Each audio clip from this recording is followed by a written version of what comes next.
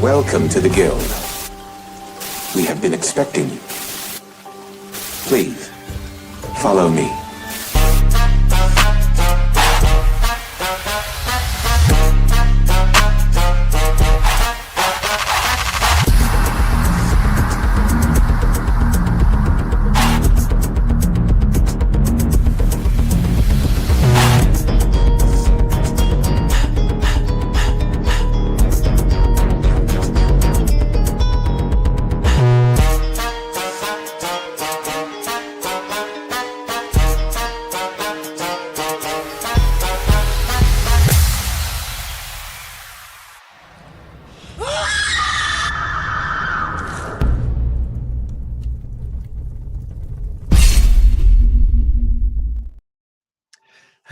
Hello, and welcome to our very latest episode of the Night Shift Let's Talk Gaming. I am C Money, and it's Friday night, which means I'm with the co-host with the show most, not the co-most. You know what I'm saying? I just throw out anything for you guys. That's how we do.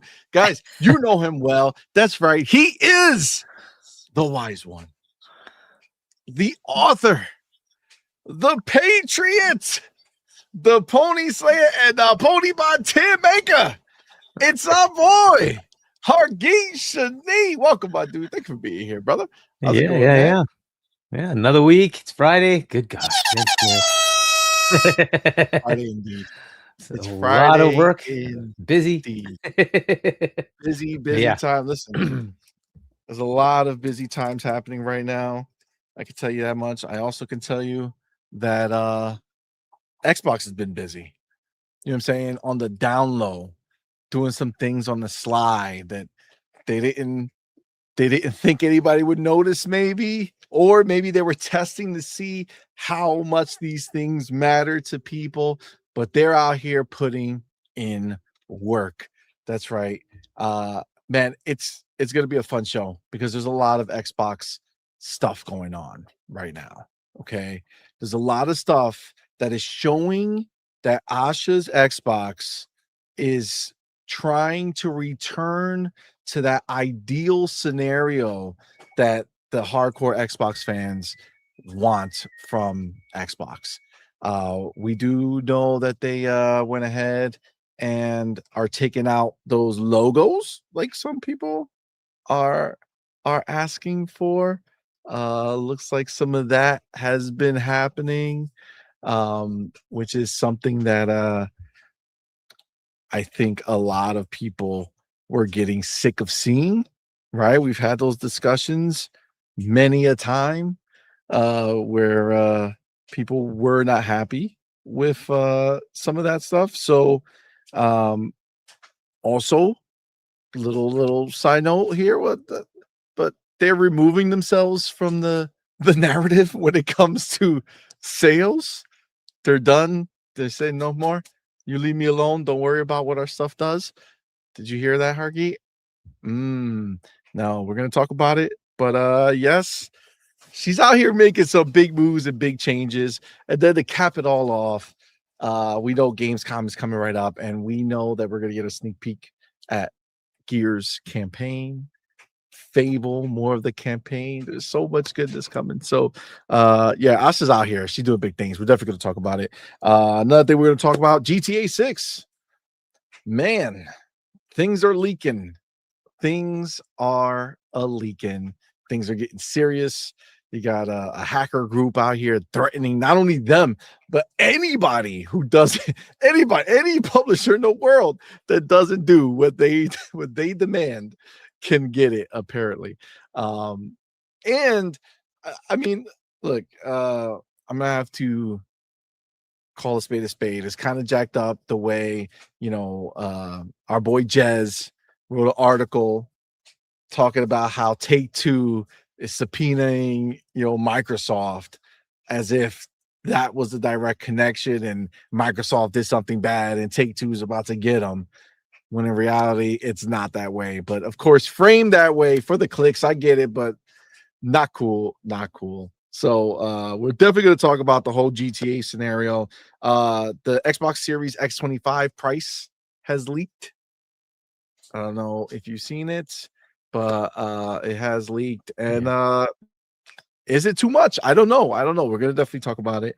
And then Modern Warfare 4, Call of Duty. It's here, guys. Listen, I've been playing mad like chill. Okay. Shout out to Xbox and Activision. They sent me a copy or a code for the beta, and I didn't hop in right away because I had stuff to do. I was working, and then I had other stuff going on. But then I got the show ready, and then I was like, all right, I got a little time. Let me hop in. Okay. For tale of two stories. One, campaign. I hopped in first. I said, you know what? There's a campaign demo. Let me hop in.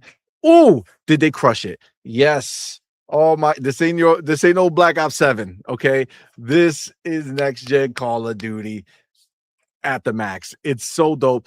It's a nice throwback to the old, ground war Call of Duties. And then it switches up, goes inside, and just turns crazy. So much dope stuff happens in that campaign in such a short amount of time. Like, it's really a snippet of a campaign mission, but man, it's just so good. Looks stunning, looks amazing, sounds amazing. Oh my god! So we're definitely gonna talk about that. But then I got into the multiplayer before the show. I got in a couple matches, bro. It's crazy how good it is. It feels like they're going back to the roots. You know what I'm saying? Like, instead of trying to do fancy stuff, they're keeping it simple. As far as like the mechanics, like you could slide and stuff, but it's nothing crazy. This is just beautiful graphics, crazy sound, intense combat. It's really good, man. My first match, I did like literally the first match. I jumped in with a bunch of people like 17 and 16 and level 20 and stuff. And I was number 2 in my squad, right? Like, I feel pretty good how I did, but not that I went crazy or anything. I'm just saying, like, I held my own. I did really good. It felt really good to play it. Second game, every map was different, but the 2 maps I played were fire. I can't wait to hop back in. That's the biggest thing I can say about Call of Duty. Like, I cannot wait. Hargeet, did you hop into the beta at all for Call of Duty? No, I didn't even do the one for Gears. So, and that one I actually can get yeah. into. This one you have to buy the game to get into it. I don't care. Okay. It's Call of Duty. Are you planning to play it? No. Campaign? Not at all? Even if the campaign is amazing? I don't care. Like, I'll play Call of Duty when it comes to Game Pass, whatever. Oh, snap. All right.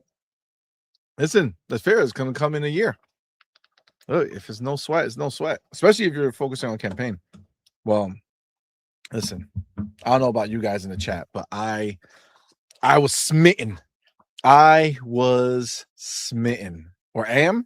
smitten. I guess it feels so good. I absolutely love it. So, but we already got numbers. Let's just say I'm not the only one. Okay. I'm not the only one. Modern Warfare already doing crazy numbers. We're going to talk about all that. But before we get into any of that, of course, you know how we do here, man. We got to shout out our homies who are live in the building with us, man. Thank you guys so much for being here. Appreciate each and every one of y'all for rocking out with us tonight. And of course, our homies who support us over on Patreon and on YouTube memberships. You guys are awesome. If you haven't, thank you for everybody who has subbed to us on YouTube for memberships. If you haven't, it's a couple bucks. Support the channel. Appreciate everybody who does, man. Thank you guys so much. We do want to shout out our elite members. That's right. We have the homie Dark Angelic, Queen Witch, and Broke Boy. And then we have our inner circle members, the homie Pragmatic Eagle and Hargeet Chani. Shout out to you guys. Thank you for the support. We're almost coming up to the end of August, so this is the time to hit your numbers to see where you can go, because we do have the July champs. The best bot of July was our boy Dark Angelic. Most first super chats came from our boy Broke Boy. Biggest super chat came from our boy Mad Leprechaun. Most biggest super chats came from our boy Anonymous Boss. Top 3 most gifted subs was a 3-way tie between Bounty, Spartan 661, and Hargeet. They also did the most subs gifted at once. All the same. All the same. Fire to you guys. Thank you so much for the support. That being said, you know how we do here, man. You guys, as much as you guys are supporting us, we love that. We appreciate each and every one who supports on Patreon and YouTube memberships. You guys are awesome. It really, really helps fuel the channel. But you guys right now, live in the building, you watching right now, you are supporting us in such a major way, man, for giving us your time, spending your time with us on this dope-ass Friday night. So we appreciate you guys for rocking out with us. And you know what? You guys are all special. And you know what I'm going to do? I'm not going to tell you you're not as special as you think you are, okay?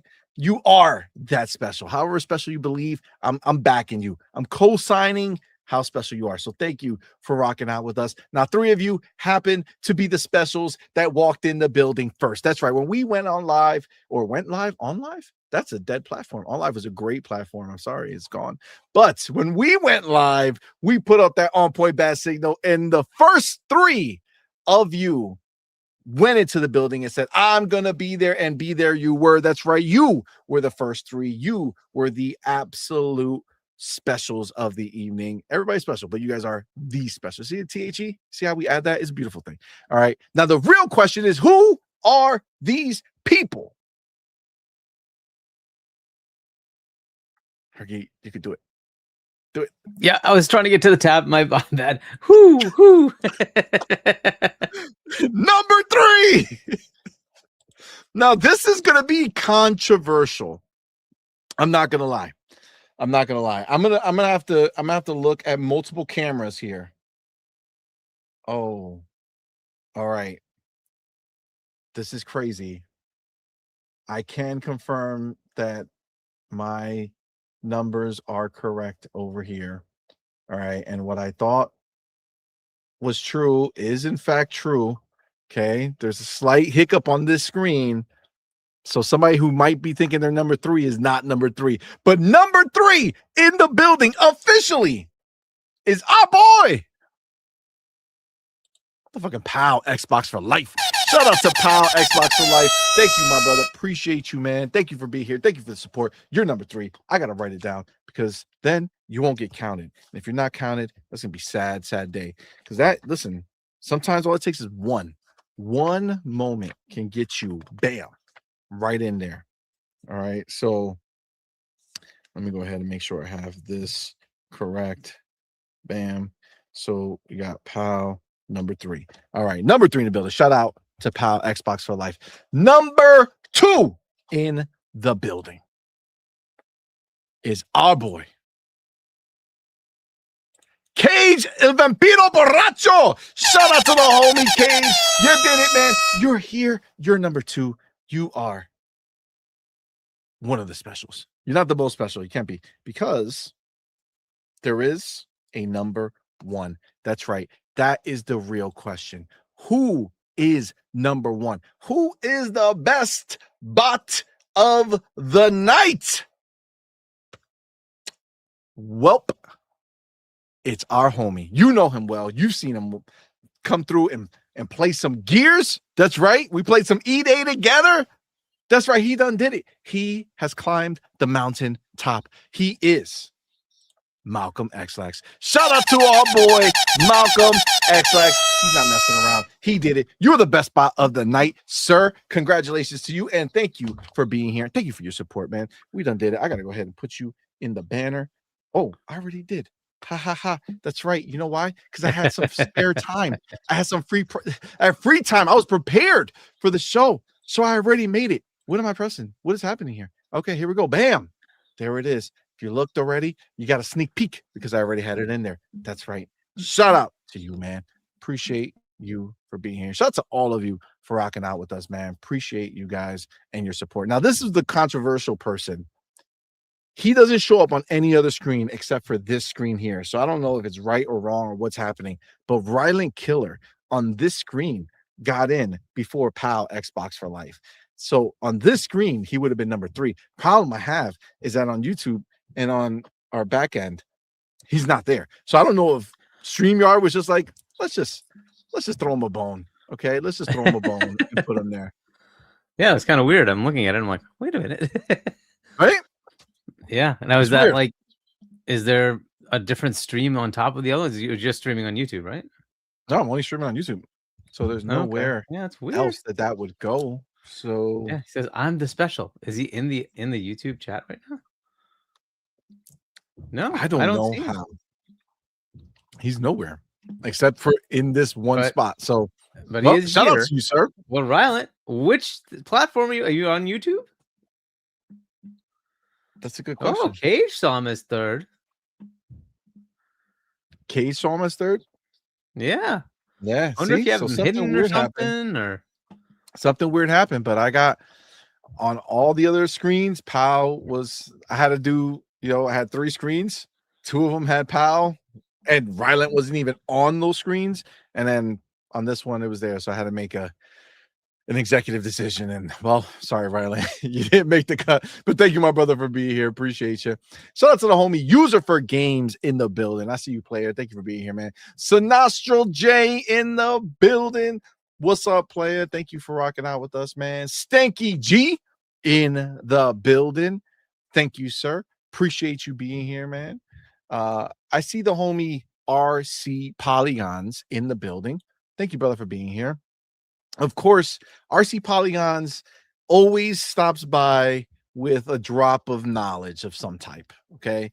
So he says, so these people want Xbox to lie to their customers to trick in thinking that the games are exclusives, but they are not. So these people support lying through omission to console war. That's sad. RC Polygon, listen, this is the thing. Okay. I understand what you're saying. And if you remember, I have said something very similar, right? For me personally, it didn't matter to me in my mind. Okay. Because I know where it's going and it doesn't matter. But I have to say this, and I gotta call a spade, and I also got to be able to, acknowledge, when things may be different than what I was thinking or expecting it to be. Because this is the thing. All right.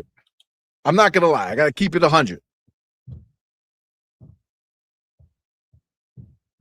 I agree that it's not necessary in that way, like for as a person, but as a fan base, okay, like as a group united supporting Xbox, I didn't like this is what's happening with all these little things that I was like, I wouldn't say against, I was indifferent to. I'm starting as it's unraveling, as I'm starting to see it take place. It's like, oh, I kind of get it. Like I kind of get the idea now. Like for instance, we're gonna talk about it obviously when we get into the topic, but when they remove some of the stuff, they're not removing it from everywhere. It's not like you can't go somewhere else to see it, typically from the game itself. But Xbox as an entity, when you go to Xbox YouTube channel and you click on their video of a game, they removed the other places and it looks right. It looks right. And, I could admit when maybe I just was so caught up in what Xbox was doing and they made it make sense to me. So I was like, all right, I'm all in on this idea. And I didn't know that this would ever happen again. You know what I'm saying? Like I almost accepted that Xbox was not going to be this way. And so, for me in my mind, it's like, it's just these things are not necessary. It's not going to make a difference. It's not going to do anything. But I see it. I see it as it's happening. I got to tell you, one of the biggest things that gets me kind of like most excited about all these things that Asha is doing is that I see the fans reacting. You know what I'm saying? Like the fans are excited. Like I was excited. I was like, oh snap. Okay. Look at Asha, right? It's not for the like in my mind, at least internally. It's not like I'm like, oh my God, I need it to be this way. It's not, but it's cool to see. Does that make sense? You know what I'm saying? Like, I feel like it's cool to see Asha taking a stance and saying, you know what, whatever, like, we don't need the bullshit. Okay. I'm not here for these other people. I'm here for Xbox fans. Okay. So when Xbox speaks, they speak about Xbox. She's already done an amazing job herself to never bring up PlayStation or Nintendo or anything like that. Like, she, in her mind, how she speaks, they don't exist. She only deals with her company and her console. But up until now, you know, yeah, seeing those logos and stuff on there in the past, even now when you see it next to each other, and we're going to do it when we get into the topic, but it feels different. It feels different. It's like, oh, okay, I see what it feels like when it's back to focusing on Xbox. When Xbox literally gets back into the game, it's pretty dope. So I understand your sentiment, and I don't, considering that I feel this way right now, I remember in some conversations about this, I had people say to me like, no, but you don't get it. That's not the reason that I want it. It's not because they want people to, they don't want Xbox to lie. Like, that's not the desire. The desire is to feel like Xbox is choosing them. You get what I'm saying? Like, that's what I feel like. Xbox proper is saying, you are the most important. You are the specials. You know what I'm saying? Like, you are the specials. You're the ones we're talking to. Hey, guess what, guys? You look at our channel, we're showing you what games are coming to Xbox. We're not looking to put out a trailer on Xbox about Xbox that is also saying, hey, and you other people, this game is going over there too, right? Like, and it's even Steam. Steam is catching the smoke too. It's no more. It's just PC. They're not singling out Steam and saying, oh, it's going to be on Steam. No, it's like, it's going to be on PC, fam. You got to go do your research to see where on PC it's going to be. And if it's not on Xbox PC, they cut that out too. So listen, we're definitely going to dive into it for sure. I don't want to get too, ahead of ourselves, but, and I know this is not really fair to have these conversations because Hargeet's like, I have something to say about this, but I don't want to shoot our load not in the topic. Okay, so do you have something small to say about this that won't shoot your load, or let's just save it? Because that's gonna be the first topic. So once we're done saying hi, we're gonna jump in like momentarily. Yeah, let's just wait. It's fine. Let's just go into the topic when we're ready. All right. Cool. Then we have our boy Dark Angelic. Best bot of last month. That's right. Best bot of July. Member for 32 months. God damn it. That is awesome, my dude. Bro, in 4 months, that's going to be 3 years. That's crazy. Man, that's really, really wild. Shout out to you, Dark Angelic, man. I appreciate you. Appreciate Queen Witch. You guys are awesome. Thank you so much, bro. He says, phonies still being dumbasses as you... Is that supposed to be dumbasses? But the nice way of writing it? Got it. All right, cool. Appreciate you, man. He says, sorry to post and run, but grandkids are playing football. Hey, I feel you, man. Thank you for dropping by, man. Appreciate you, my dude. We have the homie Snooky Jackson in the building. What's going on, fam? Ryuar Gaming, what's going on, homie? Genesis fan 01, what's going on, my dude? Genesis, I know you were Abacab, right? Or like, are you like done with that name, Abacab? Because I don't see it anymore, and I know your picture and your name from that. So are we just moving forward with Genesis fan? Now just let me know so I don't be saying random stuff. But shout out to you, man. Appreciate you for being here. All right, we're Ren in the building. He says, off topic, but this demo for Trails in the Sky second chapter is so fire. Such an amazing JRPG series. What the hell is Trails in the Sky? Do you know what that is, Hargeet? Is it on? I haven't looked at it. Is it like a... Yeah, is it maybe like a flying game? I guess I'm guessing. Trails. You look it up. I mean, it says a JRPG. It'd be weird if it's a... Oh, wow. Really? Awesome. A JRPG, Trails in the Sky. That's what he says. Does it look amazing? Look at that. Yeah, it is. Holy... It definitely looks like a JRPG. Send me the link. Let me get the one from... I have the Steam one. No, I don't want that one. I want from them, right? So I'll slide it right in. You know what I'm saying? Send it over. and we can make it happen.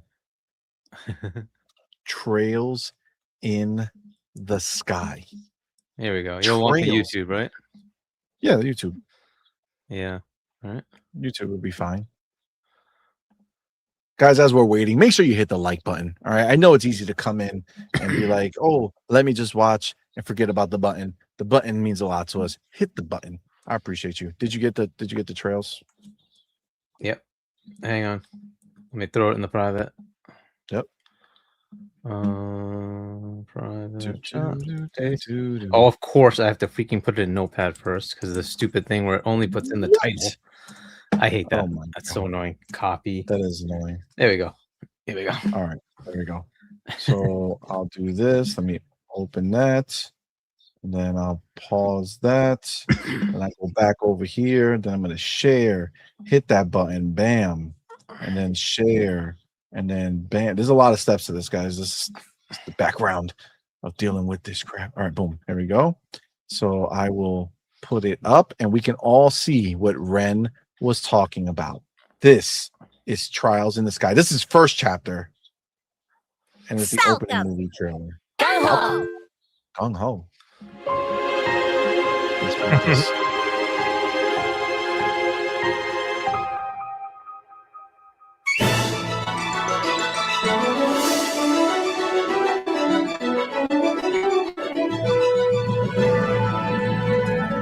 And this, I mean,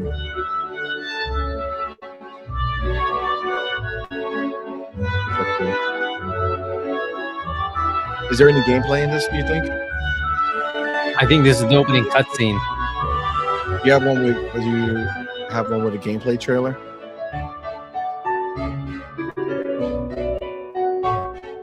Rails of the Sky. I gotta tell you, StreamYard does a ton of stuff really well, and it's been updating itself like nonstop. They need to figure out how to stream video properly. Like, it's crazy. I mean, the cutscenes all look dope.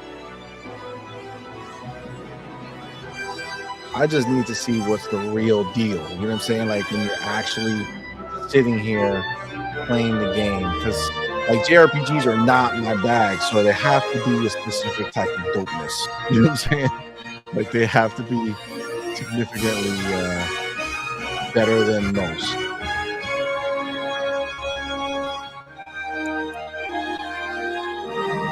No words though, right? Sounds like there's no talking. Play the demo. Yeah, and so that was for chapter 1 or first chapter, and there's one for an announced trailer for chapter 2, which is what I put in the private chat now. All right. So, but he's saying he's playing chapter 2. Yeah. No, the announcement's from like a year ago. So promotional trailer. Is that the same album? Like same song? Goodbye, Estelle. Oh, now we got words. You can't just So they leave me use that right chapter here 1 like money this. to get some voice I'll acting. never forgive you.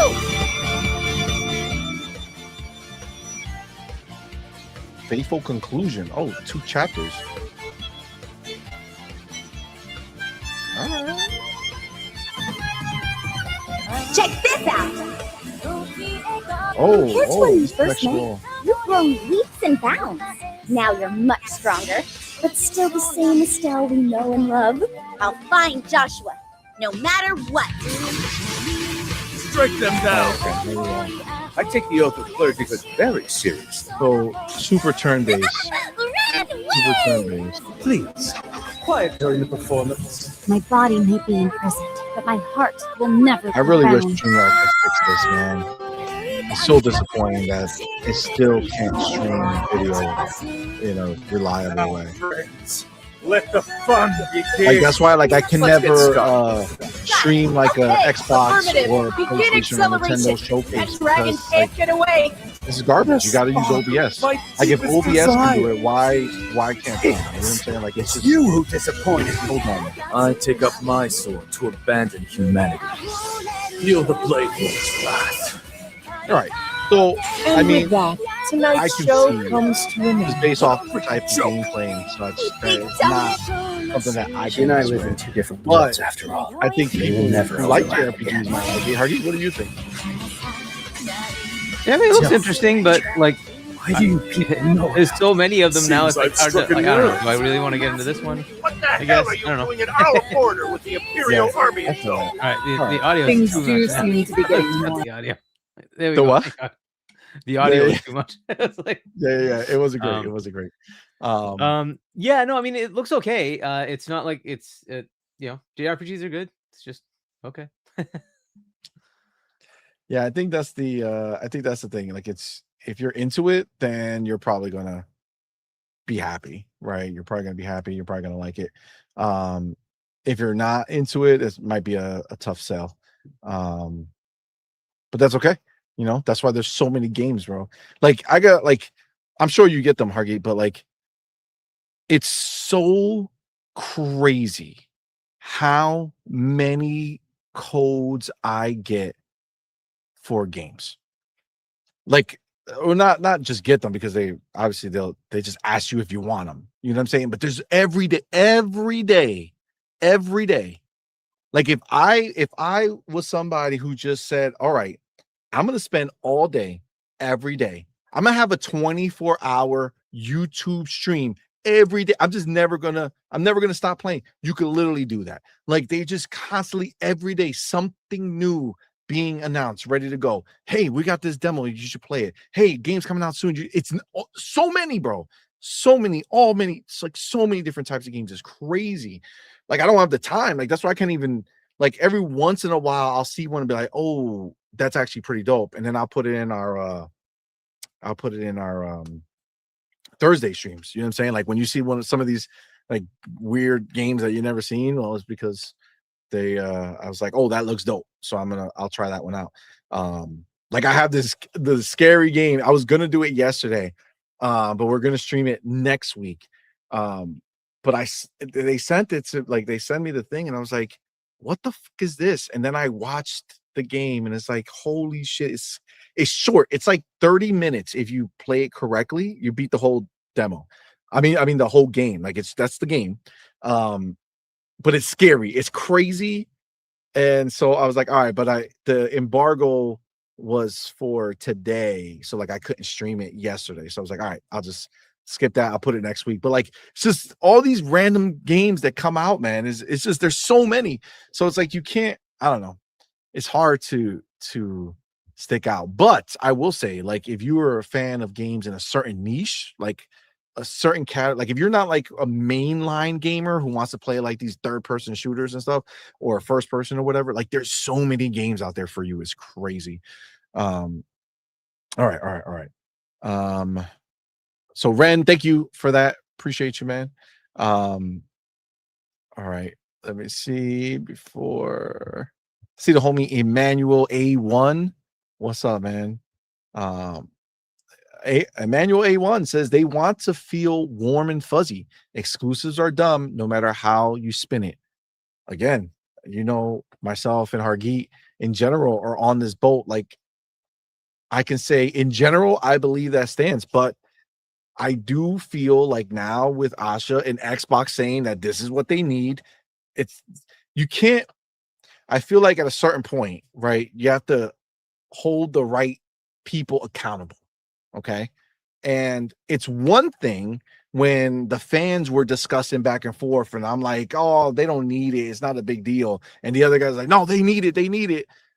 That's a separate discussion, right? Like that's like, oh yeah, that's what this is. But when Xbox comes out and says, hey, we're doing exclusives, and then you have Matthew Ball come out and say, we definitively need exclusives. Why would anybody come buy our console if we don't have exclusives? If they are saying these things, even if they're just saying it to appease the people who felt this way, they are taking that stance. And at this point, it's no more about the fans who are saying they want that. It is more about Xbox being accountable to what they're saying and doing, right? Because no matter what, I think you would agree, even if Xbox doesn't really feel like exclusives are important and they are just saying this as a mouthpiece, that's not okay, right? Like, you don't want to feel bamboozled by Xbox. Like, you happen to be on this side of it where you're saying exclusives are dumb, but you don't want them to turn to you and be like, hey, exclusives are dumb, and then all of a sudden they make everything exclusives, right? Like, that is something that I'm not okay with. Like, I want Xbox to be accountable for what they're saying and they're doing. If they're going to come out here and they're saying exclusives matter, exclusives are needed, then bro, do it. Do it and do it right. Do it better than anyone else can, so that you can go ahead and actually show that you stand behind what you say. Because other than that, I don't like that, man. That's not cool. I feel you, but at a certain point, it's not even about these people anymore who want it. It's about Xbox saying that they need it. They did it. They said it now. So you got to shift away from the people who are saying they need it. And if you have something to say, it's Xbox. Like, now you need it. You want to talk to them about it because they're the ones who are saying it. You know, at this point, they co-signed it.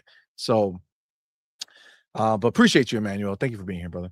I see Gentle Stone in the building. Thank you, man, for being here, bro. Appreciate you. Where am I? All right. Oh, I see the homie Jonas the Dad. Shout out to you, man. Thank you for being here, brother. Appreciate you, man. The homie Jonas the Dad, thank you, man, says 10 jewels gold coin. I don't know what that is, but this is what I'm going to do, okay? Because this is a new thing, and I feel like it should be accounted for, all right? So what I'm going to do right now is I'm going to go over here, and I'm going to put, you're going to be on the list, Jonas, all right? If YouTube has a new thing, most jewels gifted, I feel like that is the proper way of saying it. All right. So if you're gonna do jewels, I'm gonna put you on the banner. All right. We appreciate all the support. Jonas the Dad, 10 jewels. Boom. Done. All right. There you go, sir. Thank you for the 10 jewels. You're even gonna get this. Pop, pop. You know what I'm saying? Hit you with the 2-piece right there. There you go. All right. All right. Appreciate that, man. Thank you for being here, bro. I see the homie Boss Bronze in the building. What's up, man? He says the On Point Anime panel would love this game, I'm sure. That's a possibility. Interesting. Actually, fun fact. Anime Dip Down Anime, the homie Stevie Ray and Amber, they actually love Gears. That's right. Gears, and Amber streams a lot of scary games too. So I don't know. I haven't really seen them talking about, these. You would think that these anime type games are the games that they would lean towards, but I don't know about that. All right. You got the homie Reggie Bone in the building. Thank you, brother, for being here. Appreciate you. First super chat. So we're going to go ahead and do that. First, Reggie. Put that 2. Okay, I'm gonna add jewels in my book too because I feel like it's only fair. 10. Okay, boom. The homie Reggie Bone, thank you, my brother, for being here. Appreciate you, man. Thank you for the support. Says, told you gotta make the customer feel special. I mean, Reggie, I feel you, bro. Like, I get it. I understand what you were saying. It changes the feel of it to the people who care most. You know what I'm saying? Like, the casual people, they don't care about any of this, right? They don't matter to the exclusive, non-exclusive, trailer with logos, not logos. They don't care, right? None of that matters to them. But it does matter to the core. It does matter to the people who make part of their lives going online to discuss Xbox. You know what I'm saying? Like, the people who are invested every day in discussing Xbox, whether it's on a Twitter, whether it's on YouTube, wherever it is, or a Facebook group or whatever it is, right? Like, at the end of the day, it's only it only makes sense to make those people feel good, right? And I know that I maybe was a bit blinded before, all right, but I'm big enough of a man to admit when maybe I went a little, I was a little blinded. Partially because I didn't think that this would happen, to be honest with you. I didn't think they would do it. So in my mind, I didn't even want the idea to come up because it didn't matter to me. I was happy with what was happening in that way. So it was like, I felt like this would only breed more disappointment if people didn't get what they wanted. But seeing it in action, like seeing it here back, it's not like I just flipped my mind over. It's not like I'm like, oh my God, I this is what I want in my life. Me personally, I still don't care, but what I do care about is what's happening from it. Like I can see it. I think we can all see it. The feel of the Xbox community, like everybody's getting excited again, right? And these little things that are popping up are just getting people pumped. And frankly, I'm all for it, man. So listen, I said it from the beginning when I first saw Asha and I saw her interviews. I was like, you know what? I think she's going to be special. I think she's going to do something big. And I believed in her and I trust what she's doing. And I still believe that. And I told y'all, like, whatever she does is where I'm going to follow because I think has a good head on her shoulder. And she's proving it to be right, even with things that I didn't agree with beforehand. Seeing it in motion, seeing the reaction, seeing the people, and personally seeing how I feel seeing this stuff. It's not like I need it, but it's like, oh, this is good. You know what I'm saying? This is good. I like it. I like it. So shout out to you, Reggie Bone. Appreciate you, man. Thank you for being here, brother. Let me see. Where am I? Emmanuel A1 says, I'd rather be rich than look rich. Xbox will lose money doing exclusive, pull the games off of Steam then. I agree with that sentiment. First of all, I'd rather be rich than look rich, 100%. So I get that. Look, I mean, will they lose money doing exclusives? Sure. But you're forgetting the fact that it's Microsoft, who's that's what I was about to say. Rich. Like They're already rich. I would love to be their poor. I want to be Microsoft poor. Can you imagine like the homeless people who live around Microsoft is more than like 90% of the countries on the planet? Just think of it. Their market cap is more than 90% of the freaking countries on the planet. Technically, I'm not Microsoft could be a country. You know what I'm saying? Like Microsoft can decide. Yeah. They can go find an island, okay, some unclaimed island, and or buy it from somebody. Be like, this is Microsoft Island. These are all Microsoft country people. You can. If they took what if Microsoft bought an island that was big enough, right, and went ahead and developed housing and just took only the people who worked for the company and lived there? Don't they have like 100,000, like 200,000 people who work for them? Something it's like in the 100 something range, 120 something, 130 something like that. It's fluctuated up and then it's come down, but you know, I mean, 130 something thousand people. If you said, hey, this is where we're gonna be, dude, I'm telling you, you'll have Walmarts go over there and be like, yeah, we'll build a Walmart. Sure, we'll build a Target. They could churn an island into a proper government over there. That would be crazy. I mean, they could do things like if you want an example of that, that's what Disney did with Orlando, right? They literally went over there and said, hey, we will take over this town. And so they literally got a government exemption to be a government entity of their own. They're a private company, but they're a government entity that runs that town, right? They have their own area that's theirs, right? So that's literally what they did. So yeah, they have their own streets, they have their own stuff. Yeah, it can be done, all right. And then, but you have to work with the government and figure out what part you take ownership of, what they have to deal with, right? It's still got to still be representative government, all that, right? But ultimately, they are basically running that place. They're essentially running that place. So yeah, it's an interesting thing, right? That's like recently got rescinded, right? But whatever. Yeah.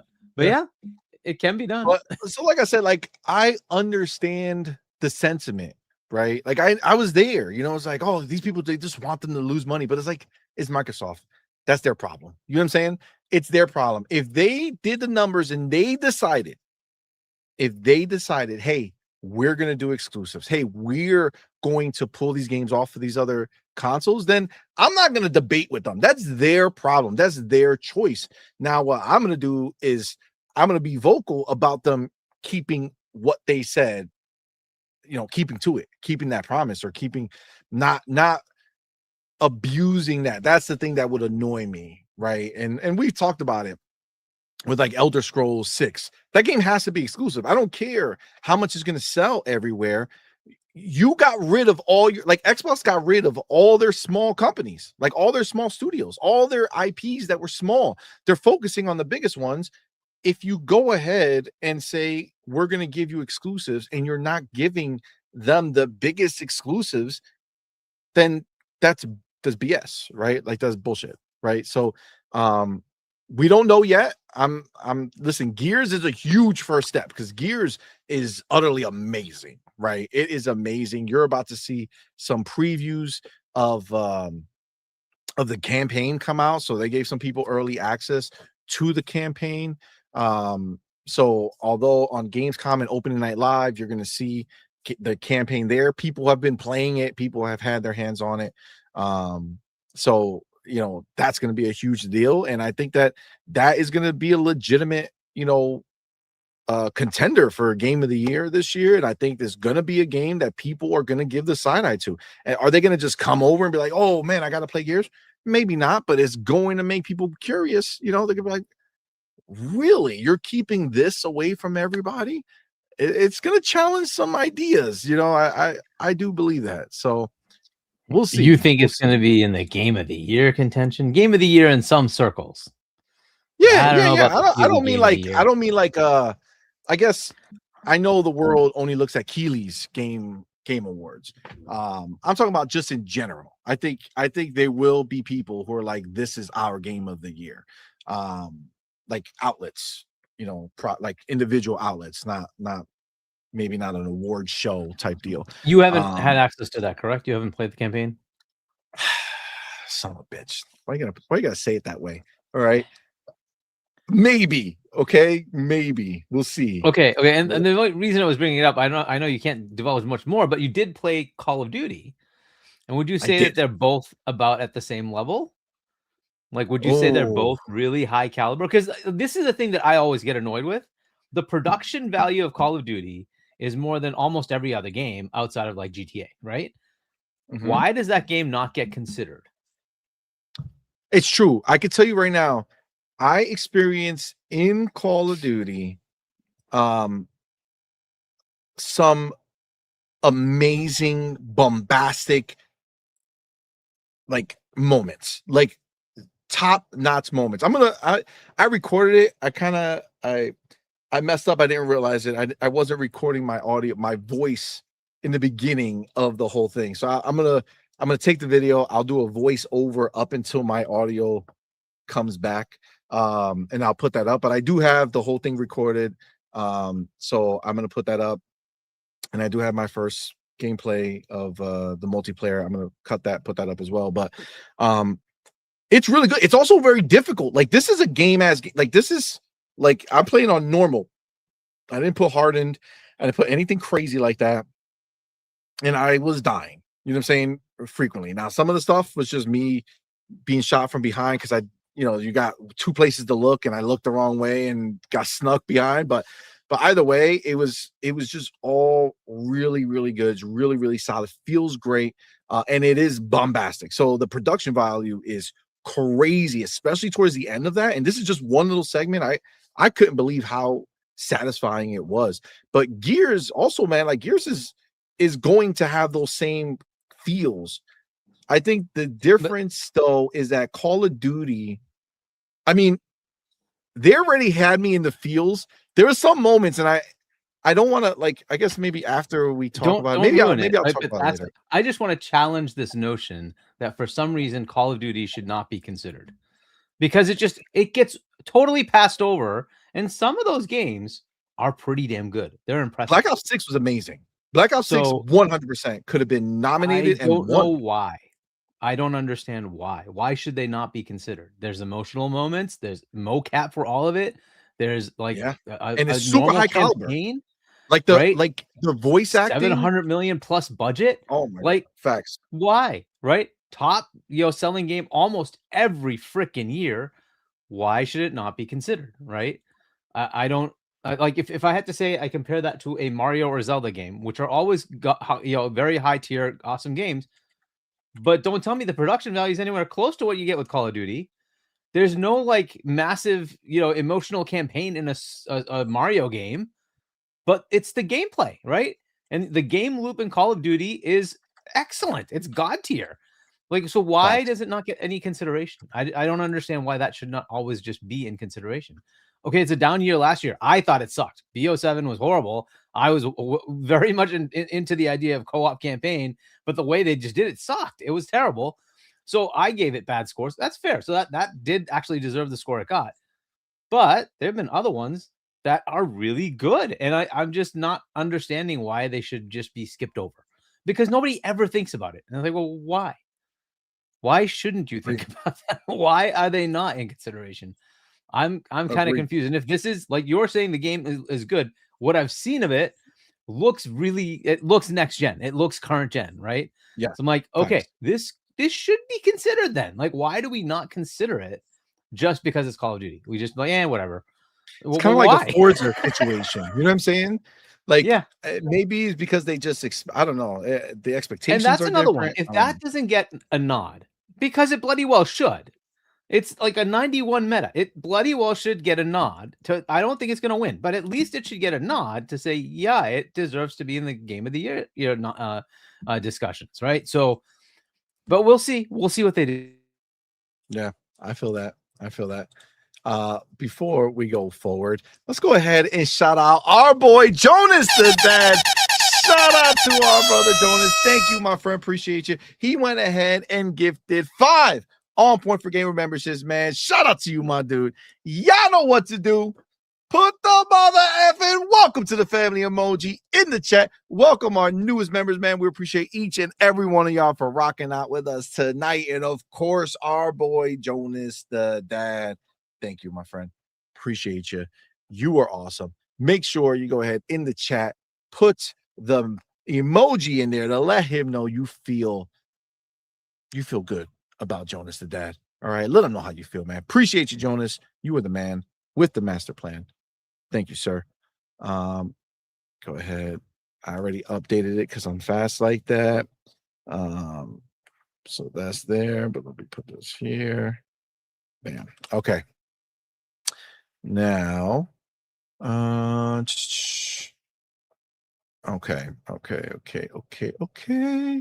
All right. I think I said what's up to everybody.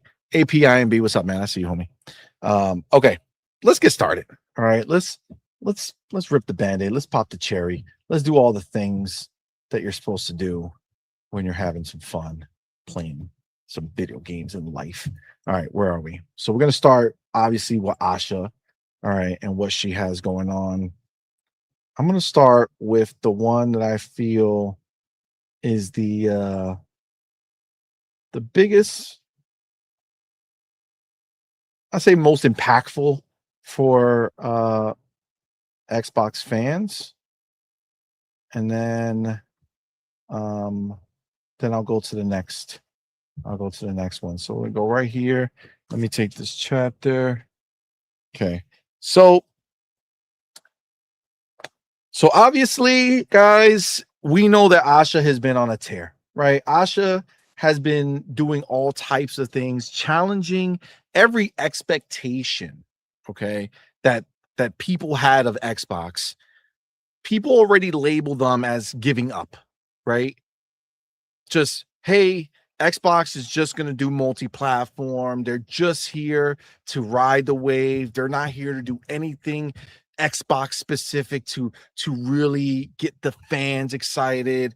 They're just riding the wave, right? That's the way people thought Xbox was going to be. But you know what? That's not what happened. They got rid of Phil. They got rid of Sarah. They brought Asha in. And Asha, since she arrived, has been doing everything right. Right. Even when you might not agree with what she was doing, it still turns out to be the right answer when you see it actually take place. So she's been crushing it. I would say, as a group of people who are core Xbox fans, I would say the biggest thing that the Xbox community was very, very excited for, very, very surprised about, was that Asha brought back exclusivity, right? Great. She did that. She's taking Gears, Clockwork Revolution. You have already 2 exclusive lines up. But after that, right, after that happened and the hype of that kind of wore down a little bit, you're still left with some of these things that people had issues with, right? And one of those things that has been discussed many times are the logos at the end of the title card on the YouTube video for Xbox, first party game, right? So Xbox first party game, you go to their Xbox YouTube channel, you click on the video, you watch it, you're like, oh my God, this is dope. This is such a good game. And then at the end, it says Xbox, blah, blah, blah, blah, blah, blah. And then PlayStation or Nintendo and all this other stuff. And then people be like, oh, that should not be there, right? That's what people felt. They did not want to have other logos on Xbox games on their channel. And when they do shows, now we haven't seen the show situation yet. We're gonna soon, but on their YouTube channel, they have done it. They have already started officially removing those logos. So Idle Sloth puts it here. Many people reported on this, but it says Xbox has begun removing PlayStation, Nintendo, and Steam logos from the trailer and card on their YouTube channel. And if you go ahead and take a look right here, you can see the way it was. This is the way it was. So you look at here, Minecraft Dungeons 2 comes out September 29th, 2026. Series X, Xbox on PC, Xbox Cloud, Steam, PS5, Nintendo Switch 2, and Nintendo Switch 1, right? That's the normal way. That's the way it was. Then you go over here. It made some adjustments. I think, I don't know why this one didn't go all the way, but it's this one here. Okay. So it looks like this is the Xbox channel. I guess what he was showing was Xbox and then IGN and then the other place. So I guess the idea here is that if you go to an Xbox channel, if you go to an Xbox place and you look at their videos and their games, Xbox is no longer going to advertise their games being on another service. Now, like for instance, Minecraft specifically, if you go to Minecraft by themselves, when Minecraft speaks on it, they are showing it going everywhere, right? So I think they're creating a separation. They're creating a separation between Xbox, the brand, when Xbox says, hey, look at the games we're bringing. They are going to go ahead and only make it Xbox focused, right? But the games themselves will still be able, like if IGN shows the video, they're going to show it. They're going to show it for, whatever it comes out on. But I don't know. I feel like this is something that, the most core people were really upset about. And it's here. It's done. They are actively doing it. We can only assume that that's going to happen on the shows as well, on the Xbox shows. But I don't know. I think this is a smart move on her. And again, me personally, I'm indifferent to this stuff, right? But, as far as how I'm looking at it for the core, right? The people who care enough to make us think about it, right? This is now Xbox showing that. Now, let me so a couple things, Sergey. So obviously, I want you to tell me what you think about this, what you feel about this situation here, what they're doing, their thoughts behind getting rid of these other things. But my second question to that, after you talked about that, is is it enough? Is it enough to only put it on the Xbox, Xbox channel and not like demand it everywhere? Like every time there's a trailer for Minecraft, should it not have it? Or frankly, we don't even know. Did IGN just add those things themselves? No, so I just went to the trailer for this, and if you go to the Minecraft channel, it's the middle one. It's the one without the logo, but it does have the names. So yeah, it's that. So it has this one. It has that All one. right, so that's when you watch it on The YouTube, Minecraft channel. on Minecraft. On the Minecraft channel. And I'm assuming the Xbox channel, if I go there, their trailer will just say the Xbox logos. This is one of the ones where I'm like, I'm ambivalent to this. I think it's scummy, but I don't like if the end all the industry is doing it, then fine. Like just eliminate the logos. It doesn't really bother me. If you want to advertise the game to like other platforms, then have those platforms play the trailer, right? And that's totally fine, right? So that's kind of how I look at it. I don't, this is not the end of the world to me. I kind of like the trailers being there, but let's also be honest that the other side, they don't do it, right? So if I'm watching a Nintendo stream, I'm only going to see the Nintendo logo, right? It's not going to show me all the other platforms. Pretty similar when it comes to PlayStation, though they are getting better to say PC and PlayStation on theirs, which is, I think, at least a step in the right direction. So, but either way, I don't know if this is going to make a huge difference. However, it appeases some of the fan base, and I get it. Like, fair enough. And is it ultimately that big of a difference? Like, is it going to make a huge trailer difference for that trailer? No, not really. And especially if it's first party, like whatever, right? Like, fine, you can do whatever you want. It's your title. Do whatever you want with it. When it comes to third party, that's when it becomes more interesting, because now you're potentially taking away, potentially taking away some sales from other platforms, right? So you have to make sure that if they're going to play this game, that there's some some way for people who are looking at this trailer to know that it's also on other platforms where they may be, right? So that they don't just say, oh, well, I can't play that, right? So and hopefully they look it up, but that this is kind of the thing, right? A lot of people get bamboozled by this stuff, right? And that's part and parcel of why they do it. But okay, whatever. I don't think it's enough, to be honest. Like, if you're gonna do it, then on all your channels, you should be doing the same thing. But here's why they won't do it. If I go to the Call of Duty channel, am I gonna see Xbox anywhere? No, they don't even say in any way. They don't say Xbox at all. It's like you're like, at least on this thing, right in the bottom, it says Xbox, right? Because it's Xbox. It literally is Xbox, right? Call of Duty, they spent $70 freaking billion. To me, like, have the balls to say that's yours. We are Xbox. Oh, except for Call of Duty. No, I don't care. Like, freaking put that logo on the bottom and just tell the world, yes, this is ours. You don't like that? I don't care. It's ours. You're playing an Xbox game. I don't care where you play that game. You're playing an Xbox game. And I don't know why that's like such a big challenge for them. Like, you really think the players on PlayStation or Steam or something are going to be like, oh, I can't believe it's an Xbox game. Oh, I'm not going to buy this now. You get out of here. They bought 11 million copies of a freaking 15-year-old game because they couldn't play it on their PS5 because it was locked to the PS3. Get out of here. They're absolutely going to buy it. It doesn't matter. Yeah. Just freaking own your game. So that's the part I don't like. So I would do the same freaking thing on the Minecraft one. Because Call of Duty is like their cash cow, right? So I think that they're just afraid of any. Well, we've seen what happens if anything on Call of Duty goes wrong. It's super detrimental to the entire company. So, like, for them, they don't want to do anything that might stir anybody. Who would they piss off?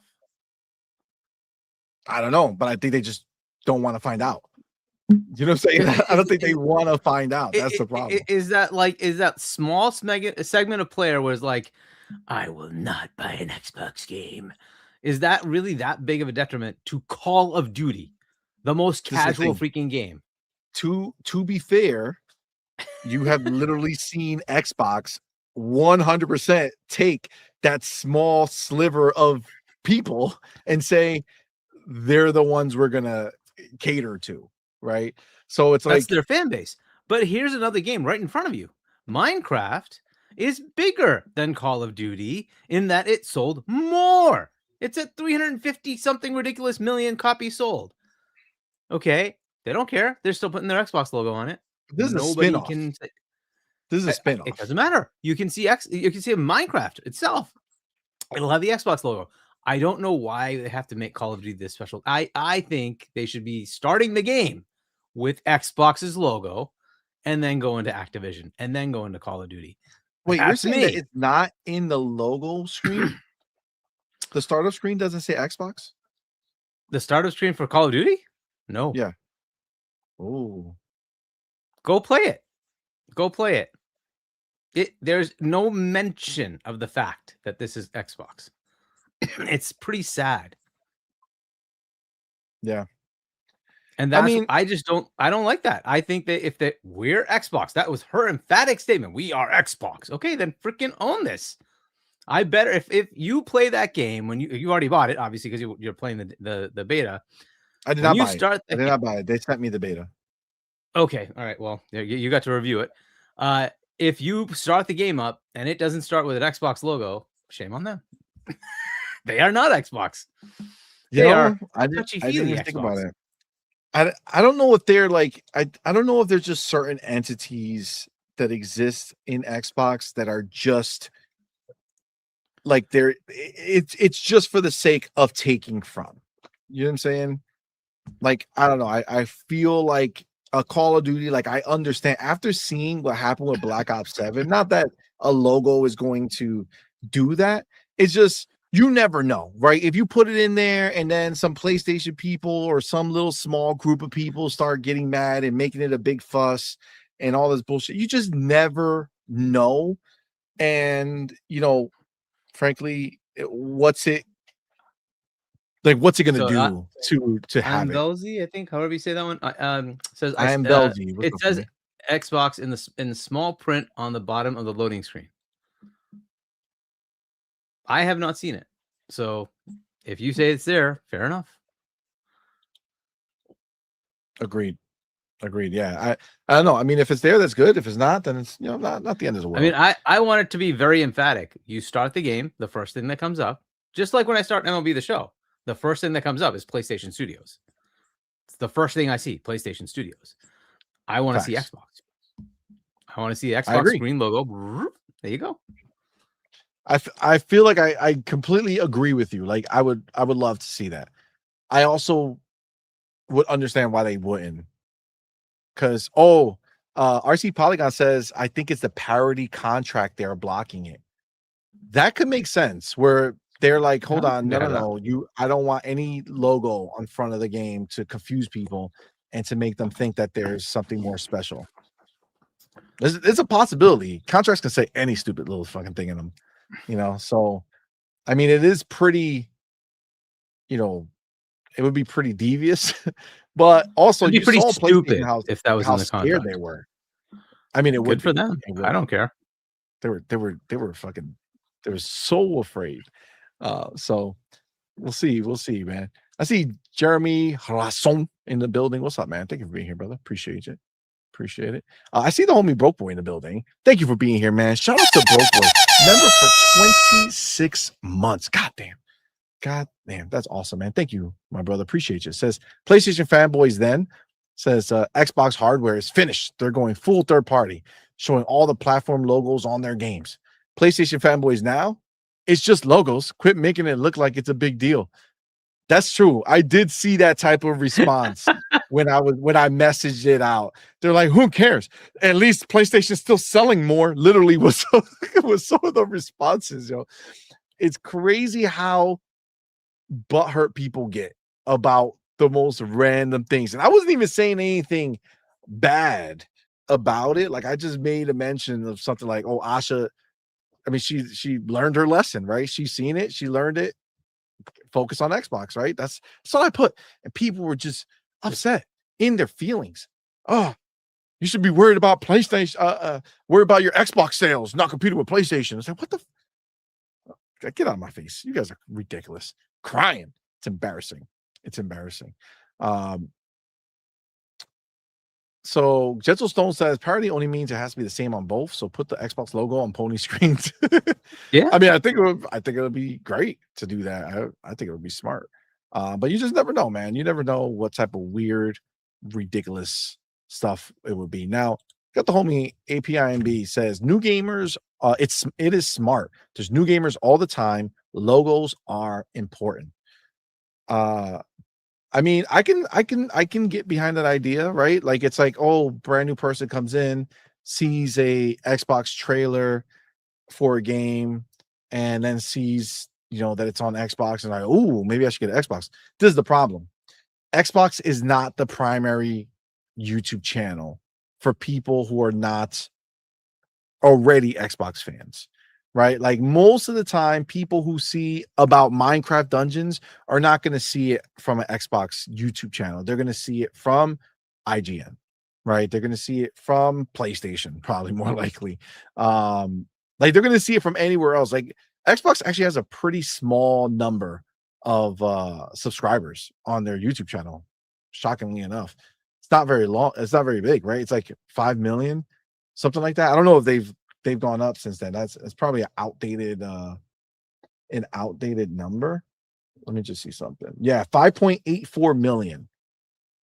And like IGN, I think they have like, well, actually I have it right here. IGN, they have almost 20 million. Like they have 19.9 million. Now, just for comparison's sake, I said all that, but I think I have to. I'm gonna have to walk that back. I'm gonna have to walk that back real quick. All right. Well, this is why we see things. All right. If we take a look here, you have the homie Minecraft, right? And this is IGN right down here with 19.9 million subscribers, and that's 35,000 views. Now, we go over to Xbox channel, 5.84 million subscribers, 40,000 views. So, I mean, maybe it is more popular. Like maybe Xbox, when showing Xbox games, can be more impactful. And just for a comparison, the video from 2 months ago, which is also Minecraft Dungeon on Xbox, has 910,000 views. So, I mean, Xbox does its thing with its small number of subscribers in comparison to IGN. That Minecraft site, which is 22.4 million subscribers, has 537,000 views for the same trailer. For that trailer or for the newest trailer? The one that has the current, like the not logoed names. So the one that just released a couple days ago, not the one that released 2 months ago. Double check. Yep, 1 day ago. 1 day, damn. So well, it's because it's Minecraft, right? So Minecraft people, of course, are gonna go crazy. That's to show you the power of it, though, right? That's wild. IGN, 35,000, Xbox 40,000, Minecraft proper 500,000. That's a huge difference. Well, I mean, do we know if this is any other games? Or is this only Minecraft Dungeons because it's like the latest one that they've done? I don't know. We'd have to look at the trailers, right? But they just did something with what was that game? Black Myth. What was the game? The other one? Not Wukong, their new one. Yeah, the new one. They just had a Xbox weird name thing with it. So let me see what they did with that. Yeah, but that's not going to have That's not their game. Zonkui. Oh, it doesn't matter. You're saying on the Xbox channel, are they only going to show the Xbox Yeah. version? Good Yeah, question. exactly. So if I look at that, let's see if the logos.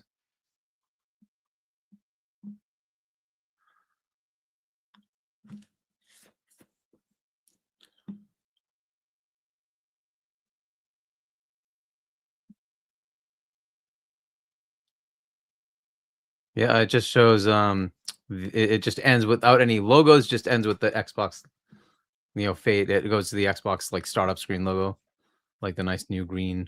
Oh, so they're not even on They're third-party not games. showing platforms. It's just it just brings up the Xbox logo. There's So no on the Xbox no- channel, they are scrubbing. They're not saying like they're not playing kumbaya with these developers. Like, hey, yeah, just send us the one with all the logos. They're like, no. You make an Xbox one, and that's the one you send us. I mean, Yeah, I'm gonna look at the PlayStation one to see what they did, because they also have the same footage. that would be I'm pretty sure they do good something of similar. them if they're just going all in. And like you said, this is something that most of these other companies have always done. Yeah, they did the same Nintendo thing. definitely does. Just goes to PlayStation logo. Yeah, it goes to the play has no limits, PlayStation, and then whatever, and that's it. That's the end. All right. Well, so it's something that they're actually doing. This is not just a one-off. This is going forward. I would imagine everything that they release on their channel from now on will not have any other logos outside of the Xbox logo. So that's good. That's good. I think that's an important thing. And Gentle Stone has a great point over here. He says it's because they finally realized Sony really doesn't care about them. And I would imagine, well, actually, maybe I'm confused. Are you talking about ponies or are you talking about Xbox? Because I'm extrapolating the idea that like PlayStation fans are just don't care about Xbox. Like, be nice. What's up, man? I see you, homie. DJ Marshman, what's up, man? He says Zong Q is the name of that Black Myth game. Ryan says our boy Zong Q. But I think Xbox is realizing that at the end of the day, PlayStation, like, it's not just about the games. Like, PlayStation fans just didn't have interest in playing the Xbox games, whether it was on their console or exclusive to Xbox, because they could have always bought, an Xbox to play these games. So maybe that's what it is. Maybe they're just accepting. Maybe Asha's like, yo, it doesn't matter. Let's screw those people. Let's focus on our people. And then everybody else will either come or they won't. Right. But we're going to build our base, our core. I think it's smart at the end of the day to do what she thinks is best. It makes sense to me. So, all right. Now, that being said, well, let's finish this topic by just arguing. Ultimately, do you think that this is taking your personal bias out of it? Like, I know, like, you don't care about it. I don't really care about it, but just the idea of what Asha's doing here. Do you think this is a smart move for her, like, to win the core, the approval of the core, like the happiness of the core, to go ahead and remove this and kind of be on par with all the other platform holders who only put their logo at the end? Yeah, like I said, like it's a small thing. It's not going to cause that much of a disruption. I think it's scummy to do it across the industry, but if your competitors are doing it, go ahead. This is one of those where I'm like, I don't care, right? If you take the logos out or put the logos in, it's not going to change things materially. It's just going to make some people happier. Fine, do it, right? If it's a simple win, like, what is this really going to do? In the vast majority of cases, people will just have to look it up if they want to play the game elsewhere, right?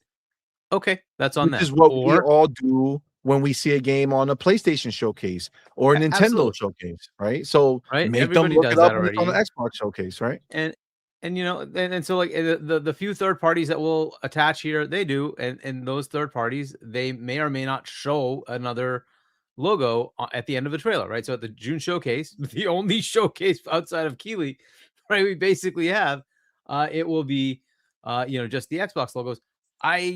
This does not in any way make me think it's going to, end the industry. It's like, it's such a small thing. If it makes people happy, fine. Just do it. Whatever. Tangi, I got something that just popped into my head. So this is a question right now. Do you think Xbox putting all the logos on the title card at the end, do you think that was part of their negotiation or their deals to get third-party games to show on their stage?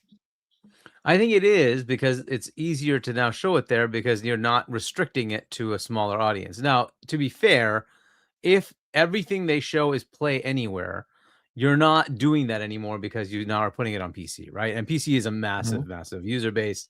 So you take away some of that fear that, like, okay, cool, at least I'm also marketing to, and let's be fair, there's a lot of people on the PC world that are Xbox adjacent, as it were, that are basically like, yeah, they are kind of Xbox gamers. It's okay, right?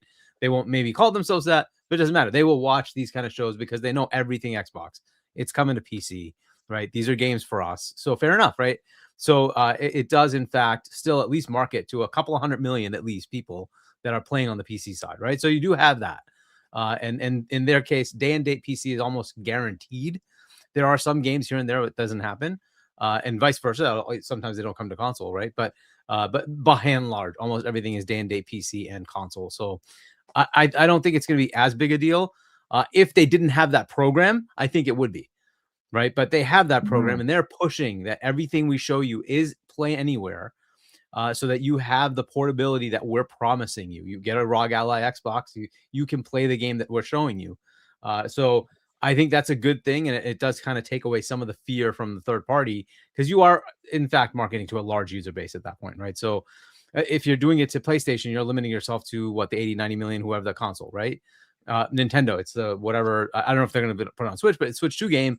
What is it, at 30 million, something like 40, whatever they're at, right? So, that's what your market is. Whereas here, it's like everybody who owns a PC, right? And then also everybody who owns an Xbox console. So I think it does take away some of it. But to your point, yes, I think without that, yeah, it probably would be a problem, because it started to open up once they said, oh, we're going to have the logos. We started seeing more big games show up on the Xbox stage. And I think as long as they keep that anywhere thing, right, that will allow them to say, hey, look, we're still marketing to a very large PC segment as well. I think it's a good enough thing. Please put your trailer on our show. Otherwise, we'll just see more and more Achilles.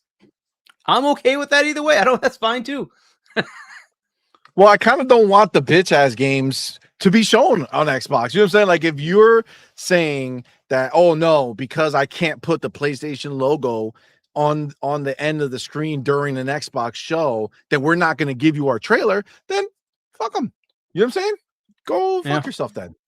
Like, I mean, honestly, that's another way of them trying to say that we don't matter as Xbox fans. You know what I'm saying? Like, if that game chooses to do that, then get them out of here, bro. It's all right. Don't take the deal. We don't want it. You know what I'm saying? I'd rather get the companies that see the value in what Xbox offers to be here. So, all right. Let's move on. We're still saying in the Asha legacy here of what she's putting down, but we do have another interesting piece of information. This is super interesting that Xbox is doing this. Now, we already know that Xbox stopped talking about how many consoles they sold, right? Like, that was the first thing to go, right? They don't talk about how many consoles that they sell. Nobody knows how many consoles are out there. The subscriptions, I don't think they really do that. Every once in a while, they'll drop a updated number, right? But they don't really talk about how many people are subscribed outside of, I guess, the quarterlies or whatever. I don't know exactly. I don't remember, but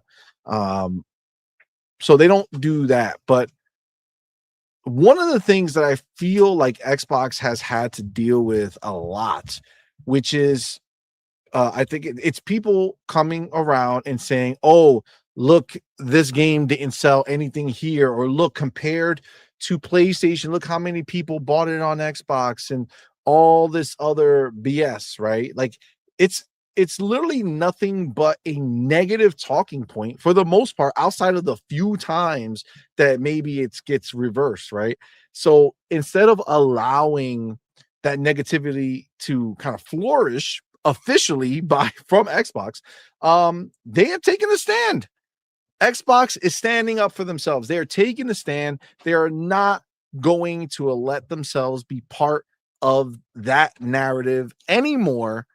They are controlling all of these types of narratives now, alongside EA. Actually, I didn't know EA was also doing it, but Xbox and EA are both taking a stance.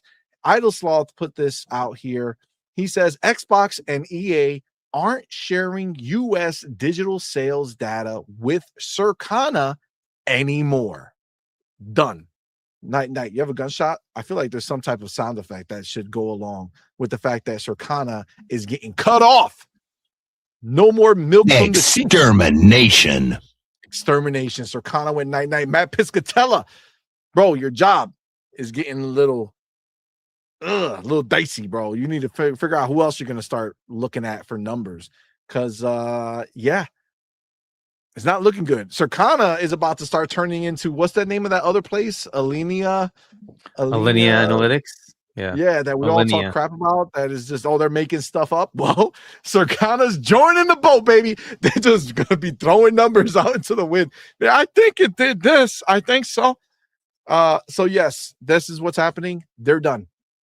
So as of July 2026, so this past month, Xbox is no longer a Circana digital data sharing panel participating publisher. EA also dropped its Circana membership around that time. It went private. Circana relies on publishers and platforms to share digital storefront sales. Physical sales still come from retailers. Xbox's exit hides, I don't like the word hides, all right, Idle Sloth, that is a negative connotation, okay? But he says hides first-party U.S. digital sales, including Call of Duty. Listen, it doesn't hide it. It doesn't just go around promoting it all over the place, okay? They're making it internal, okay? This is where it belongs. The public knowing these numbers don't matter, right? So if anything, again, it's only a detriment. It's only a negative talking point for random information, where now they don't have to deal with that. Says it has it also further obscures sales for publishers not on the panel, such as Ubisoft and now EA. This is the funny part, right? Nintendo already does not share digital data. Its Circana numbers are estimates. It already doesn't do it. Why? How many pitchforks have been raised to say, we demand Nintendo to come out here and give us official digital sales numbers? We want it now. Burn them down, right? When does that happen? Right? When? I don't think so. I don't think so. I don't think that is something that takes place. Xbox is just seeing, and I feel like that's a core thing with Asha. You know, Hargi, you mentioned it when we were talking about it before, but the idea that other people don't do this thing, why are we doing it, is a question that I have to believe that Asha is asking of everything, right? It's like, if they're not doing this sharing of the numbers, if Nintendo's been doing it for years and Nintendo crushes it, nobody's wondering the exact sales for their games, doesn't matter, right? If Nintendo's not doing it, why do we have to do it? They're not. They don't have to. It's donezo. Pop, gone. All right. Says July software charts now involve more guesswork because of the missing sources. Okay, that's the job, right? Remaining panel members include Bandai Namco, Capcom, Crystal Dynamics, Disney Interactive, Idols, Konami, PlayOn, Sega, Sony, Square Enix, Take-Two, and Warner Brothers. Digital already makes up a huge share of sales, so losing digital data leaves a much weaker picture. PlayStation is ending disc production 2028, which would make Circana even more dependent on platforms sharing data. Unconfirmed reports that Xbox may also have pulled out of game sales data in Europe. Less public sales data makes it easier for companies to control narratives around hits, misses, and layoffs. Well, that's just, what? Who cares? What do you mean? Control the narratives around hits, misses. Like, who cares? So what are you saying? So you want the public to say, "Oh, that game's not doing too well. Screw that game." Right? We don't need it. We don't want it. Get rid of it. What are you talking about? I don't know. This seems crazy to me that it's framed. And again, it's just the wording, right? Xbox's exit hides first party US digital sales. Hides is crazy. Hides is crazy. That's crazy word to say hides. Like they're afraid. The point is that they don't care to share. They don't care to share. Like, what are you talking about? I don't know. Hargeet, are Xbox a bunch of pussycats? Are they so scared of their lives and this is why they're doing it, or they just do not give a What are your thoughts on Xbox saying, "I'm good, Circana. We're not providing you with stuff for you to do your job. We don't have to have people working here to supply you." Okay. Yeah, I mean, look, ultimately it's their decision to do whatever they want. And as you mentioned, Nintendo's already done this. I don't know how big of a deal this really is. Like, ultimately, it's up to them to just make a healthy business, and then they can report that up to their shareholders. That's what really ends up mattering. There are a lot of narratives that come out for everything that Xbox does actually put out, right? So maybe it's just this is the right thing to do, to just take away another stupid talking point that always seems to come up, right? So they'll still get retail data by the retailers, right? And that's not going to have much of the sales, though, because most of the sales tend to be digital versus physical. But hey, whatever. It's what they want to do, is like just take away some of the noise of these things coming out every month. Just make it so that they can focus on the stuff that matters and get out into the mind share, into the ether, whatever you want to call it, what they want to get out. They want to put out different narratives, and they want to put out what they think is better and what is going to help their platform, right? So I think that's fine. Whatever. I'm also interested to see what Sony does and see if they like, well, if they're going to do this, like, why the heck are we in this? I wouldn't be surprised if they pull out too and like say, yeah, this is just not of value. I don't know what that means as far as the accuracy of the data going forward. Obviously, they're not going to have real data. So maybe they're going to do, what Alinea does, come up with some sort of algorithm to figure things out. Fair enough, right? But yeah, it's going to be an interesting thing to see going forward what they do with that. We have seen them be off when it comes to Nintendo. Nintendo will report the actual numbers every now and then. They do tell you exactly how many unit sales they have of specific games, right? And sometimes they're off. So it does matter. It's not going to be as clean as the data could be. But it is what it is, right? We're just going to have to deal with it. I am all for transparency. This is something that Asha said, that was one of the things she wanted to focus on as well. But whatever, this is like, if it was just this, that's fine. Like, I don't think this is the end of the world. Yeah. But Hargeet, you brought that up. Okay. And that key, I'm going to take 1 second right here, because let's bring in this, because that word transparency is being used here. Okay. It's being thrown around, and Ecstasies has this article says, blow to transparency. Xbox hides its digital sales. And he says Microsoft has made a decision to withdraw Circana's data panel, ceasing to provide its official digital sales figures to the industry. The key consequences of this move: the community and the industry lose one of the last external and impartial sources for measuring the commercial success of Xbox games. Amid the lower weight of console sales, Game Pass metrics that blur traditional sales and multi-platform launches, evaluating whether its strategy is working will be harder than ever. What do you think of this growing lack of transparency with sales figures? I'm all ears. And then he has the clip from Matt Piscatella saying Microsoft no longer a digital panel participating publisher. Okay, so a couple things. Transparency, right? You brought it up. Asha said she wants to be more transparent, right? That being said, sales figures, I don't think that that's the transparency that she was talking about. I think she was talking about keeping the bigger picture in mind, but like the sales figures, one of the things that we know is that Xbox has Game Pass, right? And most of their games come to Game Pass. And that means that when you look at the sales numbers, they're not necessarily going to line up. And I think one of the things that is a problem is if they come out and say, hey, such and such game has 5 million players, right?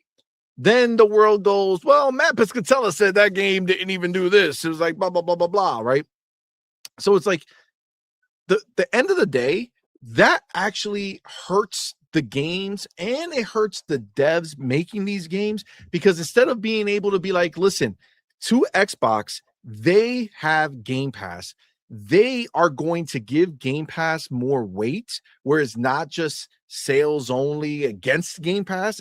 It's combined, it's with, so that they can go out there and be like, yeah, this is how many people played this game. It's not a lie. It's not hiding the truth. It's just taking part of the part that doesn't matter away, right? If a game that they release had 5 million people who played it, just because those 5 million people didn't go and pay $60 or $70 or $80 for that game, instead, most of those people just played it on their subscription, how is that any less valuable as a success metric for that game? It's not. It's not. Microsoft is the only one who feels the pain internally, right? But for the game itself, the success of the game, how many people put the controller in their hand to play that game? Dude, it's a success if 5 million people play that game. Doesn't matter how. That means you either have 5 million subscribers or 5 million, people who bought the game, or a mix of it, right? I don't know. What do you think of that, Hargey? Just focusing on the idea of transparency. Like, is it bad, the sales figures of individual games, to like not come out here and be like, yeah, this is exactly what this game sold?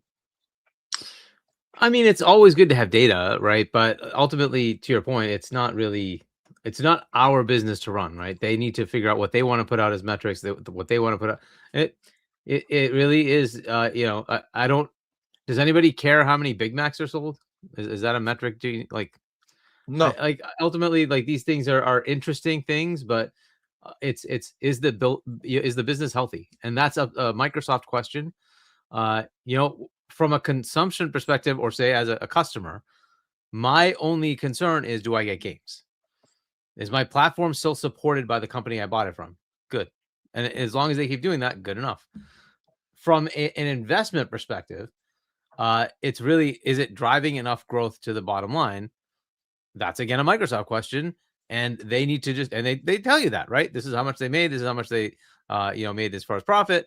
You get those net metrics every year, whatever, right? This is how much money that Microsoft's making. Yeah, but it's a group. They figure out how to right? keep it. You can't demonize individual games in that narrative. Yeah, they don't even tell you how much just the Xbox part makes. It's part of it, consumer devices and whatever, right? It's Windows, search, and Xbox all together, right? They Exactly. give you X amount. So whatever, fine. Ultimately, that is not my problem, right? Now, for somebody who wants to do industry analysis, sure, it's great to have that kind of thing, but you're not guaranteed that data. It's their private data. It's up to them to do whatever they want with it. Unless some government stipulates thou shalt give data to Matt Piscatella, it's not going to happen unless they agree to do so, right? And if they don't want to, they don't want to. That's really up to them, right? As you said, nobody's pushing Nintendo, right? Like the granddaddies, they said, we don't want to do this. Go away, right? So okay, fine. Nope.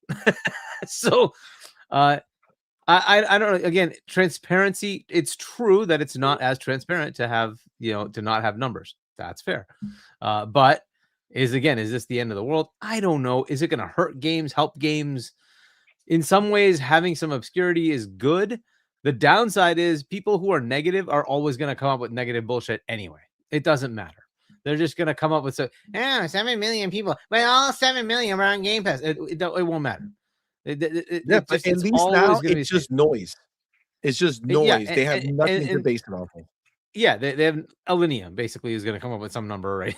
With some fake ass number.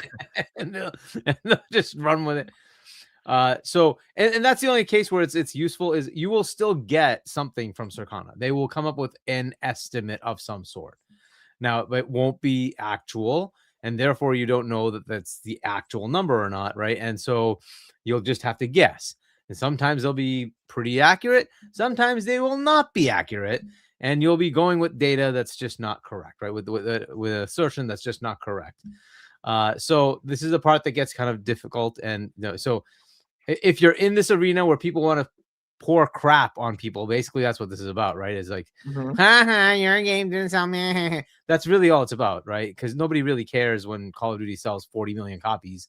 Nobody's sitting there going, oh my God, 40 million. No, they're like, oh, let's just not talk about that one. Yeah.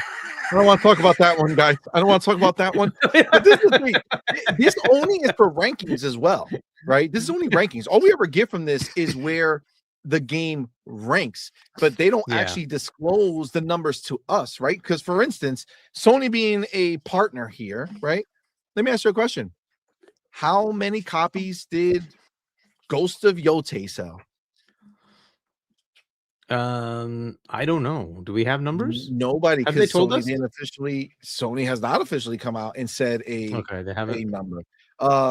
Saros. How many official sales of Saros has there been? I thought that was officially put out there, right? It's like 500,000 on PlayStation. It's not official. It's Oh, words on the streets. Alinea? Words of somebody. It's other people. It's not Sony. Did not come out and say, congratulations, Saros sold 500,000 copies. Nada. We haven't gotten official words of official numbers from Sony in years. Literally. Did they even do Spider-Man 2? I don't even remember when the last one is. There was one. I remember it was one last game. I know the last game Square did was Final Fantasy VII, the first one, and then they stopped. Then they stopped giving their official numbers. I forget which game it was that PlayStation. Maybe Gears of War, not Gears of War, God of War.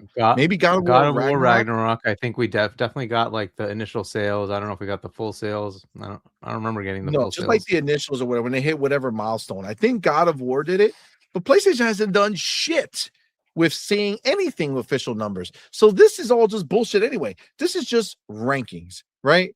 Oh, your game sold more than this game. Cool story. Great. Right? Whatever. But this is the difference. A PlayStation game might have sold more than an Xbox game in sales, but that same Xbox game had a whole bunch of other people who could have played it, right? And got their hands on it, who also spend money to do that with Game Pass, right? So it doesn't tell the whole story anyway. And I think that a company like Microsoft, who's so multifaceted, where they have multiple ways for you to get interacting with your game, that's not just through a sale. I think that just makes sense to get away from the noise of it. You know what I'm saying? I mean, do you feel like that Game Pass angle, do you like, I mentioned the idea that taking this away now leaves games to be celebrated for, the success of how many people touch the game, because we were doing that, right? We've kind of stopped. I think Xbox stopped doing that for a little bit, but like we knew how many people played Halo Infinite, right? Sea of Thieves, fucking Forza. Even though Forza, we knew official numbers because of that counter they had. It was like 50 million players, right? But how many of those players were on Game Pass versus sold, right? Like that's the thing that doesn't matter, right? What matters is there's still that many people who were that interested in that game and went ahead and were playing it. I mean, what do you think with that kind of Game Pass angle? And he mentions how it blurs traditional sales. Like, does that matter? Is that a something that should be penalized or looked down on? I mean, no, but like it ultimately it's always the person talking is going to say something positive or negative, and they can choose to make it whatever they want, right? If they have numbers, they have numbers. If they don't, and they have estimates from Alinea, they're going to run with those. For so long, we kept hearing about the freaking retail sales numbers in the UK for Xbox games, and I'm like, you understand that Xbox has like 15% of the market, and half their consoles or more are digital only with the Series S. So you're telling me they got 8% of the sales. Gee, that's probably in line with how much market share they have, but you're going to tell me that that's bad, right? Because you don't want to think about it and actually come up with the full analysis of what that means. But so whatever, people will do whatever they want to pile on anybody. It's just the way it is. So is this going to change that? I think to a point it will at least cut back on the actual, rankings and all that stuff. There'll be estimates, right? Nobody will know the actual numbers. So what? I don't know. Ultimately, this is not like going to change too much. It will allow Xbox to change the narrative a little bit, and that's really it. On top of that, by the way, they have to calculate those things and give that to them, right? So it's just wasted work that doesn't really benefit. Wasted time and Xbox. energy. So if they don't want to do it, they don't have to. So fair enough, right? Yeah. Yeah. I mean, honestly, I think controlling the narrative is important. I think it is. I think Xbox has so long had the narrative being told for them, right? Xbox has no games. Xbox bad. Xbox can't make good games, right? Xbox is multi-platform. Xbox third party, right? The narrative is always told for Xbox. I'm glad Asha is finally taking the stance and saying, you know what? No, I'm good. Okay, we are Xbox. We will worry about our numbers internally. Your idea of our numbers doesn't matter. Okay, it doesn't matter. And that I'm digging it. I'm digging Asha saying, I don't give a crap. All right. Now, last person out in this topic, and I see E-Ranks already went to him. So it's Derek Strickland, who is back with another one of these takes that, of course, Xbox is held to this other standard. So, of course, they're going to talk all the crap about him. Derek says, Xbox went from admitting a 3% profit margin to withholding digital sales data from analysts. To me, this is at odds with the image Xbox is trying to establish. I love how he's telling people what Xbox is trying to do, right? So good stuff. It says open, transparent, progressive. Guys, let's just pause for a second. They were sharing these numbers forever, right? Right? They were doing it already. Okay? So let's stop acting like when she said something about being transparent, that had anything to do with sharing the sales numbers. Right? You can't say that Asha coming out here saying, hey, we want to be transparent or whatever it is that however she phrased it, that had anything to do with the numbers of sales being shared to analysts, because that was already there. What she was saying is what we're going to do different, right? What we're going to do different, not what they've been doing, right? Not what they've been doing. So it's kind of a ass way to think about it, Derek. I'm sorry. It says Microsoft bought the biggest Western publisher, Activision, and in my opinion, shouldn't withhold data. He says that's just how I feel. Microsoft corporate structure is a leviathan.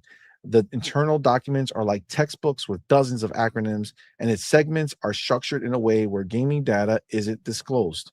It's a frustrating wall, and it's why it's hard to discuss Xbox. Is it, Huggy, question. Do you find it hard to discuss Xbox? Do you find it hard to talk about the games or, the games coming to Game Pass, the games they release or anything else? Do you find that hard? From their perspective, so from my perspective, it's different, right? But from their perspective, I understand they're numbers people, right? So they need numbers to actually do anything. So yeah, I can totally see it from their perspective. From my perspective, it's not. I would love the numbers. I like numbers. But if I don't have them, fine. I just work through whatever I have, and I just we do what we can, right? But in the case of people like analysts, they live on numbers, right? They need numbers. I get it from his perspective. It matters, right? So for him, yeah, it's going to be frustrating because he needs numbers. He needs the data, and it's not going to be there. Oh well. So, but can I ask you something? Because he's talking about this. If you see what he's writing. He's saying it's a frustrating wall, and it's why it's hard to discuss Xbox. But Xbox was giving the numbers up until now. So how does the statement hold any weight? He's saying Well, it's because hard to they're discuss changing it, right? Xbox. Is this that this has been that it's been hard to discuss Xbox? But if Xbox has been giving the numbers, what we do know is that all you guys try to do is talk negative about Xbox with these numbers. You never take the numbers and say, "Oh, look, this is actually doing better than we thought," or "Wow, look at this, look at that." No. It's always a negative spin. So why would I understand that you chose an industry, being an analyst, where you want to be able to have these negative spins because you know that it's going to be exciting for people to click on when you get to say this negative spin. But oops, Xbox is not making that easy for you. Now, maybe if you weren't only negative with everything that happened and everything you saw, maybe they wouldn't be that way. But at a certain point in time, at what point do you say, all right, we don't really need to be a punching bag here. These people don't own us. They don't bring any value to us. They don't do anything for us except be a detriment. So why should we give them stuff? It doesn't make any sense. I get that. I mean, but is Derek one of those people that says it? I haven't seen that with Matt either. Matt Piscatella, he's usually just an analytics. Oh, guy. Derek talks a lot of shit. And Matt also has talked a lot of crap about Xbox personally, but when he's doing these individual things, he doesn't he's normally just putting the numbers. But Matt is that's why he left Twitter. He left Twitter and went to Blue Sky because he used to talk crap and people went into his messages and pissed him off. So he left. But that's the reality. For me, look, that's like saying somebody who makes their entire YouTube channel about crapping on Xbox games, right? Every game Xbox released, they say is garbage and they're the worst. And that's like saying that Xbox should be sending them games to review. It's like, no, go buy the game yourself and crap on it. I'm not going to give it to you to crap on it. You know what I'm saying? Like no, we're not going to do that. Nobody's in the business of doing that, right? That's why these game companies do you like this type of game? Oh yeah, okay, yeah, we'll send it to you. Even if you're a big company or a big channel, they're like, yeah, you're a big channel, but do you cover these games? Do you cover these types of games? Do you like these type of games? No, then us sending the game to you doesn't mean anything because you're just not going to like it. So why should we give you something so you can put something negative out into the world, right? It makes sense. I understand it. And I understand and I appreciate Asha taking a stand against the media because, listen, frankly, fuck the media. I think I think that's the fucking answer, right? Fuck the media. They go ahead and they make their bones off of talking shit about Xbox. Every angle they take is about shitting on Xbox in some way, shape, or form. And we've said it forever. Why is Xbox still giving these people this stuff, right? And not the numbers. We talked about game access and all this shit, but this is one step in the right direction. One step in the right direction. Fuck the people who constantly give you shit. They're always talking shit. Cut them out. Let them do their job. Go analyze. Go make up. Go play pretend, bitch. Go make it up. Go make up the numbers. That's your job. Have fun. Okay? If people stop looking at your numbers serious because you're not with the correct information, oopsie. That's not our problem, right? That's not our problem. I'm 100% behind Asha saying, get out of my face. Oh, what a cute article. You ain't going to see us again. This is not you cannot look at Xbox and be like, oh, look at them. What is that called? Blacklisting these people because they talk bad. It's like, no, bro, everybody talks bad about Xbox. All these people, bro, talk bad about Xbox. No matter what good they do, it's never enough. It's never enough. At a certain point in time, that good-hearted person will turn into the villain. Okay? You push and you keep talking shit for so long, they will turn. They will turn. And I'm glad to see Asha saying this is the first step. I'm hoping there's more. Fingers crossed. I'm hoping there's more. I'm hoping we start seeing everybody get it. You know what I'm saying? Xbox should give it to everyone. But this is a good first step. Get rid of these people with these BS numbers. Then you take. I wonder how Nib feels about this. Because he's an analyst in his mind, because he feels like he sees some information and he thinks he's going to talk about it and give a 45-page dissertation on it. And maybe he's not going to have fun stuff to talk about no more with Xbox. I don't know. Maybe this is only a quarterly. Every quarter now you get one tweet. You know what I'm saying? That's it. Once a quarter. I'm just, this is the reality of how I feel. All right. I see the homie in the building. Mac22TH54, member for 20 months. Thank you, my brother. He says TTSC money. Hey, thank you, sir. It's the fucking truth, bro. Fuck the media. I ain't about that life. He needs to get out of here. All these people need to get out of here. If you make your bones off of talking shit about Xbox, you should have nothing. Xbox should not even look your way. There's a difference between being, impartial and you're giving your honest takes and your honest reviews and how you honestly feel about something. And there's a whole nother thing where you just, no matter what, are looking to make Xbox the bad guy, to give them shit. No. I don't agree. What do you, Hargeet, do you feel good about this? Fuck the Xbox, fuck the media movement. I don't know. Where you sit with that? No? I don't care. Like, whatever. If they put the data out, I would like to see the data. So I'm good with the data coming out. If they don't want to put it out, they don't want to put it out. Fine, whatever. Well, listen. This is the scenario. Xbox and Asha have finally stood up for themselves and said, we ain't having it. We're not going to support your endeavors. Okay. Want to talk shit? Find a new way to do it. Maybe Circana can use Alenia's estimates. You know what I'm saying? And they can work together and be like, Alenia, hey, what do you see? What do you see when you see these numbers? What do you see? Okay. We're gonna take that information and we'll do our own deductions from that. Good. Go circle jerk. You know what I'm saying? Have a fun time trying to guess.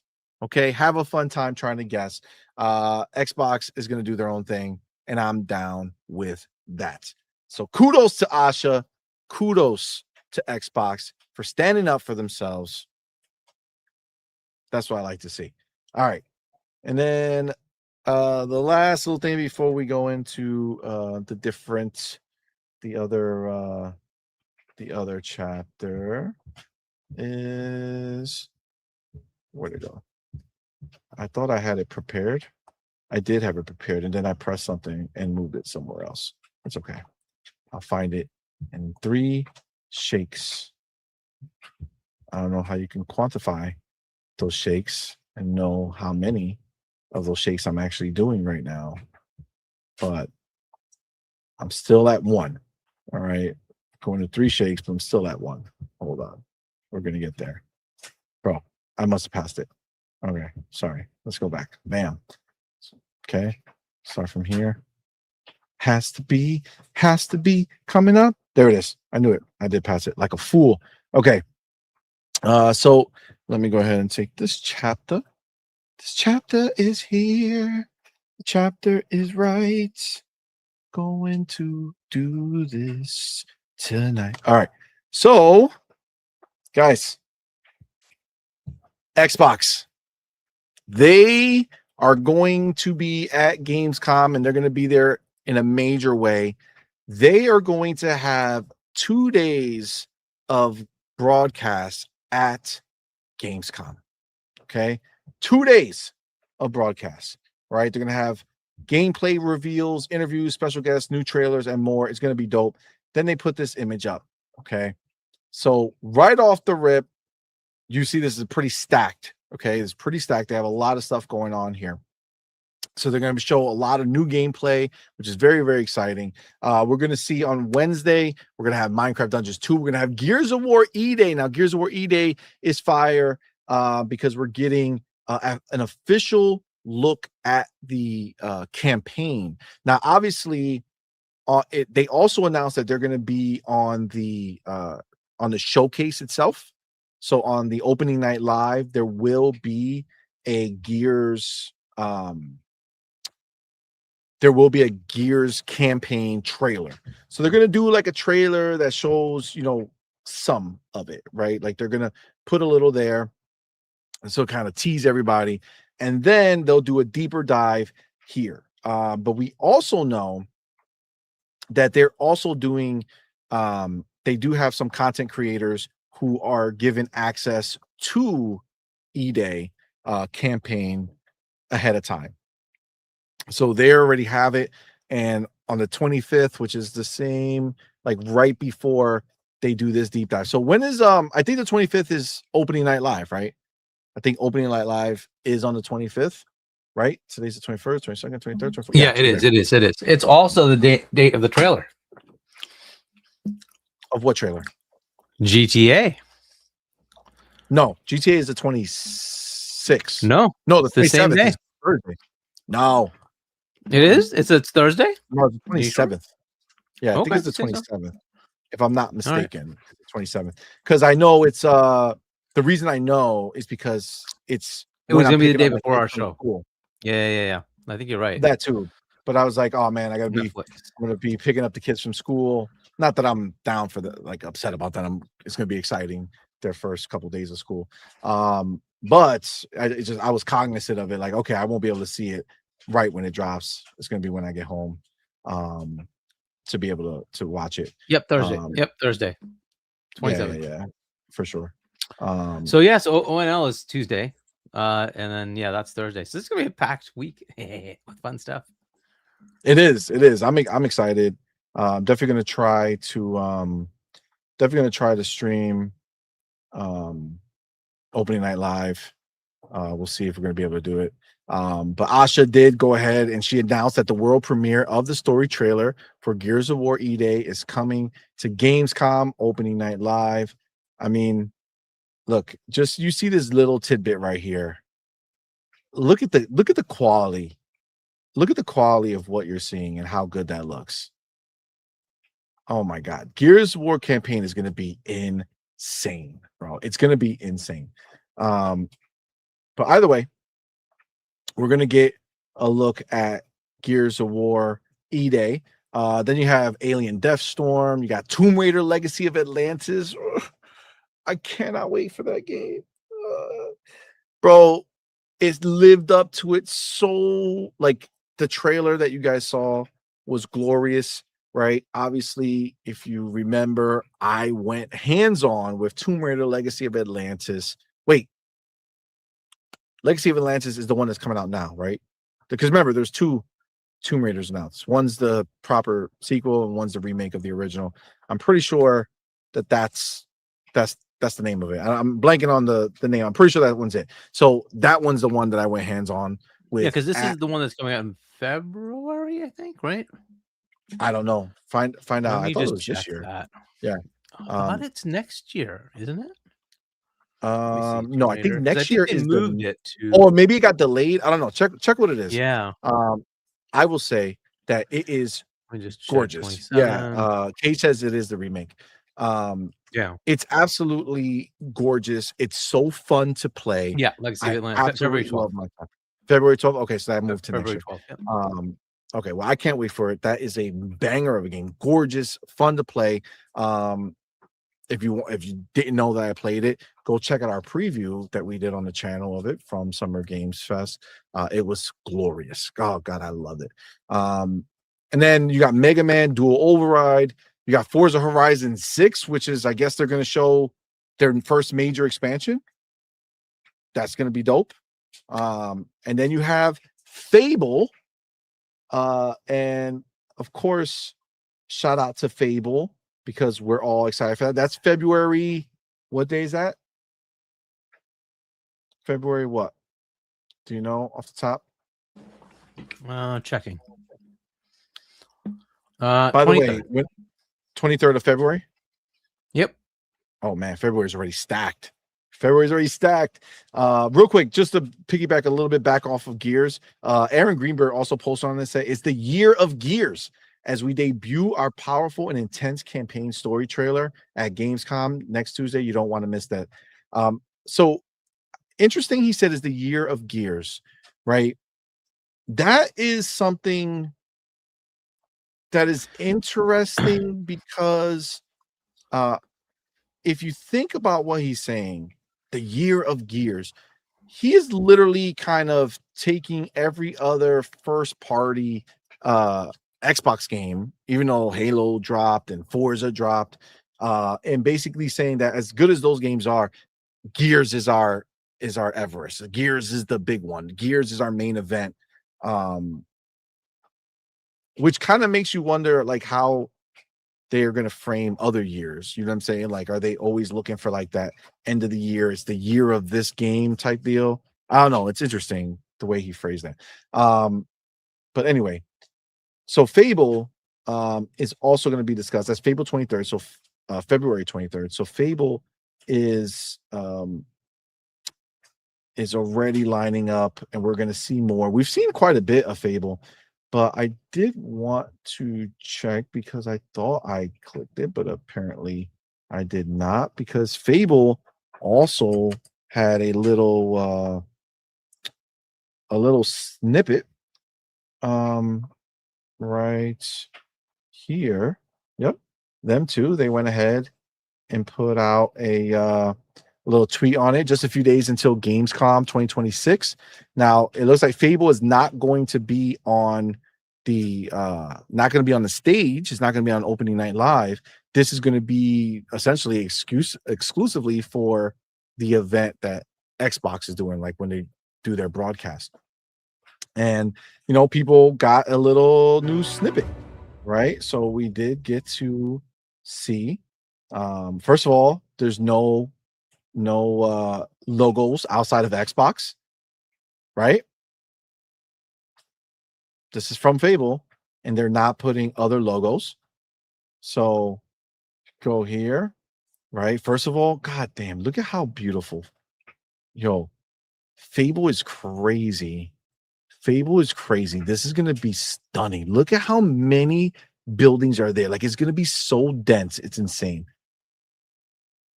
So we do get oh wait, what was that little piece on the bottom? Work in progress. PC build ultra graphic settings. Okay, so this is the best that it's going to look. This is the best that it's going to look. Yeah, and we still need to hear that it's being pulled from PlayStation. I don't care. It's going to have to get. I mean, dude, but this is the point. What I'm saying though, there is no mention of it here. Not that they don't mention it elsewhere. I'm just saying they are following along with the idea of Xbox only in this conversation. So first thing, still the PC build, and it's still glorious. I really hope they do take it off. Yep. Every scene, beautiful. And again, no talk of others, just Xbox. And then you do have 5-day early access if you get the premium edition of Fable. And they also need to freaking open up the pre-orders for the collector's edition again. Like, it's so crap that they had it for like 2 minutes. Yeah. Like, come on, just take more orders. The game isn't coming out for 6 months. Take more orders. What are you doing? Yeah, I don't know why they did that. I don't know why Halo. They did that with Halo. Yeah. I don't know why they did it with Gears. I don't know why they did it with Fable. Like, we should just be able to pre-order it and just make what gets pre-ordered. That's it. Yeah. Or make a little more. Make some that you can find on the shelf. You know what I'm saying? Like, Jesus. I don't know why you can't just do it. It's so stupid. I'm still so annoyed I don't have the Halo Collector's Edition. Son of a bitch. I know. But either way, I digress. There you go. So, Fable's doing their thing. They're going to be there on Wednesday at the Xbox Gamescom live stream. So, look, technically, shout out to Xbox getting their exclusive right there. Their exclusive moment. They're not playing it during the opening night live. This is for Xbox people to come look at. So I see JT says it's still on PS5. I'm sure it is. I'm still hoping they take it off, because I feel like that's Xbox not making this game exclusive next year is a miss. Clockwork is not the game that needs to be exclusive. I mean, it can stay exclusive, but You see that Fable hot take? looks awesome. Cage, just accept that Fable is beloved here. Okay, The new get together. I see every time we talk about Fable, I see your hot takes about how it looks. It looks fire. Okay. Now I don't know if you weren't around during the Fable times with Xbox, original when these games came out and the hype that went into it. Maybe you didn't care about Fable back then. I don't know, bro. But I love Fable. So it doesn't matter how whatever it looks. Okay. It looks fire. Graphically, it looks amazing. The game's gonna be dope. All right. Stop hating, Cage. Okay. Don't be a hater. Be a there's no word to rhyme. I was gonna try to rhyme something for you, okay, but I can't. All right, couldn't do it. But yes. Anyway, Fable is gonna be fire. Okay. Then Crazy Taxi World Tour is gonna be there, which is dope. Persona 4 Revival is gonna be there. I don't really care. Where Winds Meet, that's already out. So I know our boy Pragmatic Eagle loves Where Winds Meet. So, maybe they're going to do a big update or something. Star Wars Galactic Racer is going to be there, which does look dope. You got Warhammer 40K Dark Heresy. Oh, I'm very interested to see what that is. Warhammer 40K is fire. Okay, they make some cool stuff. So shout out to Warhammer 40K.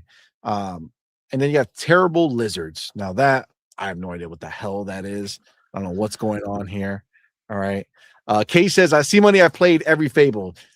Shut your ass up. If you played every Fable, you would be excited. Not talking this nonsense. Okay. Let me try to come out here with some BS. All right. That's right. I know. So the Persona 4 Revival, interestingly enough, the games that are coming out in February are Tomb Raider, God of Cube Laundry, Persona 4, and then Fable. And remember, Fable. Did you say God of Cube Laundry? Yes. That's God of War Lafay. Wow, yes. What a dig. God of Cube Laundry. Shout out to Hargeet. I was like, I thought it was a real game. Like God of Cube Laundry. What the fuck game is that? Wow. No, that's what I call it now. That might be the first PlayStation game I buy in a very long time. Unless I see more in it. You're enticed by the cube? No, the cube is a detractor. But wait, there was a part that was good. I like the graphics. I think the graphics were good.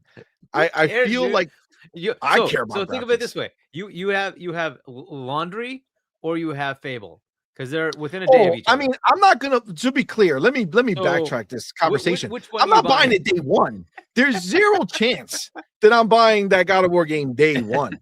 I will most likely get it when like November comes on Black Friday or whatever, when it goes on sale.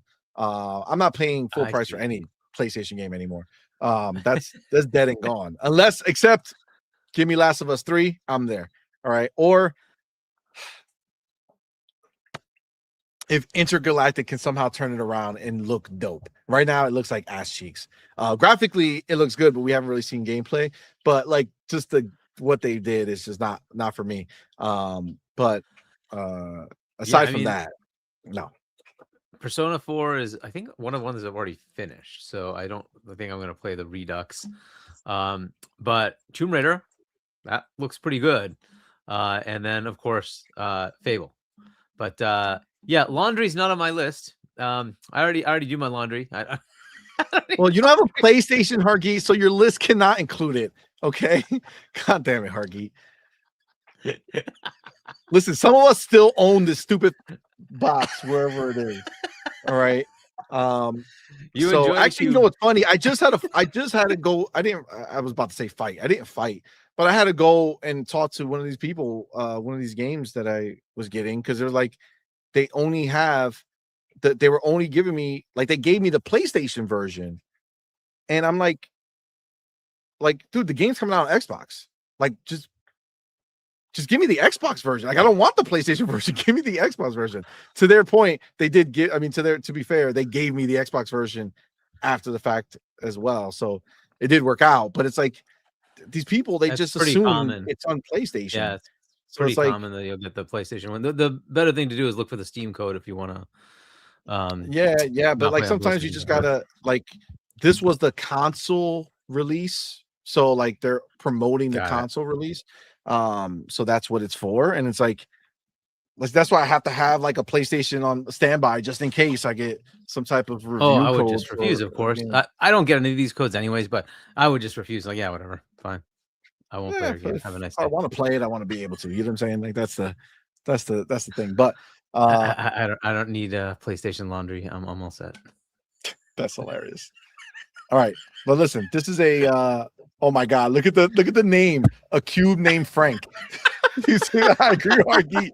A cube named Frank. That's hilarious. Yep. That's hilarious. Oh my god, that's crazy. I see JT in the building. He says after GTA 6, Phantom Blade is my most anticipated game. Yo, let me tell you something, guys. And this might sound crazy because you guys are now have seen things. Phantom Blade Zero. You guys heard me talk about Phantom Blade Zero beforehand, where it's just it looked like just another one of those games to me. It wasn't something like the very, very first trailer was fire, right? And then there was a bit of a downgrade, and instead of looking very unique, it kind of looked like everything else. And then I stopped caring about it. And I felt that way all the way until I went to Summer Games Fest. Okay. And it's not me. Okay. It's not me who was like, oh my God, all of a sudden I'm into Phantom Blade Zero. There was this hype. It was like this unspoken hype until it became spoken about Phantom Blade Zero at the show. They had Phantom Blade Zero. It was a very like exclusive scenario to get into. I don't know how. It was very difficult. I could not get into that stupid ass game. But so many people that I deal with and talk to did. And even somebody like a hip hop gamer who, you know, was there. I chatted with him a whole bunch over there. He on the last day, we were kind of all talking, him, me, you know, Iron Lords, you know, King David and Cog and shit. We were chilling, talking, shooting the shit towards the end of the show, right? It was pretty wrapping up. And we were talking about like our games of the show, and hip hop went ahead and said that there was this game called Blood Message. I don't know if you guys remember that game, Blood Message. They showed it once. It's basically like The Last of Us in Asia, and it's amazing. Like the next level, way better, way better. It basically takes whatever Last of Us was and just amplifies it. So good, right? That was my game of the show from just sitting in there playing it. It was amazing. I got hands-on with it. Shout out to them. Fucking phenomenal game. But that was my game of the show. It was everybody games of the show for the most part who played it. But hip hop was like, nah, dog. I just played Phantom Blade Zero. It's amazing, all this shit. And I was like, yo, damn it, I want to get in. I tried to get in and couldn't get in. But the point is that whole scenario at Summer Games Fest, there was other people aside from hip hop who were kind of hyping it up. So it kind of got me excited. I was like, you know what?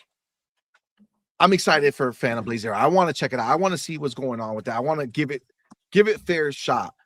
And then this trailer happened. Okay. Now, again, I know to the average person who just been seeing the trailers, you like the trailers already.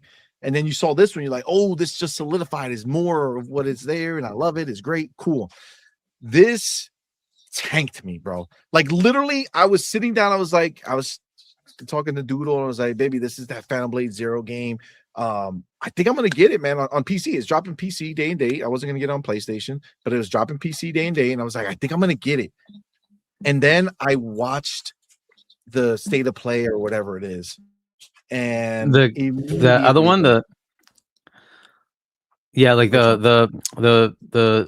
which one? Have you seen the Black Myth Wukong thing? The Zuhei thing? I didn't know the song. I didn't watch. Oh, that one's good too. Yeah, that one I didn't watch yet, so I'm gonna take a look at it. Phantom Blade Zero looks pretty good too, but yeah.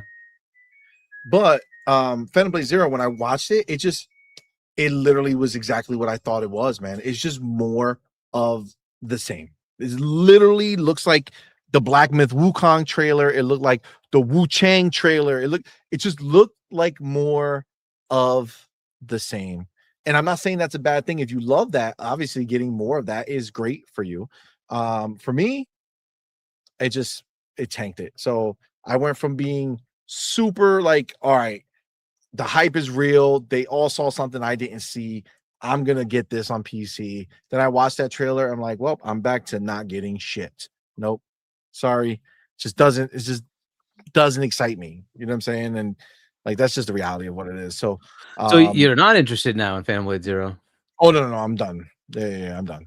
I had the hype from the show and then watched the trailer, gone with the wind. Really? You thought it looked bad?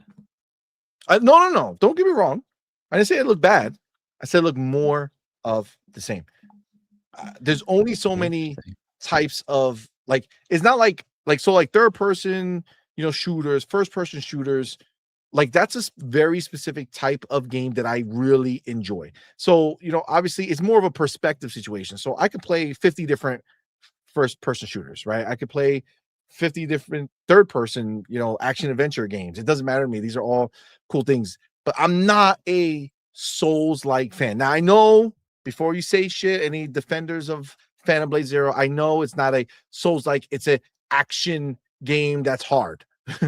All right, cool. So you're still gonna die like Souls-like games and all that fun stuff, but maybe the mechanics of a Souls-like where you get penalized for dying is gone. I don't know.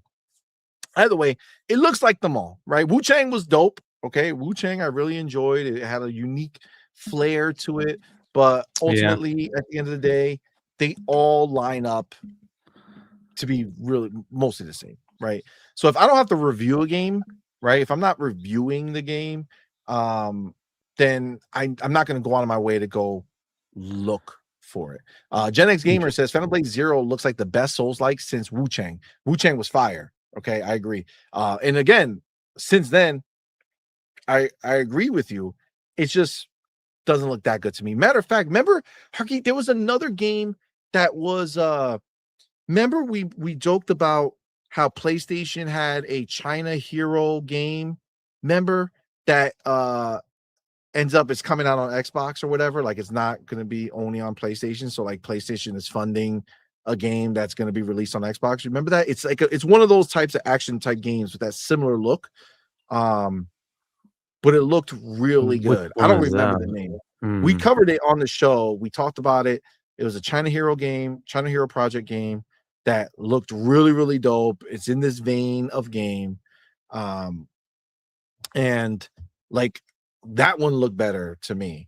But it's neither near here or there. It's just for me, like I don't really care for these type of games. Remember before Elden Ring, I was completely walled off to any of these type of games.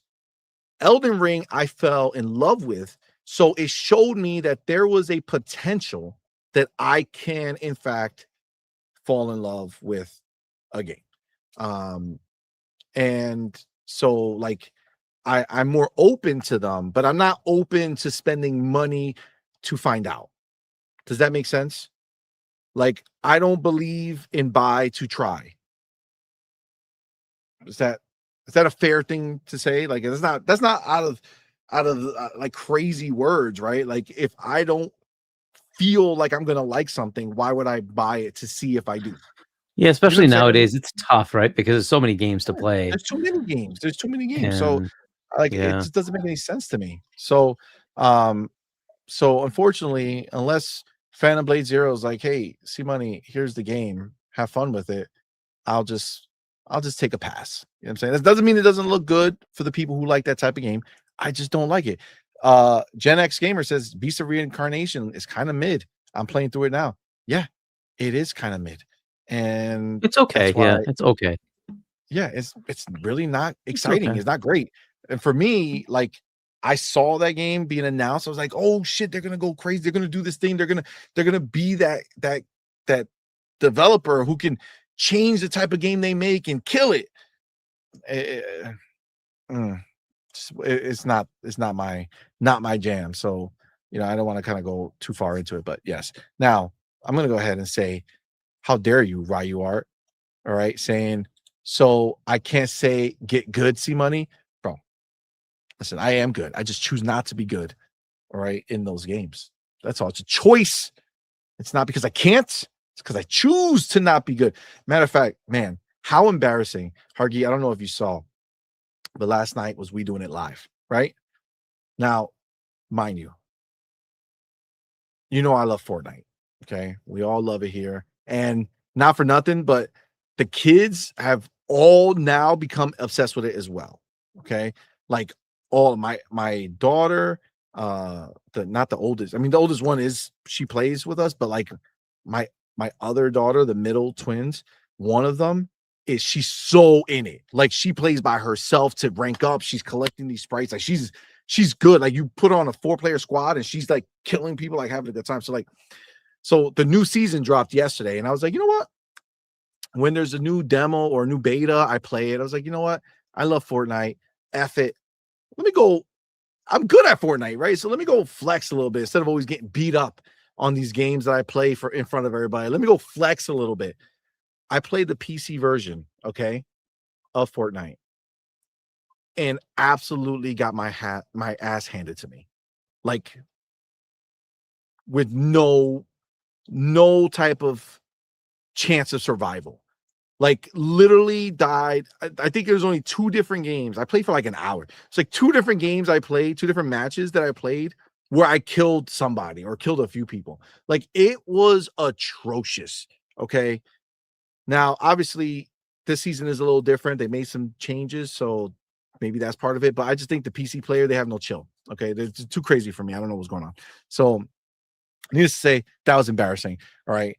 But I am good on Xbox, just not here. But I'm not even going to show you. I'm not even going to play it again ever because I like the game and I don't want to feel embarrassed by it because that was just crazy what happened to me. That was really, really bad. But either way, all right. The Souls games, they could be really good. I know Lords of the Fallen is another popular one. I think Mortal Shell 2, right? That's another popular one. Does that one have a demo? Because if it has a demo, I would. It might. I'll play it next week if there's a demo of it. So, but yeah. Okay, let's get back to games. Let's get back to Xbox and their Gamescom. All right, so that's day one. So day one already is going to be some dope stuff. Now, obviously, this thing is going to go on for hours, right? So there's no way we're streaming this, right? That's not happening. So it's 10 a.m. Eastern. We'll watch it. The good news is by Friday we'll have tons of stuff to talk about from Gamescom. So we'll be able to kind of see. And Thursday night we doing it live, but if there's some crazy news coming out, I might do just the show on Thursday instead. We'll see. But that was day one. Day two of Gamescom for Xbox. You got Microsoft Flight Simulator 2024. So there's going to be a new expansion. Obviously, if they're going to put it here, that can't be just like an update, right? That has to be a major new expansion. So I'm interested in seeing. I gotta say, Microsoft Flight Simulator 2024. In the moment playing it, I thought it was good. It had a lot of problems that kind of messed me up for it. Like I was like my hype level was very high for it, and it didn't quite hit that.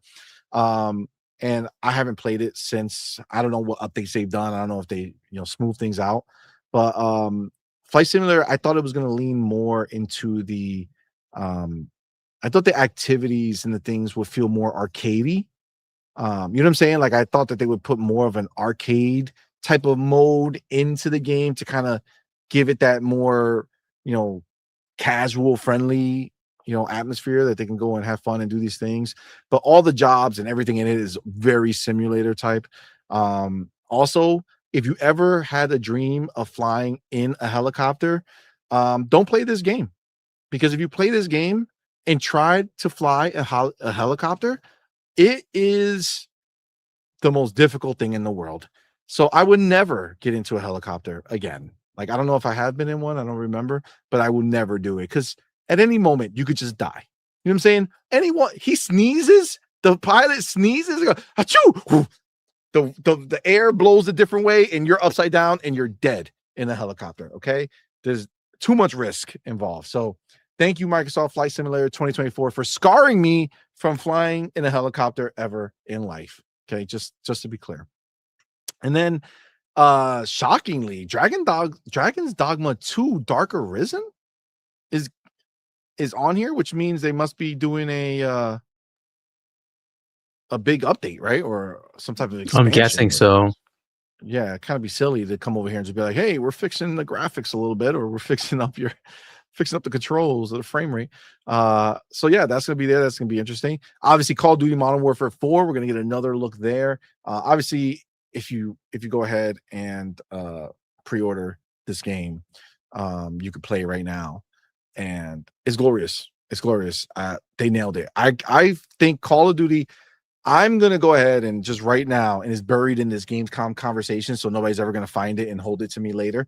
But I'm calling that this will be Black Ops 6 level of campaign and multiplayer. I don't know if it'll surpass it because I think it's different. So I don't think you're getting the same group of people to be pumped for it. But I think it's going to be that high. Yeah, just Dragon's Dogma 2. Dark Arisen is the DLC. So Dark Arisen is the name of the DLC. No, that's the DLC that's coming. I think it was announced recently. So. Oh, okay. Well, there you go. So we're going to see the DLC, which makes sense. And then you have Turok Origins, which I played at Summer Games Fest, and I thought it was really, really dope. This is a fantastic experience. It's really fun. I played with 4 people. It's really cool, man. I had a great time. We played over at Saber Interactive. They did really, really good with it. Then you have Stranger Than Heaven is the freaking game that I wanted to play at Summer Games Fest, but I did not. But everybody who played it, actually, let me take that back. Not everybody who played it, because I think there's a lot of people who were frustrated with it. I think it was actually very difficult for some people, like the demo that they put on there. If I'm not mistaken, I think my boy J Shock Blast said that he had a hard time with it when he played it. And there were some other people too. Maybe Cog said it as well. I think Cog from Iron Lord said that he also had like a rough time with it, like difficulty wise. But I don't know. I didn't play it, but it looks interesting. It's exciting, and Game Pass day one, baby. So cannot wait to try that. They got Stuntman Hollywood, which I also got a chance to go in. So you hear me saying this, right? And I think, unfortunately, I feel like I did not do a great job this Summer Games Fest with content. And the reason being is because this particular year, I got into a lot more, like versus last year, my first year of Summer Games Fest, where I got into like smaller things and different things like that. I got into a lot bigger stuff this year. The problem with getting into bigger stuff is that you can't take footage. Okay. You can't record any of it. Right. So I can't record Turok when I was playing it. I couldn't record Stuntman Hollywood. I couldn't record Hellraiser when I played it. Right. All these dope games, Tomb Raider, I could. That's why there's a nice preview of it. But like I couldn't record most of the stuff. And for me, like our channel here is like mostly like when I go to these shows, I do it so that I can like put up the footage. You know what I'm saying? Like, this is my take on this game that I played. I don't really, and I haven't really done like put a trailer in the background and just give my thoughts on it and just do a preview of it. Right. Not that I couldn't, but I just wasn't prepared for that, because it takes a lot more energy to do that, and a lot more time to do that, to go get trailers. And then, like I like having footage from the event and then come home, cut it, edit it, put it up. Right. Like it just, you see so many games, it takes so much time to do it. So I'm still thinking about going back and kind of doing little previews of some of these games I played, because they were really cool. But yeah, so if you saw our coverage and were wondering, like, hold on, you said you played Turok. I didn't see any coverage from you from Turok because I didn't put anything up from it. Same thing with Stuntman Hollywood, which is also fire. And Stuntman Hollywood is actually really, really dope. I don't know if you guys remember the Stuntman games from back in the day. Hargy, did you ever play the Stuntman games back in the day? I didn't play them, but that trailer was kind of interesting, right? It started showing all these things. You're like, what is this? Oh, I get it now. Yeah. So it's Hollywood. So they have deals with a lot of company, a lot of the movies that and you're gonna do these car scenes in these movies. It's really, really cool. When you do them, it's dope. So that's gonna be really cool to see more of. They're gonna also show Planet Zoo 2, Cassette Beast 2002, Dune Awakening, which is a game that evades me. Like, it always looks cool to see, but I know what type of game it is, and it's like an MMO, right, or something like that. Like that, I don't really know. It just, when I look at it, it looks cool, but then like there's something about it that makes me not get into it. Like I had it to be sent to me a while ago, and I just never even bothered. Then you have Kingdom 3 Rising Realms. I don't even know what that is. Armatus, we saw that during the Steam Next Fest. That was pretty cool. Deep Dish Dungeon, the Shants, is that what that little line on the E? Seance? Or the seance of, oh my god, the seance, like the evil spirit. Wow, that's real wild. That's real wild. Oh my god, the seance of Blake Manor. That's crazy. That's real wild. DayZ, I don't know how that game is still alive. What are they doing? People still playing this game? DayZ? What the fuck is that? I don't know. That's crazy. And then you have Son of Tangi. This is the crazy shit about this game. Okay. This is a game, Son of Tangi. It's where is it from? It's like I don't want to be disrespectful of the place it's from. Hargy, do you know this game, Son of Tangi? Not really. It's from like a Middle Eastern country, but I don't know which one. So I don't want to generalize and just say it's like some random name. I can look it up. But it's very much a very culturally, driven game where you're playing in that world, and I interviewed this guy at GDC, so the Game Developer Conference, and it's a small team. Back in March, he was like, there's like 10 more months of development. They only worked on it for like a year. And it was pretty cool. I have a preview on our channel. You can go check it out. But Son of Tangi. But fun fact, for whatever reason, I don't think a lot of people covered this game, the Son of Tangi game.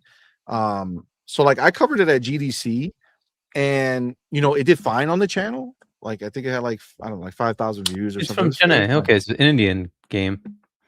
Yeah, but it's very like everything in the world. Like he's like, these are things that I see in my grandmother's backyard, right? Like they're from there. Like these are like really, they're diving deep into like the culture, and like this is where they're from. Like there's no faking this. They're putting this all, everything they know into this game.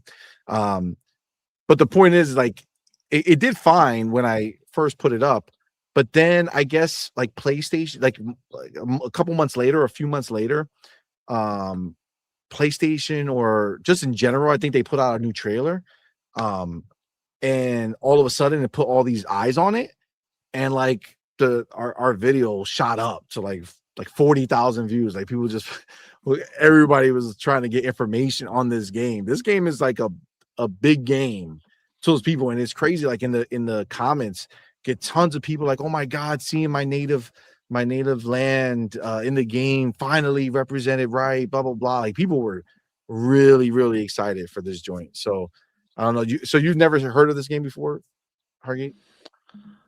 I must have seen it somewhere, but no, it doesn't ring a bell for some reason. Yeah,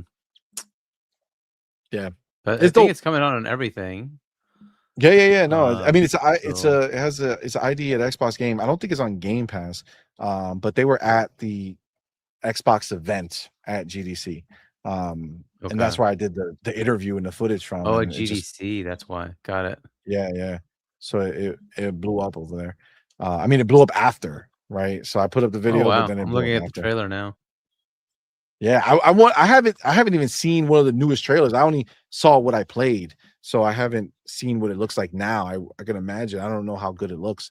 It looked pretty cool when I played it, but it was very early. Like you could tell that it was very, very early. And there was like a bug that happened. I had to like restart it. But the combat I remember being crazy, and he said that like it's very focused on like crazy. these finishers. Yeah, it's crazy. But at the time, there was only like a couple different ones, and he said that they were going to add more. So I'm really intrigued actually to see what it does later. So, but yeah, so that is a game that they're going to be showing. So I'm excited to see where they are with that. Arc Heron, don't know what that is. Holston, don't know what that is. Tides of Annihilation, that's an exciting game. That's a game where I think we're all kind of looking forward to. Did you see? I'm pretty sure this is the game. Did you see this has some controversy now? The main girl that they showed, like how she looked, I guess they changed the actress, like they dropped the actress who was playing her and they got a new actress, so they changed how she looks, and people are calling it a downgrade, and they don't think she's as pretty as the original one, and there's a whole mess with going on with that now, which is of course leave it to the internet to be pissed about it, but that's what's happening now.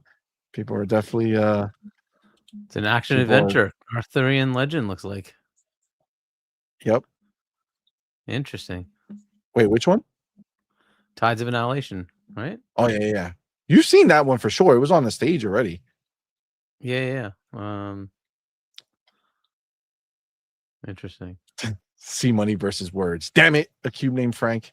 How dare you call me out on that? Xlands Gaming, what's up, man? He says, I'm excited for Samsung on Xbox next month. Yes, that game is coming to consoles, coming to Xbox next month. I obviously I have it on our channel. I have it on Steam. They sent me the code, they were cool. And I actually liked it. People were giving it crap at the time. But I enjoyed it.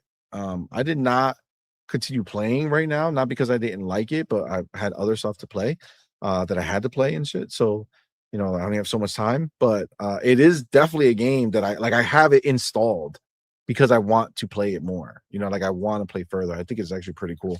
So, yeah, that's not it's not a bad game. It's definitely dope. So a cube named Frank says, "See money, Hargeek chat. Any of you guys try Shift at Midnight? I'm intrigued. What the hell is that? Shift at Midnight? I haven't. I don't even know what that is, bro. So many games, my dude. So many games. Gentle Stone says, after a while, it all blurs together. That's the problem, Gentle Stone. Like that's the problem. That's the shit. I gotta say something. I'm glad you just said that. After a while, it all blurs together, right? Because that's the part that I feel Xbox does not get the credit for. Because if you look at somebody like Nintendo or you look at somebody like PlayStation, if we're calling a spade, how many Mario games have been put out, right? Like at what point you're like, oh, wait, which one was that? Which Mario is that? Oh, is this Mario? I don't know, right? Same thing with PlayStation. It's like, which third person Sad Dad Simulator is it, right? They're all blurring, right? They all look the same. Xbox they make different games. They don't repeat games. No one is confusing Gears of War with anything else on the market, right? Gears of War is the definitive third-person shooter like that. Every other game might get compared to it, but Gears of War is that game, right? Halo, same thing, bro. Halo is Halo. Nothing feels like Halo. Nothing looks like Halo. Halo is just its own beast, right? Forza, its own flavor, right? It's a car game. There's many car games, but why is Forza the one that stands out? Because it's unique. It looks unique. It feels unique. It has a style, right? It's just what they do, right? Fable, all these games, they just have like this this great way to create an identity that, if you pay attention, you would see is actually really cool, right? Really cool, really unique. So shout out to Xbox for that. But I feel you, Gentle Stone. Hold on. A Q named Frank says Shift at Midnight is like a gas station simulator, but there are skinwalkers and you need to deduce evidence with your friends to decide to kill them or not. Wow. That is not what I expected. I have no idea. I mean, that sounds cool, but it sounds like a co-op joint, right? And co-op games are cool. I'm glad they exist, but it's too much pressure for time. You know what I'm saying? Like coordinating with somebody else to play something is kind of crazy. Even though I'm literally doing that right now. I'm not gonna say what game or with who, but we're reviewing a game that is a co-op game that's co-op only. And we're scheduled, we have a schedule to meet up and play this game. So it's tedious. This particular scenario is dope, is great, but it is tedious to be like, we have to meet at this time because that's the only time it works on the schedule, right? So co-op games are cool, but kind of pain in the ass if you can't do it, if it's hard to schedule. And then Albion Online, which is that game. Albion is from like Fable, but is that the game that Peter Molyneux made? Yeah, this is not the Fable game. It's he just created a game in a Albion that he created.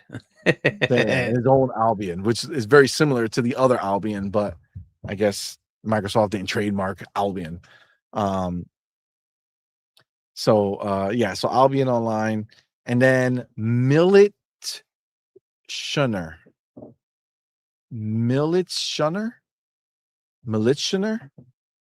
What the fuck is that? Huggy, look it up. What is that? So Militshunner. It's basically a game where you're in a world, but there's like a massive person that is watching everything you're doing and will interact with you. If you piss them off, they'll like squash you, things like that. Oh, interesting. It's an odd looking game. That's wild. That's really wild. Interesting. Well, listen.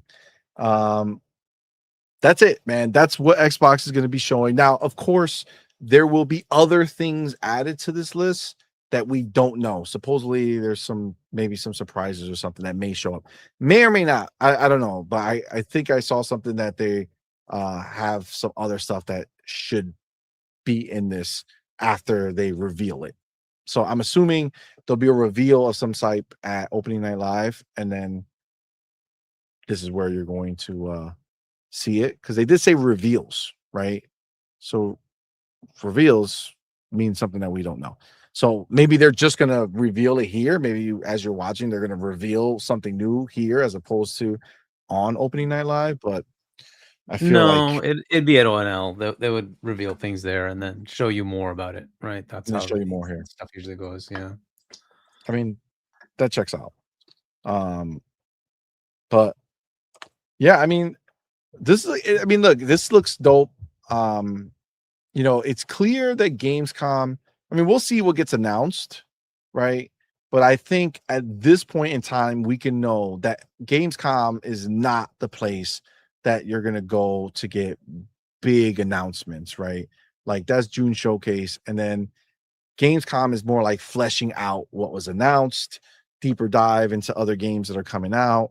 But I don't think that, years in the past, we've had this conversation where it's like, oh man, they have so much stuff to reveal that they can show more at Gamescom. And I don't. Well, apparently think they have a new sequel to a game, right? There's something they're going to announce. That we do know. Yeah. I guess the caliber of that is gonna tell us whether or not how they're looking at it. Because if it's like a big game, it'll be like, oh snap, yes, okay, forget what I just said. they're doing that. But if it's just like this small, smaller type sequel to a game that's like, okay, it would be shocking because you didn't expect it, but it's not going to be any major game, then, I guess at that point we will see. We'll find out soon enough, man. Next week, this is all happening. So by the time we come back here next Friday, we'll know all answers. All right. We'll know how they treated Gamescom. But yeah, anything else on Gamescom, sir, before we move away? Yeah, I mean, let's hope we get some good announcements at ONL. I also am looking forward to maybe something along the lines of physical media. If they announce something like that, that'd be freaking awesome. I don't know. See what they do. Let's see what they do, man. So you think and they might do that here? I would love them to do it there. I think that would make a lot of sense. It's a great place to do that. So why not? And then pull Fable from. You think there's a chance that they can go ahead and show a trailer or something that says that they're doing the disc being in there? Yeah, I think they can. They can certainly make something like that happen and do that disc to digital thing, because like it's not like a topic whatever to talk about, but like Jez put up this thing that he saw the logo. Yeah. Like there's a Positron logo now that they're using. So I mean, I think they should. That's a good place to kit and caboodle the whole thing, right? And say, hey, we're still going to do physical, and there's still physical coming with Helix, and here's a drive what you can add to your Series S or digital Series X, or maybe even PC. And we're also announcing Positron, which gives you all the benefits of physical and all the benefits of digital. Here you go, right? So we're going to do everything for you. I mean, it would be a great time to just do something cool, to just really like to make a statement that will be bigger than just some game, right? Like it'll like take this moment to get industry shattering. Yeah. Yes. Exactly. Yes. So and I would love for it to have a dig to PlayStation. I would love them to dig in to the grave that PlayStation is digging themselves. Yeah, let's help you out here. Dig a little more. That's wild. That's wild. I think that would be very cool. I think that would be very, very cool if they did that. I feel like they should be taking advantage of every moment that they can, and this is one of those moments, right? Like this is a show that a lot of people are going to be watching, right? Yep. So this is your moment to kind of go ahead and just do it up in a market they don't have any market share in at all. Yeah, good idea. Do something. Yeah, agreed. I'm definitely intrigued. I'm excited to see what they decide to do. You know what I'm saying? What they decide to do, if they decide to take advantage of it, I think it'll be really, really cool if they go ahead and crush it with big news. You know what I'm saying? Like just something big, just to slap people up in the mind. You know what I'm saying? I think that'd be really cool. So we'll see what happens. Now I am trying to, I want to find this. It's interesting how like Tegan has this. Every game will have a get it on physical tag. That's essentially what Positron is, right? Like literally that means that game has to be available physical. Otherwise, there would be no point to calling it a Positron game. So if they have a logo for Positron, That literally means that game is going to be available physical. Therefore, you have the ability to then make it digital, right? So that would be a big move. That would be a big move. If they just do that, right? If they just buy it physical or have a nice physical tag on it, I think that would be a legitimate like slap to the face, right? Which I think is the stuff that we need, right? Like we need Xbox to get dirty. You know what I'm saying? Like let's just do it. Let's get there. All right. Let's have people crying because they went ahead and slap them up that they took them there. I think that would be really cool. It would be really cool of them. I believe. All right. I believe that they can do it. I believe that it will be very cool of them to do. So all right. I am do you know, I'm trying to find it. I don't know what I wanted to get that that list of demands from the GTA 6 leaks. Did you? I don't know where did it go away? I feel like I can't find it. Also, I didn't realize how much of this game has leaked. Like there's so many clips, bro. And the problem, this is what's happening with these clips. The problem with these clips is that you don't know if people are taking these clips and using AI to make fake clips because now the real clips are out there. So because the real clips are out there, you can train or you can use those clips to make new fake clips. Oh, it's a button now. Okay. I was like, why are they doing this? I couldn't for a moment find the search bar, but they like updated it. So now it's moved. I definitely took a stamp of it. So before I put my chapter, I want to get the actual I had it. It's definitely. Oh man, is that too far? Oh, I think these are too far. It's cyber leak, right? I think that's the name. Cyber leak. No.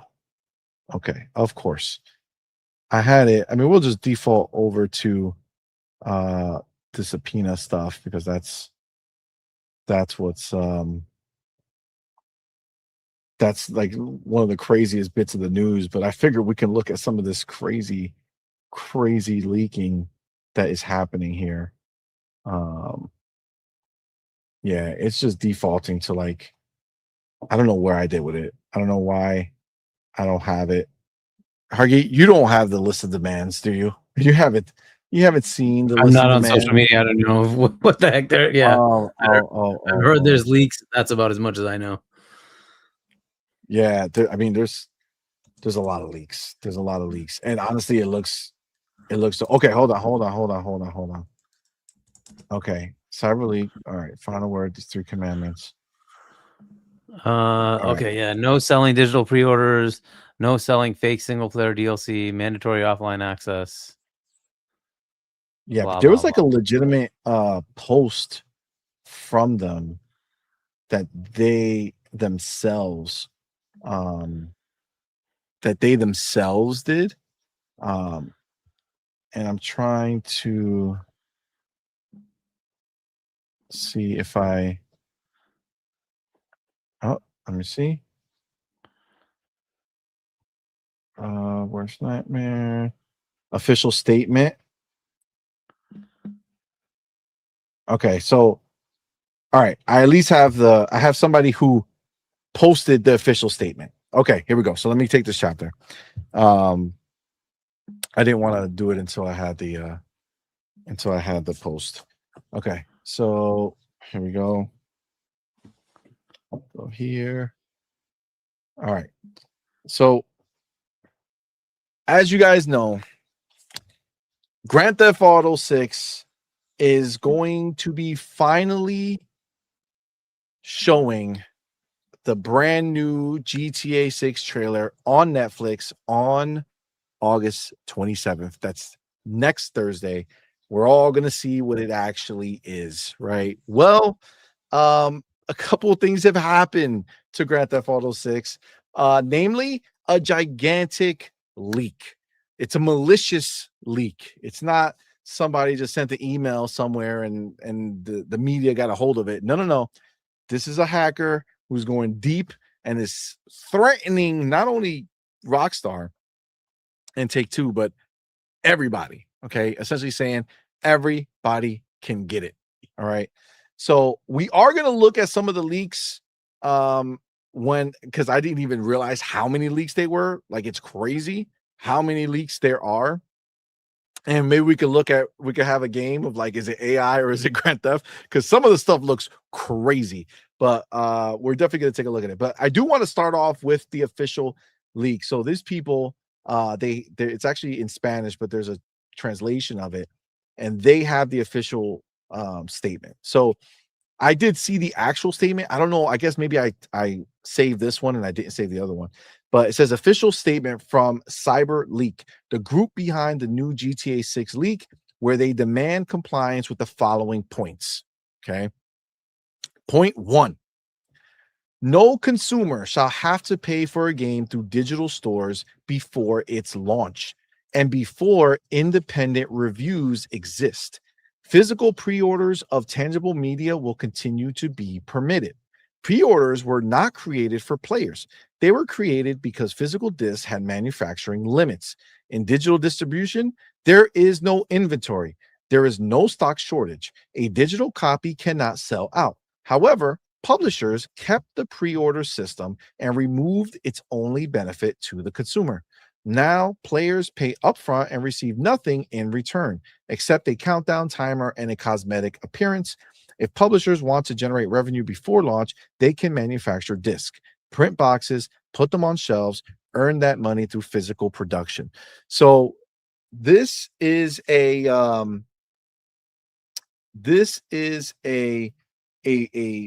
ploy to pressure the manufacturing of disc, right? But I feel like it's kind of crazy to come at GTA for it when they're just a game being made. Where, like, if you were going to do this, you should do this to Sony, right? If you had to choose somebody, it should have been PlayStation, right? Because they're the ones who are kind of officially saying, yeah, we're not going to be making this games anymore. So, like, I don't know. I feel like this is they also decided no physical for this release, right? GTA specifically decided that. So I don't know, whatever. Yeah. Well, yeah. So that's true. They are taking part of it, but I guess it is what it is. So that's what this is. They don't want pre-orders. I don't know. I don't think pre-orders are a problem. I think some people use pre-orders to spend money before they spend it somewhere else. You know what I'm saying? So they're like, you know what? Let me pre-order this. I'll spend the money. I know it's gone. I already spent it, and I can just budget from there on, as opposed to, you know, have it and then think you're going to spend it on the game, but then end up using it on some BS, and then now you can't do it, right? So some people have to budget this, and for some people, it's just easier to pre-order it and be done. Okay. But that's their first point. Okay. I don't know who's going to actually do this. This is kind of I feel like if you're going to make demands, it should be a little more realistic. You know what I'm saying? I don't know. No one's going to stop doing pre-orders on digital. So you're going to have to leak everybody's stuff, which sounds like it's going to be another job for you. I don't know how much money you're going to make from this, but point 2, no publisher shall sell access to content for a player that is already present in the files of the base game that the consumer has purchased. This is definitely targeted at Grand Theft Auto, because Grand Theft Auto, we know, is selling 2 versions of the game, $80 and $100. $100 gets you the actual game and everything that's in the game. So you can change your clothes, you can upgrade your weapons, you can do everything that you could normally do in the game with the $100 version. The $80 version essentially takes away and strips away the role-playing aspect of the game and turns it into GTA, the story mode only. You play with the characters that they give you, the clothes that they're wearing per the story, not your choices. The guns they give you, no upgrades. The cars you steal, no chop shops where you can mod them and stuff. It's actually pretty crazy what they took out of it. But, that's what they're doing. And it's clear the hackers are not about that life. So they don't want any game to release something that says, hey, I'm selling you this game. You're going to buy this DLC. Okay, cool. I'm going to go ahead and press the buy button. And then when you buy and go to download, it takes a millisecond because it's just unlocking something that's already on the disc, not something that's being excuse me, downloaded, or it's nothing of an afterthought. It's in the game already, and that is what they're against. So this means no to unlock keys, no to 1 MB placeholder files, no to changing a locked variable to unlock for content that is already on the disc or in the download. When someone pays more than $70 for a game, they have bought the data, all of it. Selling them a file that changes from locked equal true to locked equal false for a mission, character, weapon, or story chapter for a player means charging them twice for the same product. Okay. I get that. But he did put $70, right? Does that mean that anything less than $70 is good? You know what I'm saying? Like everything less than $70 is okay to go ahead and do this. Who knows? But I can understand that. Right. I get that. But all right. Point 3. Any game that includes content for a player must include an offline alternative state. When server support ends, the publisher must release a final patch that unlocks all single-player content for local and indefinite use. The crew had a single-player campaign. People paid the full price. Then Ubisoft shut down the servers, and the entire game died, including the single-player content. No refunds, no patch, no alternative. Is that true? Yeah, I don't know if there was any patch to fix it, but yeah, unfortunately, that's kind of how it goes. But look, we'll get into it once you finish. Yeah, that's crazy. All right. The single player content depends on one thing: the hardware the consumer already owns. Making it die when the services appear is theft. These 3 points are the floor, not the ceiling of what is acceptable. If publishers violate them, they will be called out. Okay, well, calling them out don't mean shit. Are you going to do something is the other question. CyberLeak will continue to disrupt their operations until they issue a public statement and apology with a concrete commitment to repair the damage they have caused. There will be no private negotiations. There will be no quiet deals. The public will see it, or the leaks will not stop. Publishers should be careful. If CyberLeak can reach Rockstar, no one is safe. This is a message to all major corporations: behave or you will be the next target. And yeah, that's it. That's the list of demands. That is the hackers, the hackers' demands, man. What do you think of this entire situation, Hargeet? This is stupid. Some of these points are valid, but you know how you fix that? There's an entire group called Stop Killing Games that's doing the hard work to do just that. They're going in front of all the legislative bodies everywhere they can. They're going to anybody that'll listen to say, hey, we need to change this. You can go to industry. If they don't change it, then where do you go? You go to governments. Terrorism is not the answer. This is bullshit. This is not the way to get things. All this is going to do is put this person in jail. Whoever this group is, they're going to go to jail, right? And it leaks a game that other people might have otherwise not wanted to know what happens. Will now know what happens. This is crap. This is a stupid way to do things. I can never endorse this kind of bullshit. This is just stupidity. I agree with some of the points, but that's why you advocate. You go and get the legislatures to go do this, go fix it, go out to the governments to see what can be done in a regulatory process to say, okay, this is how you go fix this. You don't strong arm by terrorizing. I'm not interested. This is now in this case, they've already made their money. Okay, that's cool. If this is done to a game that barely can survive and suddenly can't, you've now taken away livelihoods. For what? It's not like the people who made the games made those decisions. Now they're just going to get screwed over. What's the point? Like, this is not the way. This is just bullshit to me. This kind of mentality needs to stop. You are not gods. You don't get to decide whatever you want to do on your whims. You have to go through a process. We have governments. Go to them. That's the whole point. We have representative governments. Go to them and ask them to change things. And that's why I like when Stop Killing Games goes out there and does stuff. They're doing that on everybody's behalf. But they're doing it in public in the normal legislative process. Go talk to government, see what we can get done. If it works, it works. If it doesn't, fine. That's the way it is. But you put your voice out into the ether correctly, not like this. This is crap. On top of that, it turns it. This is all supposed to be some sort of like, what is it? Bitcoin type. What are those things called? Cryptocurrency scheme or some bullshit, right? So like, get out of here. This is all crap. I don't like anything like this. This just makes it all bad, and in fact makes the entire gaming world look horrible. Because this is just not useful. I don't see how this is a good thing to do. It's childish. It's shit. Hacking alone sucks. People doing this kind of thing, they hurt people. Get out of here. You're not gods. I hate. To be clear, I want to make this very clear. I agree with everything that you're saying, and this type of stuff is not okay. But obviously, we're having a show here, and let's just entertain this idea for a second. Isn't that what like the police would say about superheroes? Like the Batmans of the world, the Spider-Mans of the world. Everybody's friendly favorite neighborhood Spider-Man. He's not going to the police. He's taking the law into his hands. So does Batman. So does the Avengers. So does everyone, right? This is the thing.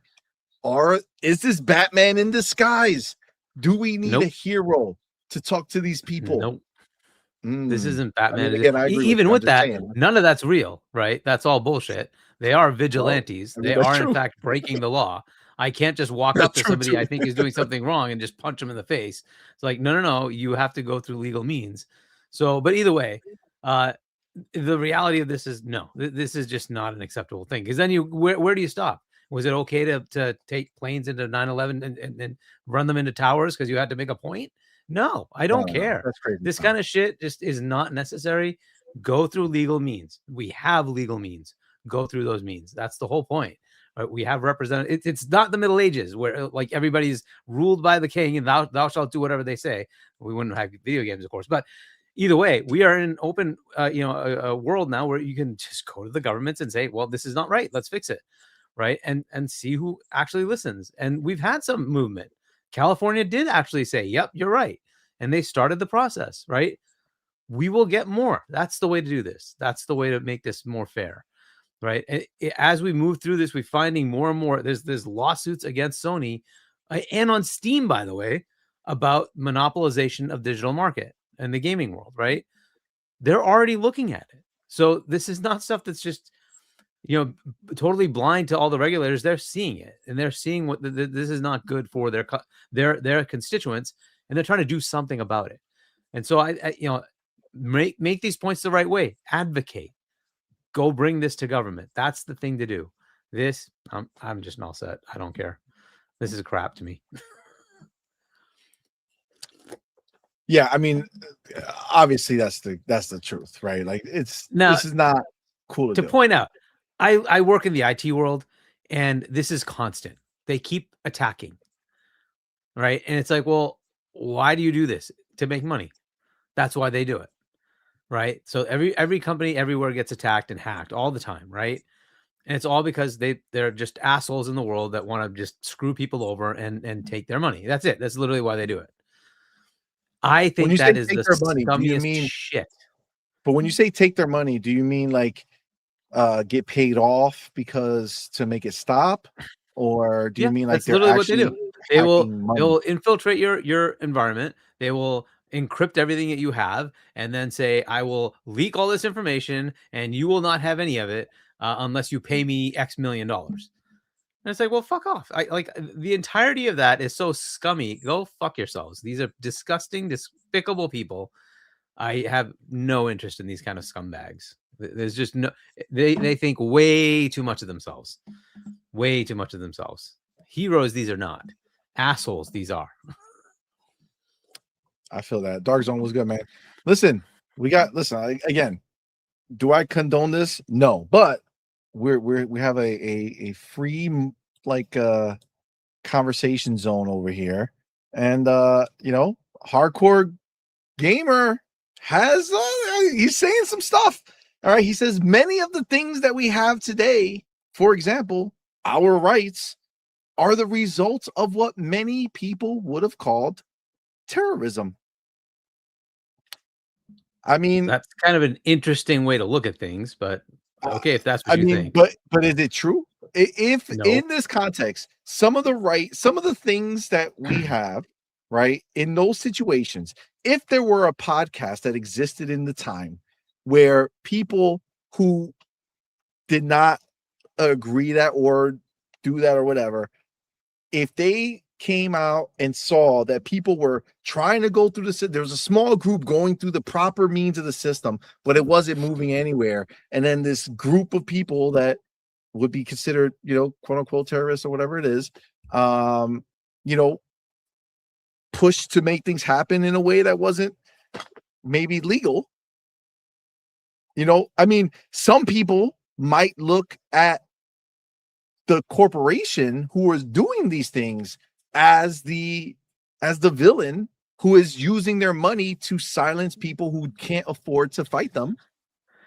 I'm playing devil's advocate here. I'm not advocating for this. I'm not saying I'm on board with them doing this at all, because it'd be heartbreaking to have somebody hack your stuff and screw you over, right? I understand that. But that being said, heartbreaking, we talk about all the time. These trillion-dollar, billion-dollar corporations have no hearts. There is no hearts involved. There's no emotions involved in that stuff. It's just dollars. In the same way, I know you're saying that all these people just doing it to take their money is what they do to everyone, right? All businesses are there just to take the money of other people however they can, whether that's by selling some product that they know is going to fail in 6 months, but they tell you that it's a great product and the warranty lasts 6 months. So 6 months in a day when it fails, your thing is broken. You're like, hey, can I get this fixed? No, the warranty's up, but you can buy another one or you could pay us to fix it. I mean, some would say that they are the problem, and somebody risking it all, because theoretically this is a big risk on these cyber league people to come out here and do this. Again, I'm just playing devil's advocate. I'm not saying that I believe in this or that it should happen. I'm just giving the voice of the other side of who might be thinking of it. If let's just say this happens and all of a sudden, these leaks happen and these companies are like, man, we can't do this, and they start bending, would you still see it that way? No. Okay, cool. Just want to make sure. No, I would. How many people do you think stopped flying because of what happened in 9/11? Well, is that the right answer? Do people bend? Yes, they do. Does that make it right? Hell no. Hell no. Look at how our airports are in comparison to before, right?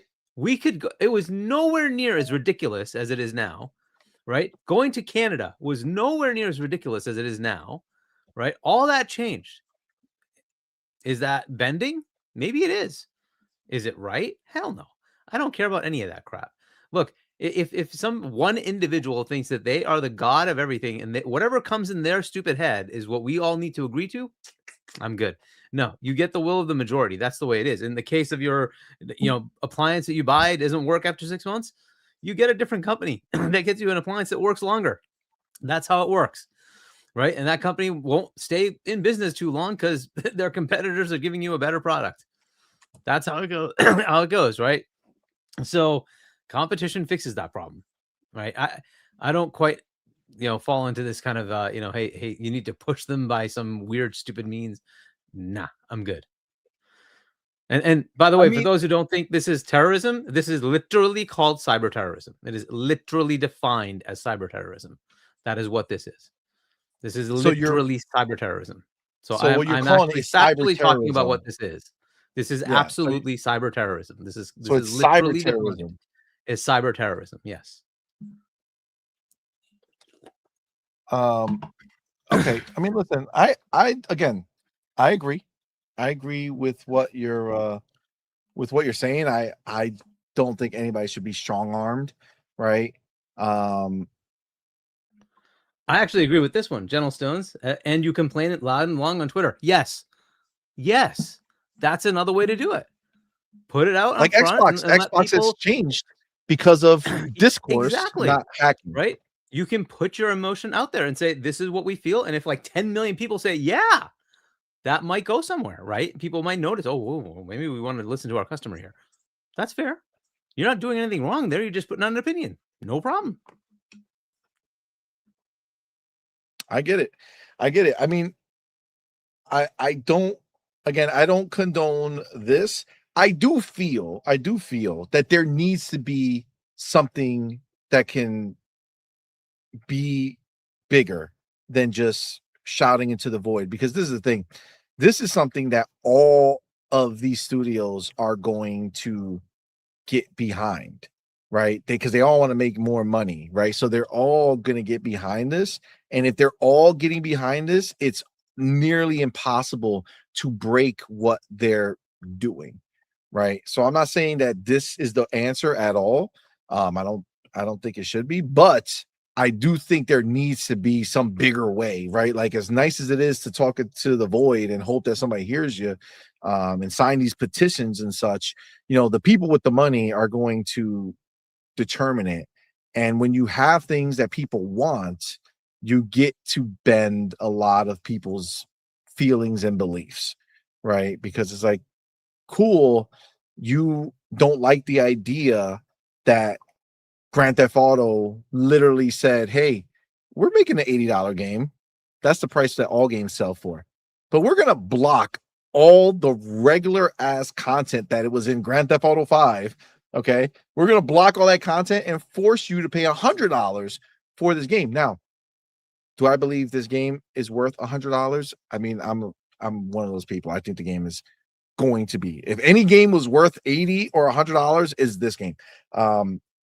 That being said, I pre-ordered the $100 version, right? So they got me, right? And I'm not fighting it much, right? And I'm just kind of accepting it. And when is Microsoft going to say, you know what, let's make a $100 version of Halo, right? Or let's make a $100 version of Gears and cut some things out and make that one 80, right? Like, again, it's easy to be like, well, Grand Theft is the only one who can do that, but is it? Yeah, I don't know. Where do we go from here? I don't know. Am I going to be complacent? Yeah, probably. I mean, I won't buy what I don't want, but if I want it, I will give in and buy it. And that I'm going to be a statistic for Take-Two to be like, listen, you guys can say all you want, but look at all these people who happily bought the $100 version. We're not hurting anybody. We're giving people value, and that's what they're paying for. I mean, this is the problem, I don't know.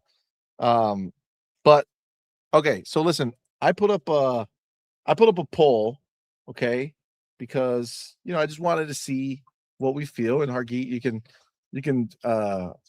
kind of jump into it. We're going to talk about the subpoena, right? So we'll get into that in a second. But before we do, I just want to know, I had mentioned it, but I also kind of realized that maybe people might not be into that idea. Because I haven't seen the stuff, but I could just do it on my own time. Should we look at some of the leak stuff, or do we think no, just let it be, and we won't cross that line here, and just let it be? All right.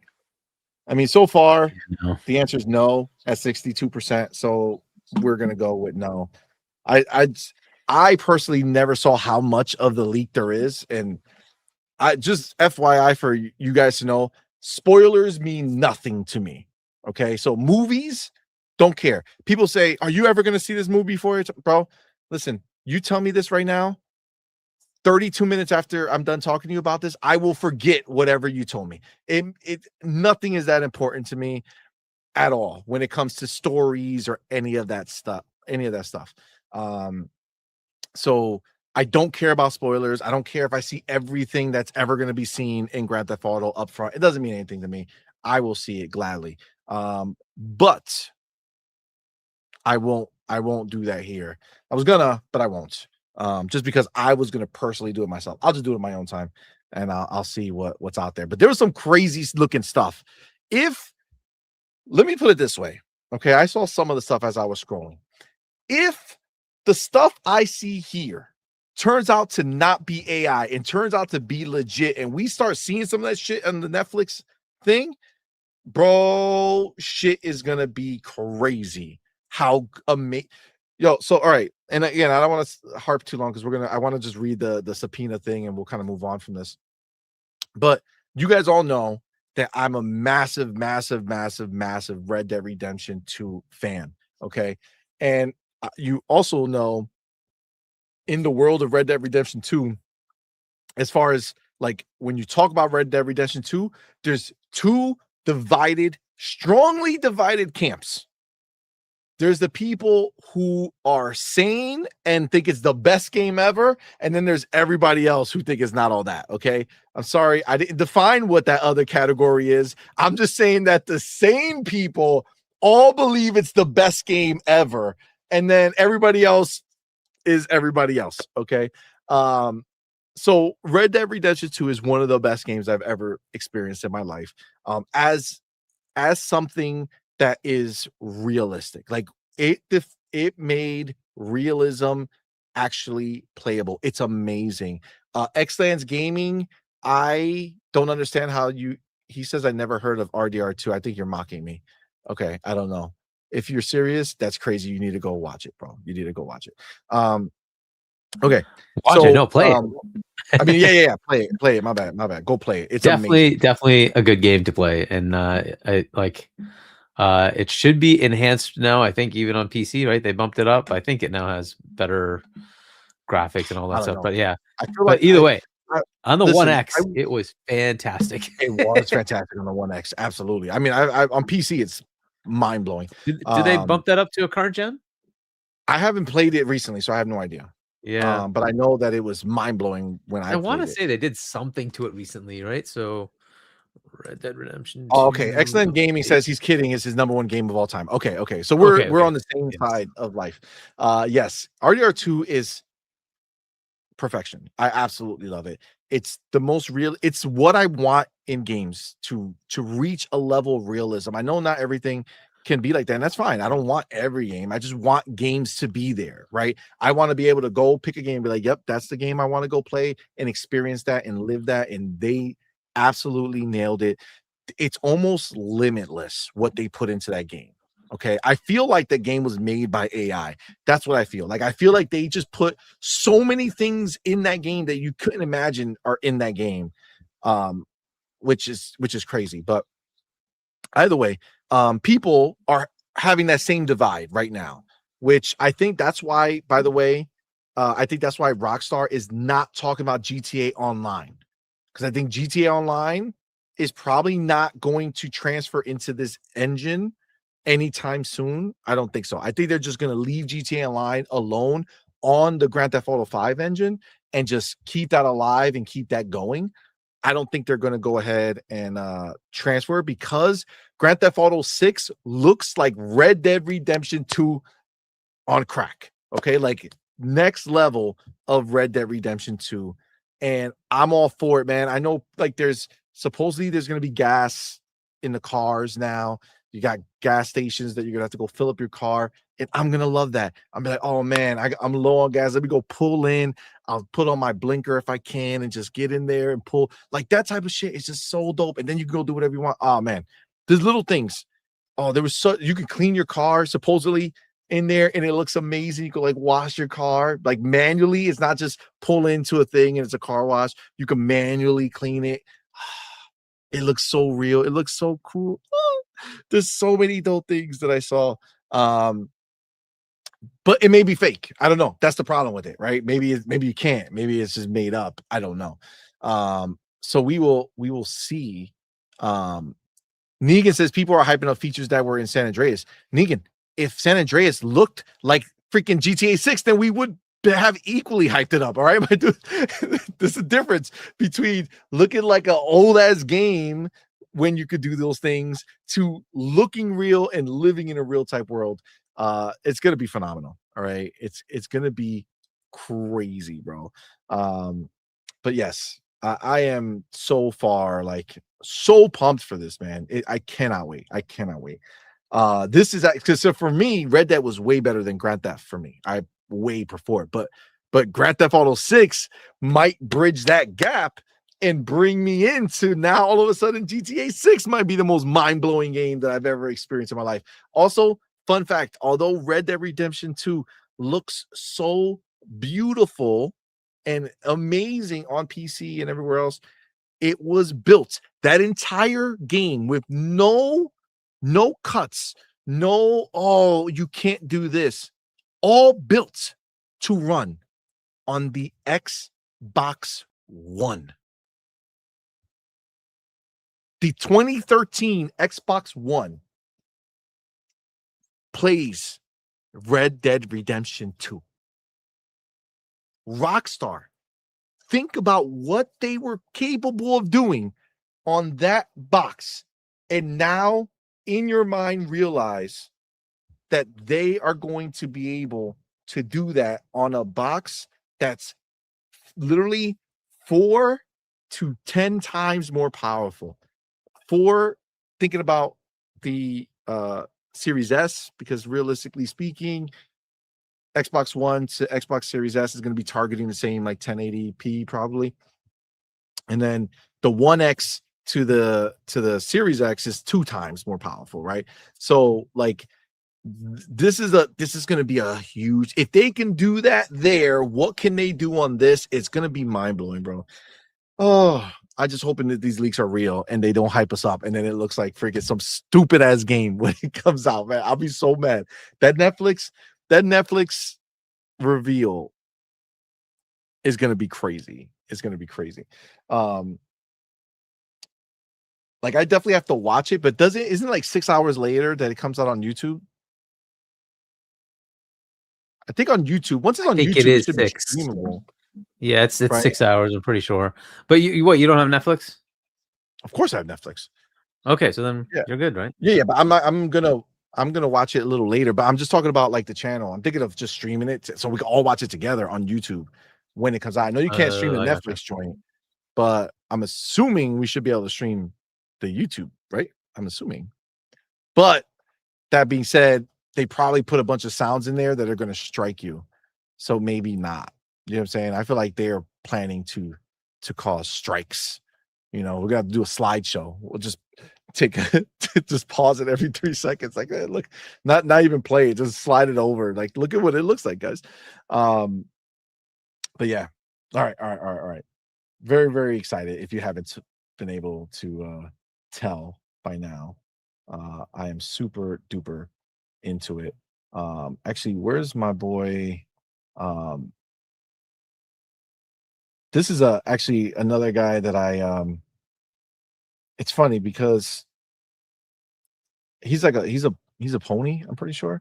But he posts like I like people who like Red Dead Redemption, and him and Synth Potato, these are the two dudes that they just love Red Dead Redemption. They love it like I do, and they always post stuff about it. It's glorious.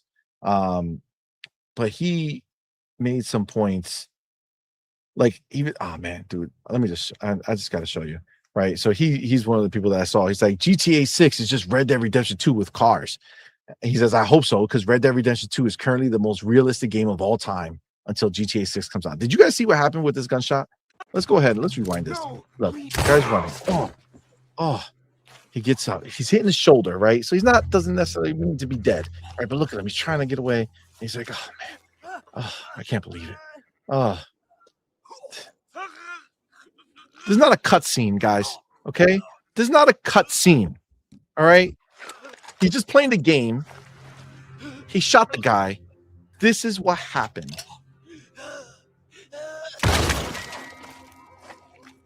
Look at that. Okay, well now you're just being aggressive, my dude. Oh my god. Oh my god. Oh my god. Okay. This is really this is I only watched the first, I'm not gonna lie. I only watched the first part when he fell and like walked over and that was so dope. This, I mean, it's realistic that that you could do this, but it's like, all right, dude, he's dead. All right. You know what I'm saying? Like, let's calm down a little bit. But yeah, like this is the stuff is like, that's what like a lot of people who don't like go into the weeds of the game, and we're very much like, oh, I'm just gonna play this thing and oh, it's too slow for me. I'm uninstalling, dude. Whack. This shit is fire. Love it. Absolutely. And there's so much, man. There's so much. He has like a lot of stuff. I like following him. Just for his takes on anything Rockstar related. But he made a post that I liked. I don't think I don't. Oh, that's the map. That's crazy. Okay. All right. Forget it. He had a cool post that I liked that just talked about some of the stuff that he saw in the leak and what he thought about it, and it was dope. Again, this guy Nick Tech. If you like Red Dead Redemption and stuff like that, he's a good guy to follow. I would definitely check him out. All right, let me grab the lawsuit situation, or it's not lawsuit. That's the thing that was tricky. That even IGN didn't do that, which is crazy. So like Jez went ahead and put a post about this, but he was like, Take-Two subpoenas Microsoft, right? Which that headline makes it seem like Microsoft did something wrong and Take-Two was subpoenaing them, right? But that's not what happened. And it was kind of like to see IGN not even take that angle. I don't know. Sometimes, Jez, you get this. It might be a little bridge too far. You know what I'm saying? IGN says Rockstar parent company Take-Two has issued multiple subpoenas in a federal court requesting information from both Microsoft and Discord as it hunts the leaker or leakers behind the recent spate of GTA 6 gameplay videos. And I'm not going to go in there and read. That's enough to know, right? Like that's what's happening. They're just looking for information. Okay. That's what they're doing. This is not some type of lawsuit. People don't know, right? They just sounds bad. You know what I'm saying? Especially when you single them out. So this is what happened. And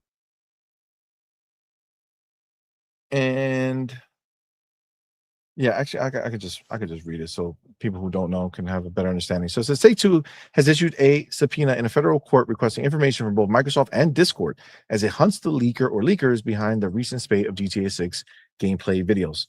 First reported by Kotaku, the Rockstar Games parent company issued the request yesterday, August 20th, in the New York Southern District Court of part of a Digital Millennium Copyright Act subpoena.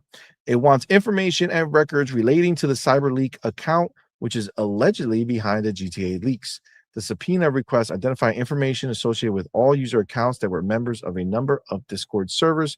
Take-Two wants all internal Microsoft business and investigative records associated with Microsoft's own internal investigation of CyberLeak, and calls for any GTA Rockstar or CyberLeak content from the Discord members' OneDrive accounts. The copyrighted material includes, but is not limited to, audio, visual content, artwork, images, dialogue, or other creative elements.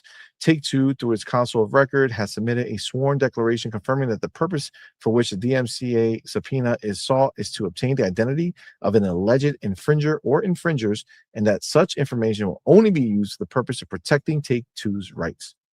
One of the Discord servers mentioned in the filing is Dark Vipers, or Dark Viper AU, which is described as the Dark Viper AU editor's server.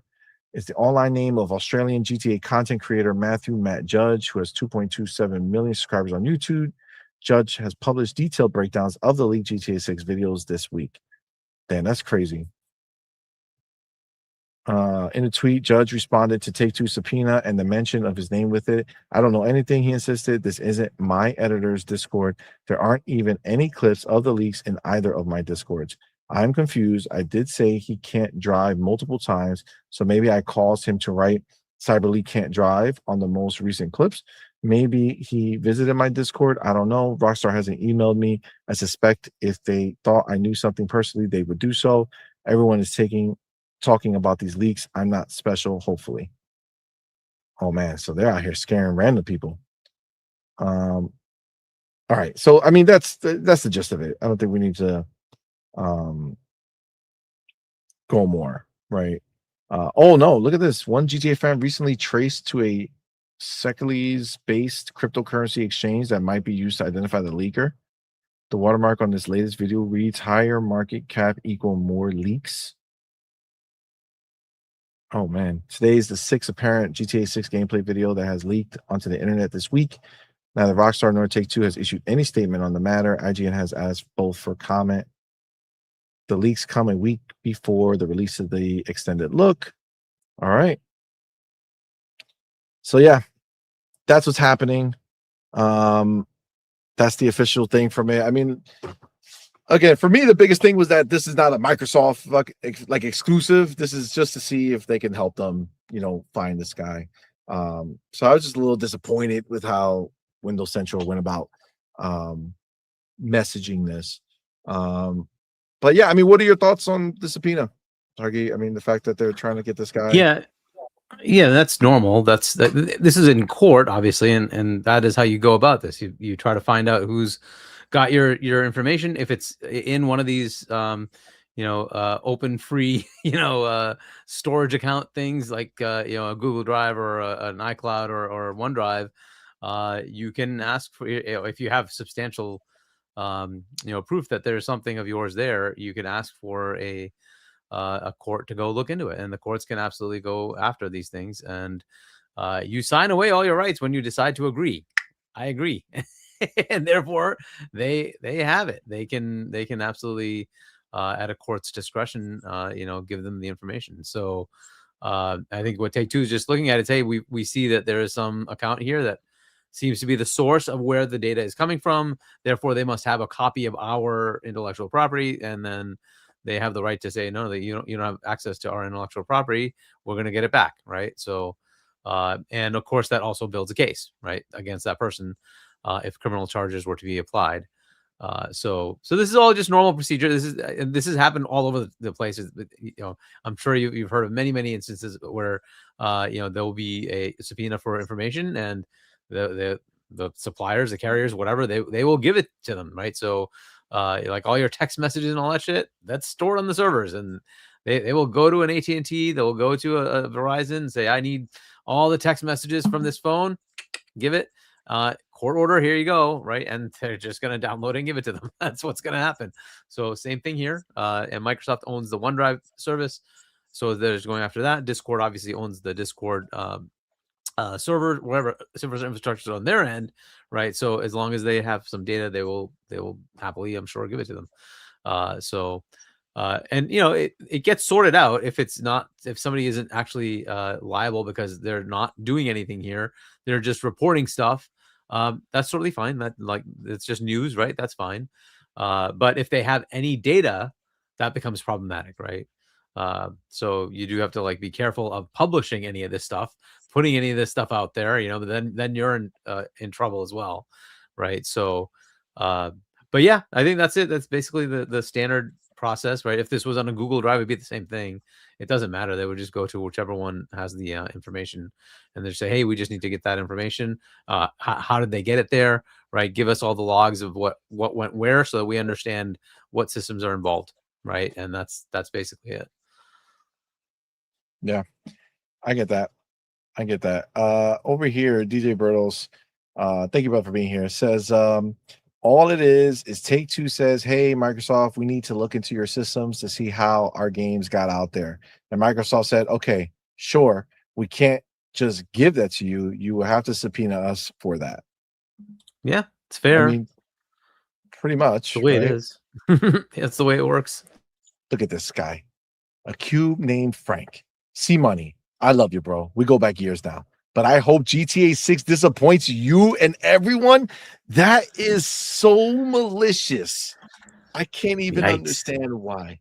After hearing my love for Red Dead Redemption 2, that you would want the possible sequel to Red Dead Redemption 2's systems to be bad? Wow. You don't know what love is. Okay? You don't know what Purple Heart love is. Okay? Technically, he says, I Purple Heart you, bro. I don't know what purple, I don't know what that means. Can't be love. All right? Because that's horrendous. All right? And abusive. How dare you? Wow.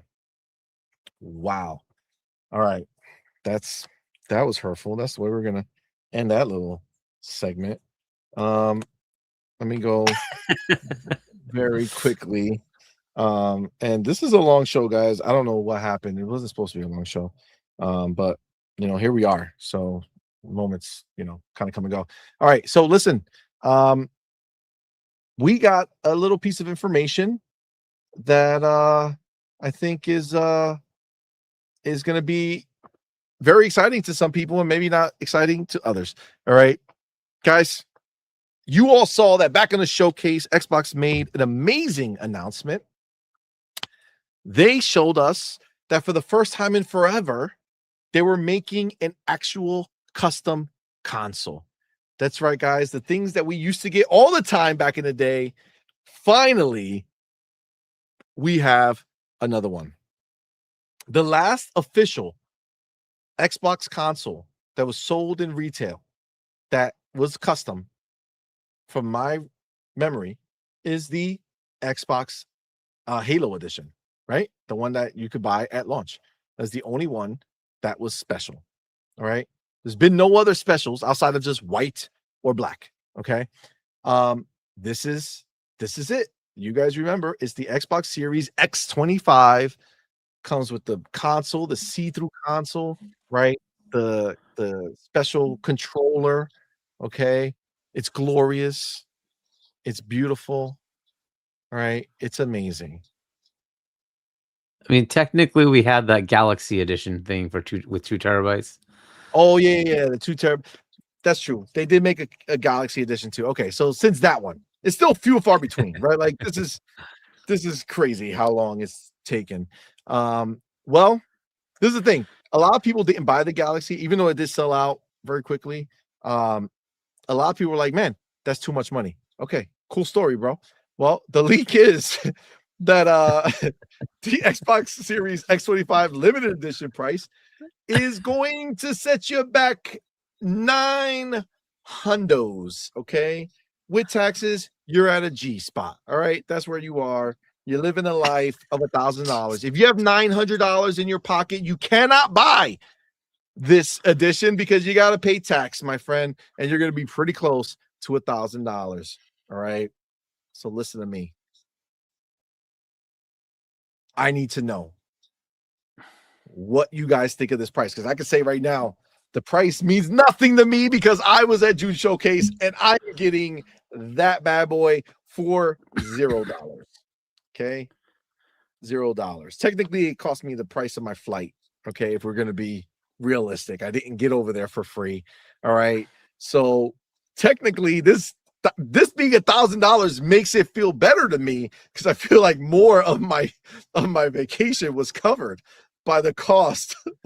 Not the vacation, my flight and trip down there was covered by this cost. So that's fun. So thank you, Microsoft. Appreciate that. It does release on Black Friday, which is crazy because the fact that it's dropping on Black Friday, every store that sells it is going to have it. I don't know if they're only doing this through pre-order or are they going to release them at stores on that day, because that's going to be even crazier. But I don't know. He says this price is equivalent to that of a PlayStation 5 Pro without a disk drive and more than the 1 terabyte So it's $100 more than the Series X 1 terabyte. So it's only $100 more than what the regular one costs. That doesn't seem out of line for a limited edition, right? Like we say all the time that we would go ahead and pay more for something we wanted, right? We tell Microsoft all the time, hey, make some cool freaking consoles and we'll, if we want them, we'll buy them. I think $100 is not it's not bad. What do you think, Argy? Yeah, I mean, look, I've been saying they should do this, right? I think they should charge more with a custom console, and it's more justifiable. You're doing something special, therefore it's going to be more expensive. It helps defray the extra costs that they're taking on right now, right? And it's a bit more palatable because it's not the normal model, right? Now, the current model prices are ridiculous anyways, right? So to just be fair, like it's way too expensive to begin with. However, in comparison to where it is, I don't think it's asking that much to say that this is more, being that it's a 25th anniversary edition, like special edition thingy, right? So it's going to have a higher price tag. Okay, but I've been saying they should do that because you can. So I think it does make more sense to do that. Now it's, some people are not going to like that, but I think this is the right way to be able to actually build boxes because it's too expensive to otherwise do it, right? So now they can actually get some, actual, components because they have to pay a premium for it. They can get some components and actually build some boxes. So this is one of the options. Now, how many of these do they have versus how many of the normals they have? I mean, if it's me, I just say this is all you sell for the rest of the year. You just keep selling these, right? However much you can create, just make them, sell them, right? And that makes it so you don't take as much of a bath. You get more consoles out there. You get more goodwill because you're making a special 25th anniversary edition, right? So I think this is good, but I hate the price. I'm not going to lie. I think the price sucks, but that's not because of the price of just this. That's just the pricing of consoles just in general these days sucks. So it's not, it's not something specific to just this. But yeah, I've been advocating that they should charge more, make a special edition thing, charge more, and because you can. And if they had one for Gears, I'd probably buy that one, even though I'm getting this for free. If they had one for Gears, I'd probably buy that one. Dude. So 100%. I don't know why they don't. I bought that Halo. I stood in line and got that Halo edition. So I have that launch Halo Xbox Series X. So I did not stand in line. I just ordered 2 online and they both came and it was beautiful. Yeah. So I have that, and that's the last one I got, right? Because that was the last one they had. So I have that in my room right now. So this is going to replace that. I have mine right there still. That's the one I use down here. And that one will go to another room. But this is it's awesome. Again, if they offered me the option to buy a Gears one, I'd be plunking down money to buy the Gears one. It's their loss that they're not doing that, because otherwise that'd be an extra sale. That'd be an extra console bought. So I don't know on them, whatever. I just think this is good if they can continue this pattern. I would have loved to have seen a bundle deal, which maybe happens. It may happen, right? Bundle deal. You get the X25 with COD, with Gears, with GTA. Boom. Get all 3 of the big games that are coming out this holiday. Get the console to play them. They're all current gen only games. Here you go. Agreed. Yeah. Honestly, for me, this is just, I feel like because the other console is $800, you know what I'm saying? Like $900, $100 more for this makes sense. It's not like this has to be the way you buy. You can buy the $800 box and save yourself the $100 if you don't care about how it looks.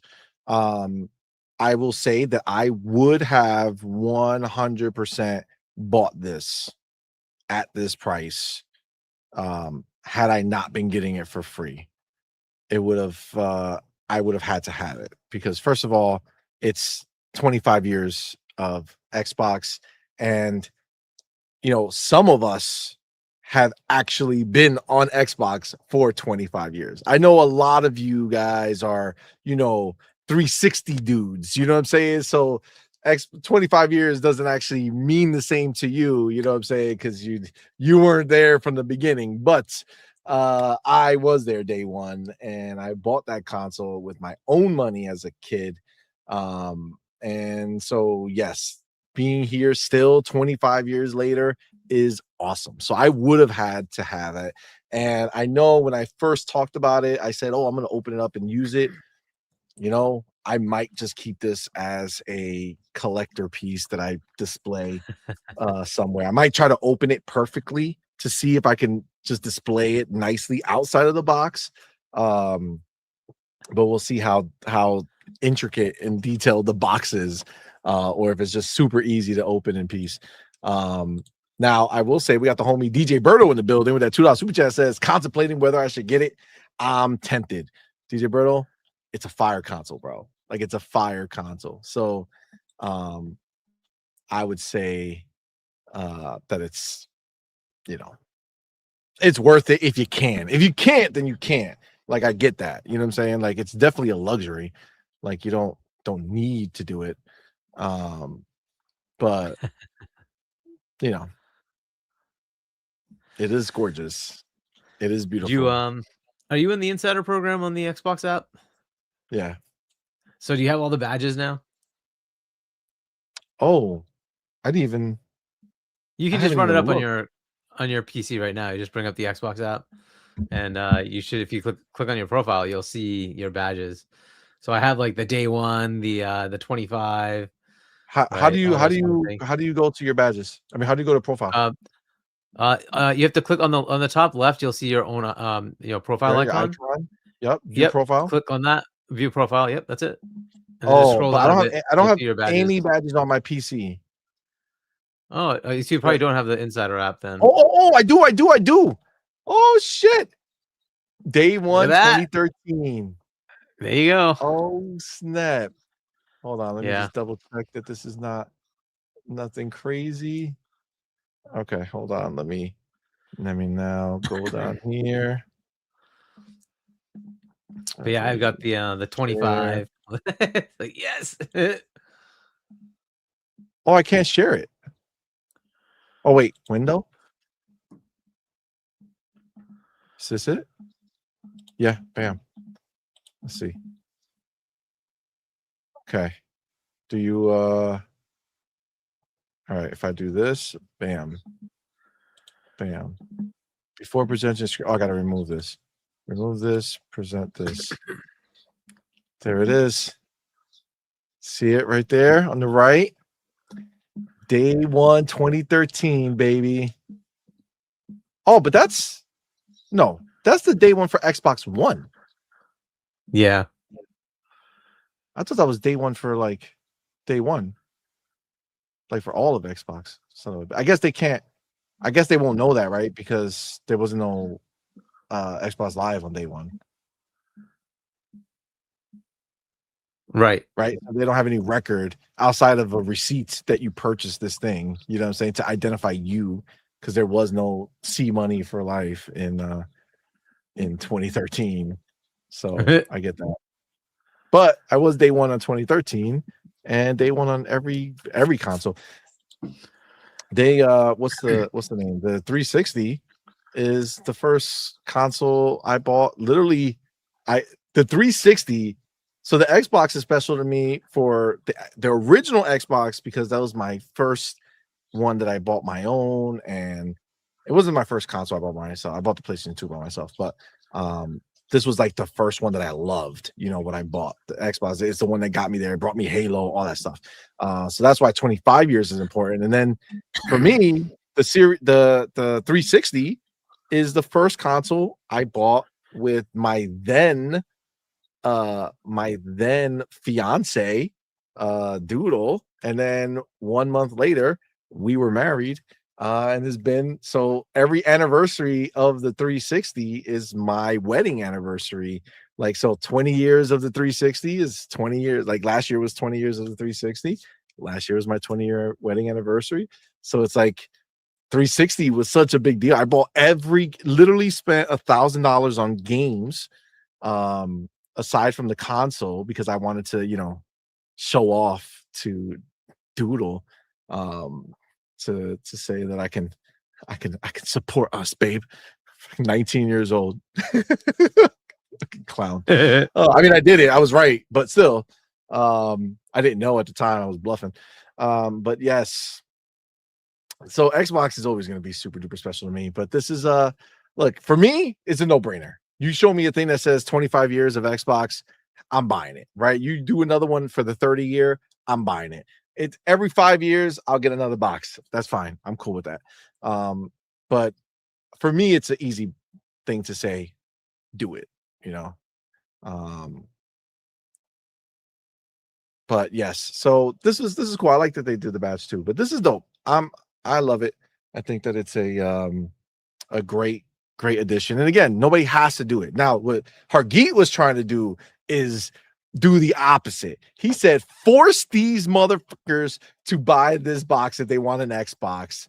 No 800, get rid of it. Only do the $900 one. No. Which is, you can say it exists, but the only ones you build and send out this holiday is this. Oh. That's hilarious. Yeah. Oh my God, that's right. cool. And so you don't take it away, and if they're available, go ahead and buy the other one. But just like PlayStation does, every holiday they pick a game that gets bundled in, and that's the only thing you can buy. Good luck buying the system without the bundle, because the only game. Sometimes they go as far as they tell the retailer, even if you have the box without the bundled game, you are not allowed to sell it until after the holiday season. They are that scummy. So it's like, well, gee, if your competition does it, why can't you do it? Like, do it. Just do it. I get that.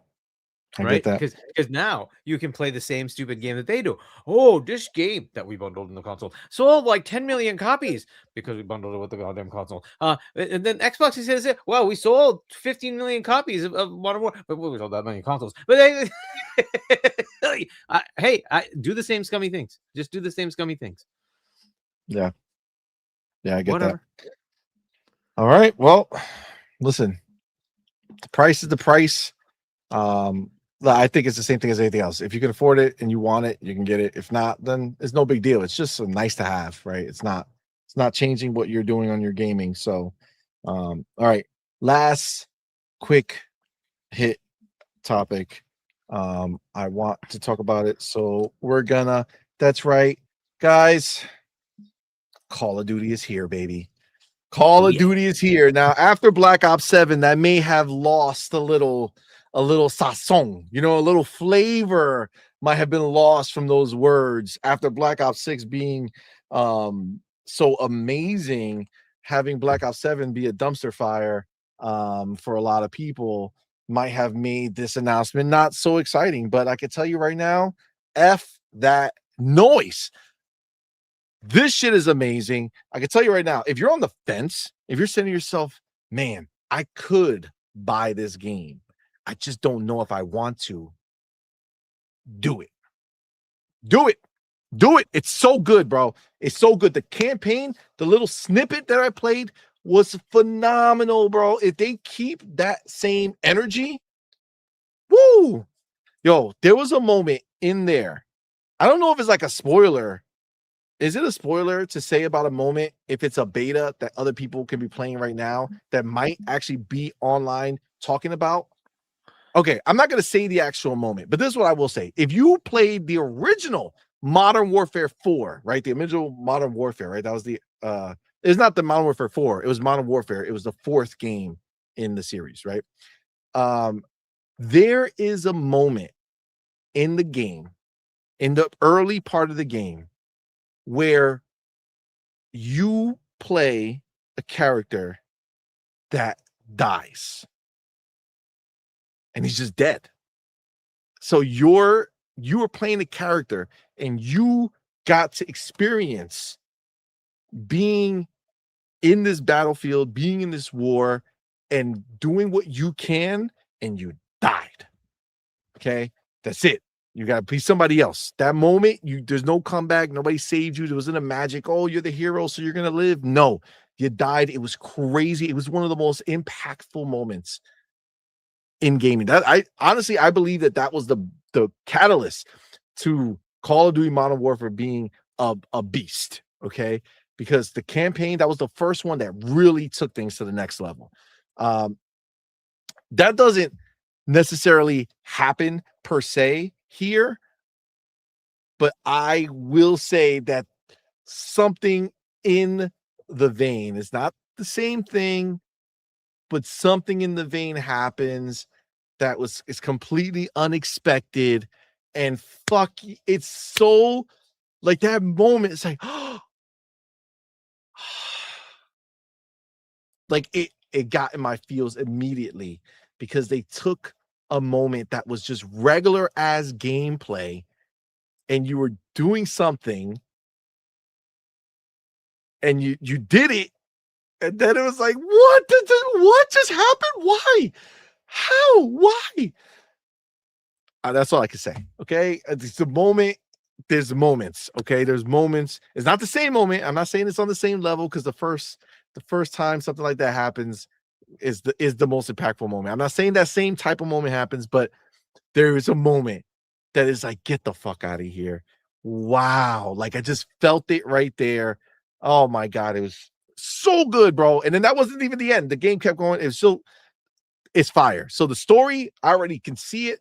If they can keep this energy, which I'm sure that if they're showing us this moment in the beta, there has to be the same type of energy in the rest of the game, then the campaign is going to fucking cook. But after that, like I said, I did play multiplayer, and the multiplayer is fire.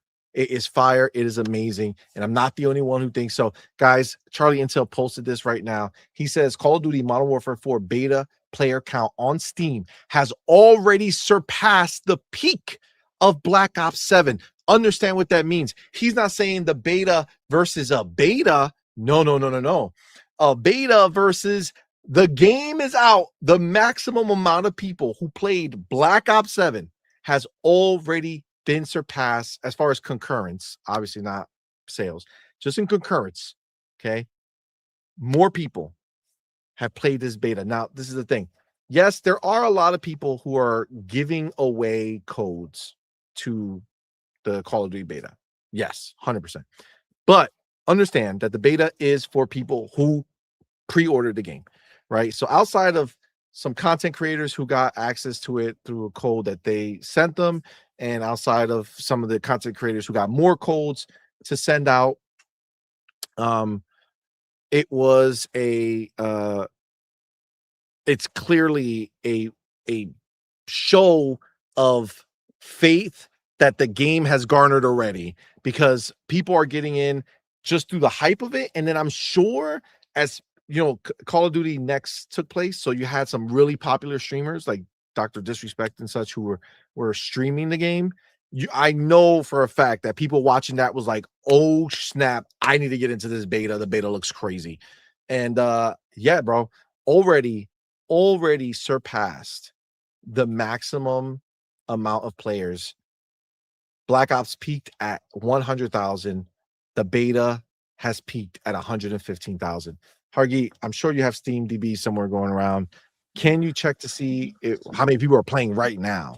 I'm not. Yeah, I don't think it's going to pass that number, but it's still crazy that it already did it. 63-ish. 63,000 people. Yeah. Midnight on the East Coast, on a Friday night. That's pretty damn good, man. That's pretty damn good. It's gonna be crazy when you gotta remember a huge part of the world fell asleep right now. You know what I'm saying? This whole eastern side said it's bedtime. Okay, so you got 62,000 people still rocking hard. But come midday tomorrow, that number can go up, especially with how many people I'm sure are hyping. Now, to be clear, I don't watch anybody, so I have no idea what anybody else is saying about their experience with Modern Warfare. Maybe there's some other part of the world who hates it. But I can tell you right now, I absolutely loved it. It's phenomenal. Also, shout out to the sound in the game. Got my obviously I was rocking my my Black Shark V3 Pros from Razer, which if you don't know what those are, I did review them on my channel. Go take a look because they're phenomenal. And man, was I in the mode? Like I was just, dude, you can hear the footsteps so perfectly. It does not like muddle the sound of what's going on. It just, the landscape of sound is crazy. The soundscape is phenomenal. But yes, this is dope, man. I'm so excited for them. I love Black Ops 6. This is, for me, this is gonna be what I believe is gonna be a return to Call of Duty having that vibe, that energy, you know, where people are just fucking hyped beyond belief for it. I'm so sold on this, bro. Like I think I'm gonna try to stream it sometime this weekend. Just because, you know, I want to play it while hanging out with the homies.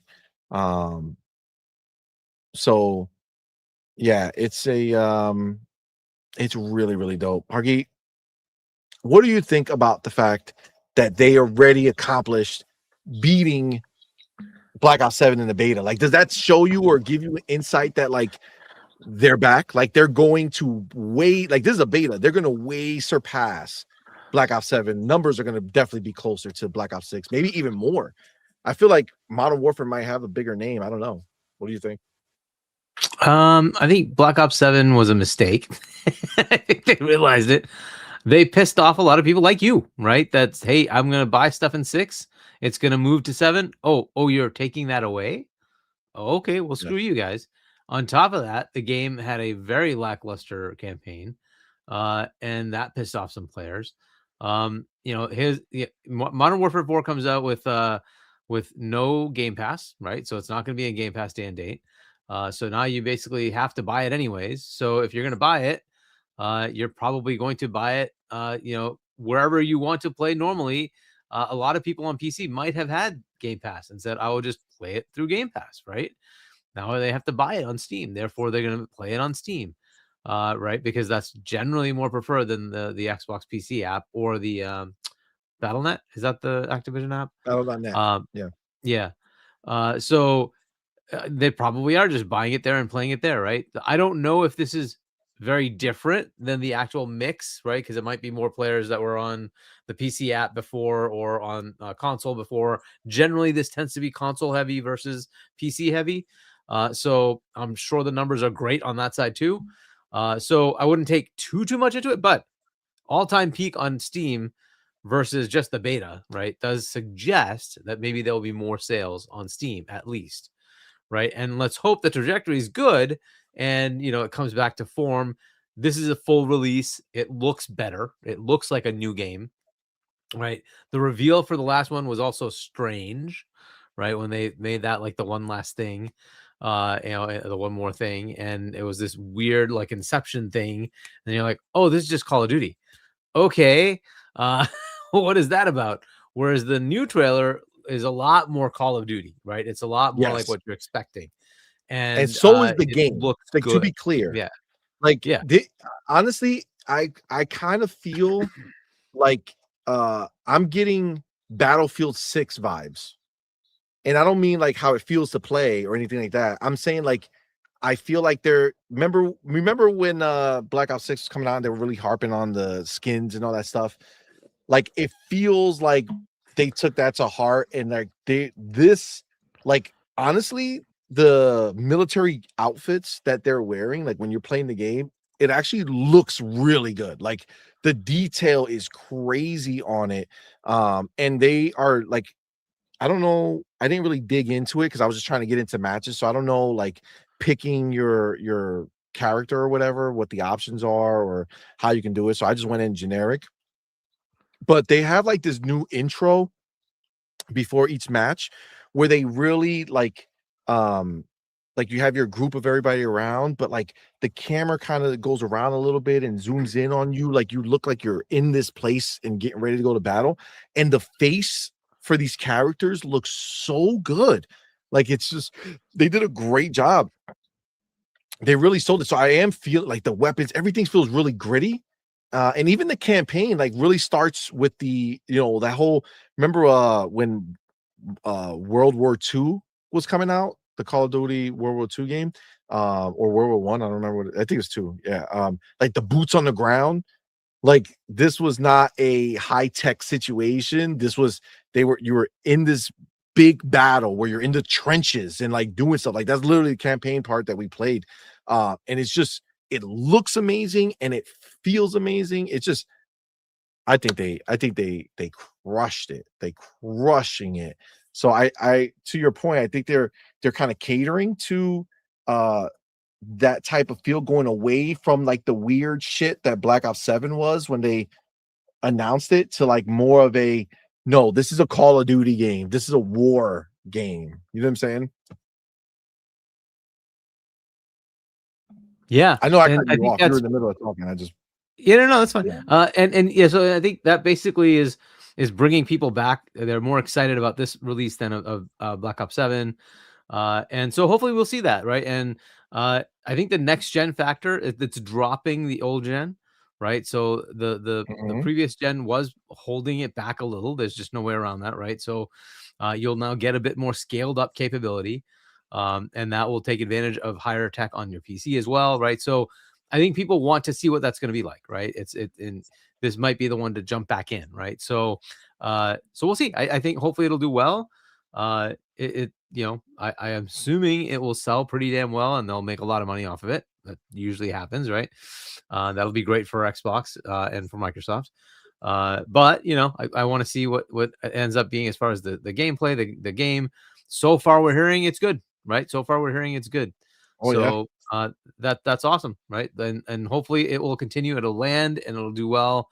It does have to compete with a pretty big game in GTA 6.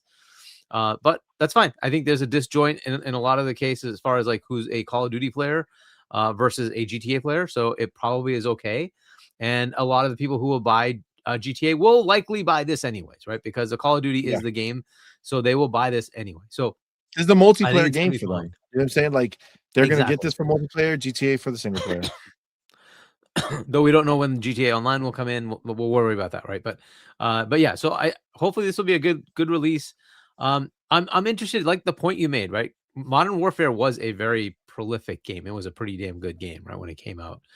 Absolutely. And I'm wondering if it's enough to bring this in the discussion of GOTY, right? Sometimes it gets put into like the action games area or something like that, but I'm just curious if it finally rises to that level.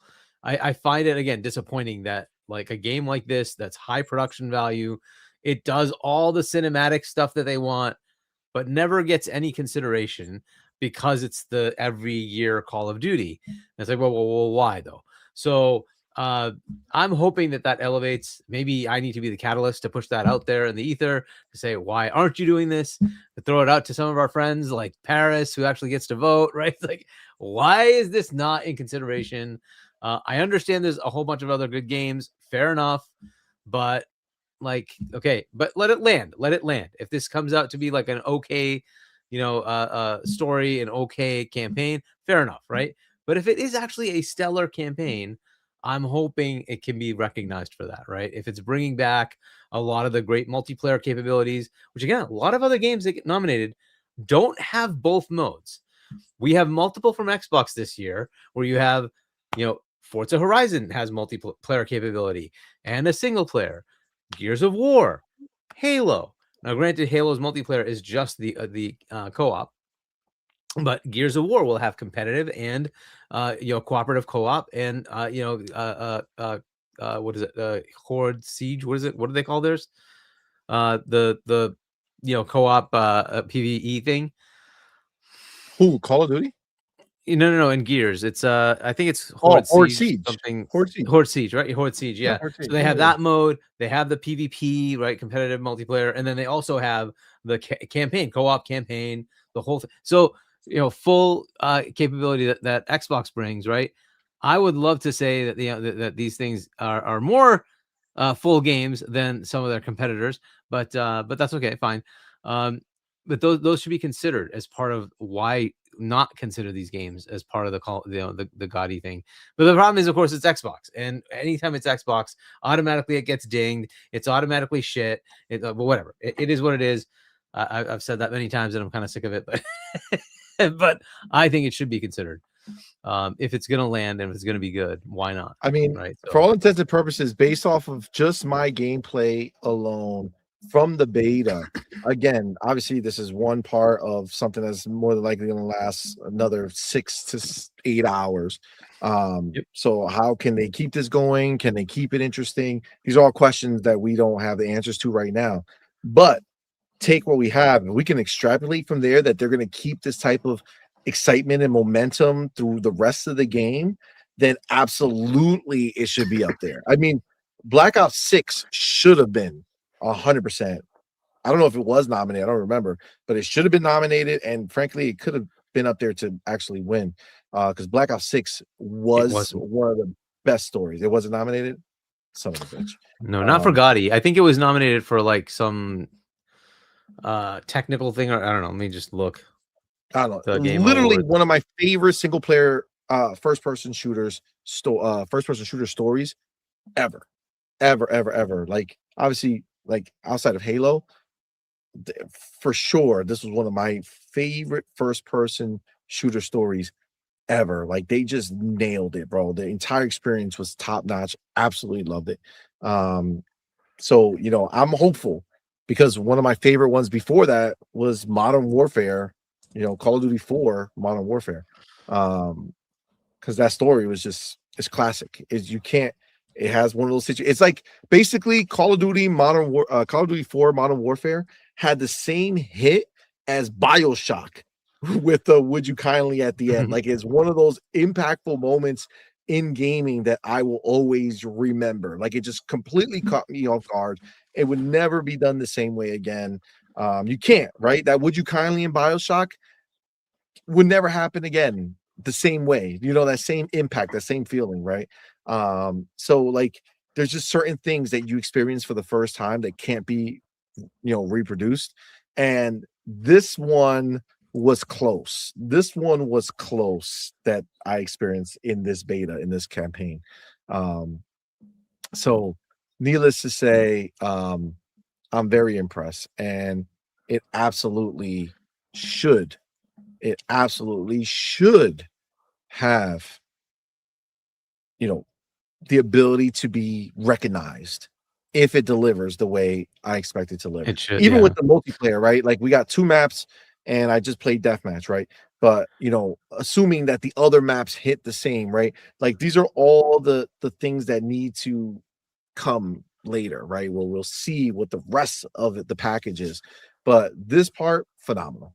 Absolutely phenomenal. Absolutely loved it. Really, really digging it. So yeah. So it did get some nominations. It got innovation and accessibility. Best multiplayer didn't win. Best action game didn't best win. multiplayer. What won best multiplayer? I think it was Helldivers. Fucking Helldivers. Oh, yeah, Helldivers won that. And then best action game, which it didn't win, that was Black Myth. Best audio design was Hellblade 2, but it was in that category. That's fair. And then innovation and accessibility was Prince of Persia: Lost Crown won that one. So, game that's never spoken about ever again. Gone to the wind, wins. Son of a bitch. What a waste. What a waste. Oh man. Well, I don't know. This looks good. The fact that it already be Black Ops 7 already guarantees that it's not going to share the fate of Black Ops 7. There's no way around it. Like, the internet would already be shitting on this game if it didn't hit because of Black Ops 7. Like, Black Ops 7 put a huge target on this game. And the fact that, I mean, from what I've seen, I haven't seen people shitting on this game. People are just out there loving it. Bodes well for its success. So I'm glad that this one is hitting. I'm glad that it looks like it's going to do well. Hargi, anything else, my friend? Yeah, I mean, Call of Duty is good. They should, as I said, bundle it and have a bundle deal. And even more fun, you bundle it and you say it's the physical copy of Call of Duty, it's the physical copy of Gears Edition, and work the magic of having the physical copy of GTA 6 exclusively with the X25 bundle. Imagine what you'll do with that. Imagine what you would crazy. do with that. Holy shit, dude. Well, you're saying those 3 games with this one box? Buy the X25 bundled with all 3 of these games. They're Oh, the big Jesus. holiday games. Boom. Come over to Xbox and enjoy the entirety of this holiday, which is it's basically these 3 games, right? These 3 games are the big games. Outside of that, you've got what? I mean, like, so you have Wolverine on the other side. What, you know, there are other games, but they're not going to be these games. These are the big games that are coming out this holiday. Agreed. So Agreed. bundle them. You got your X25. Go to the retailer, say, I want the physical edition of these 3. Work with freaking Take-Two and say, we will pay to make the physical freaking disc and give that as part of this bundle and watch that thing sell. From Hargeet's mouth Just saying, to the ears guys. of those who can make the If decisions. Asha's listening, you know. I mean, I know Asha's a fan. She's always watching in her mind, you know, because we talk about her so much. So she must feel it. All right, guys. Thank you all for coming to rock with us, man. This is where we're gonna end the show. What a show. Listen, we haven't done a long one in a while. Okay. And listen, there's this. Oh snap! That's fucked up. There was a lot of good stuff to talk about, man. Thank you all for rocking out with us. If you were here for most of the show, goddamn, you're a real one, man. Appreciate you. But thank you for everybody who rocked out with us. Appreciate y'all. Hargeet, why don't you let everybody know where to find you? What you got going on, man? Yeah, I'll be on with Web Dave on Sunday. Check that out. And then with Fawns on Tuesday and on and on and on. But yeah, so hopefully we'll be back next week. Next week's fun. We get all the announcements. We get the trailer. We'll get to see what's going on. Yes, there's gonna be some fun going on.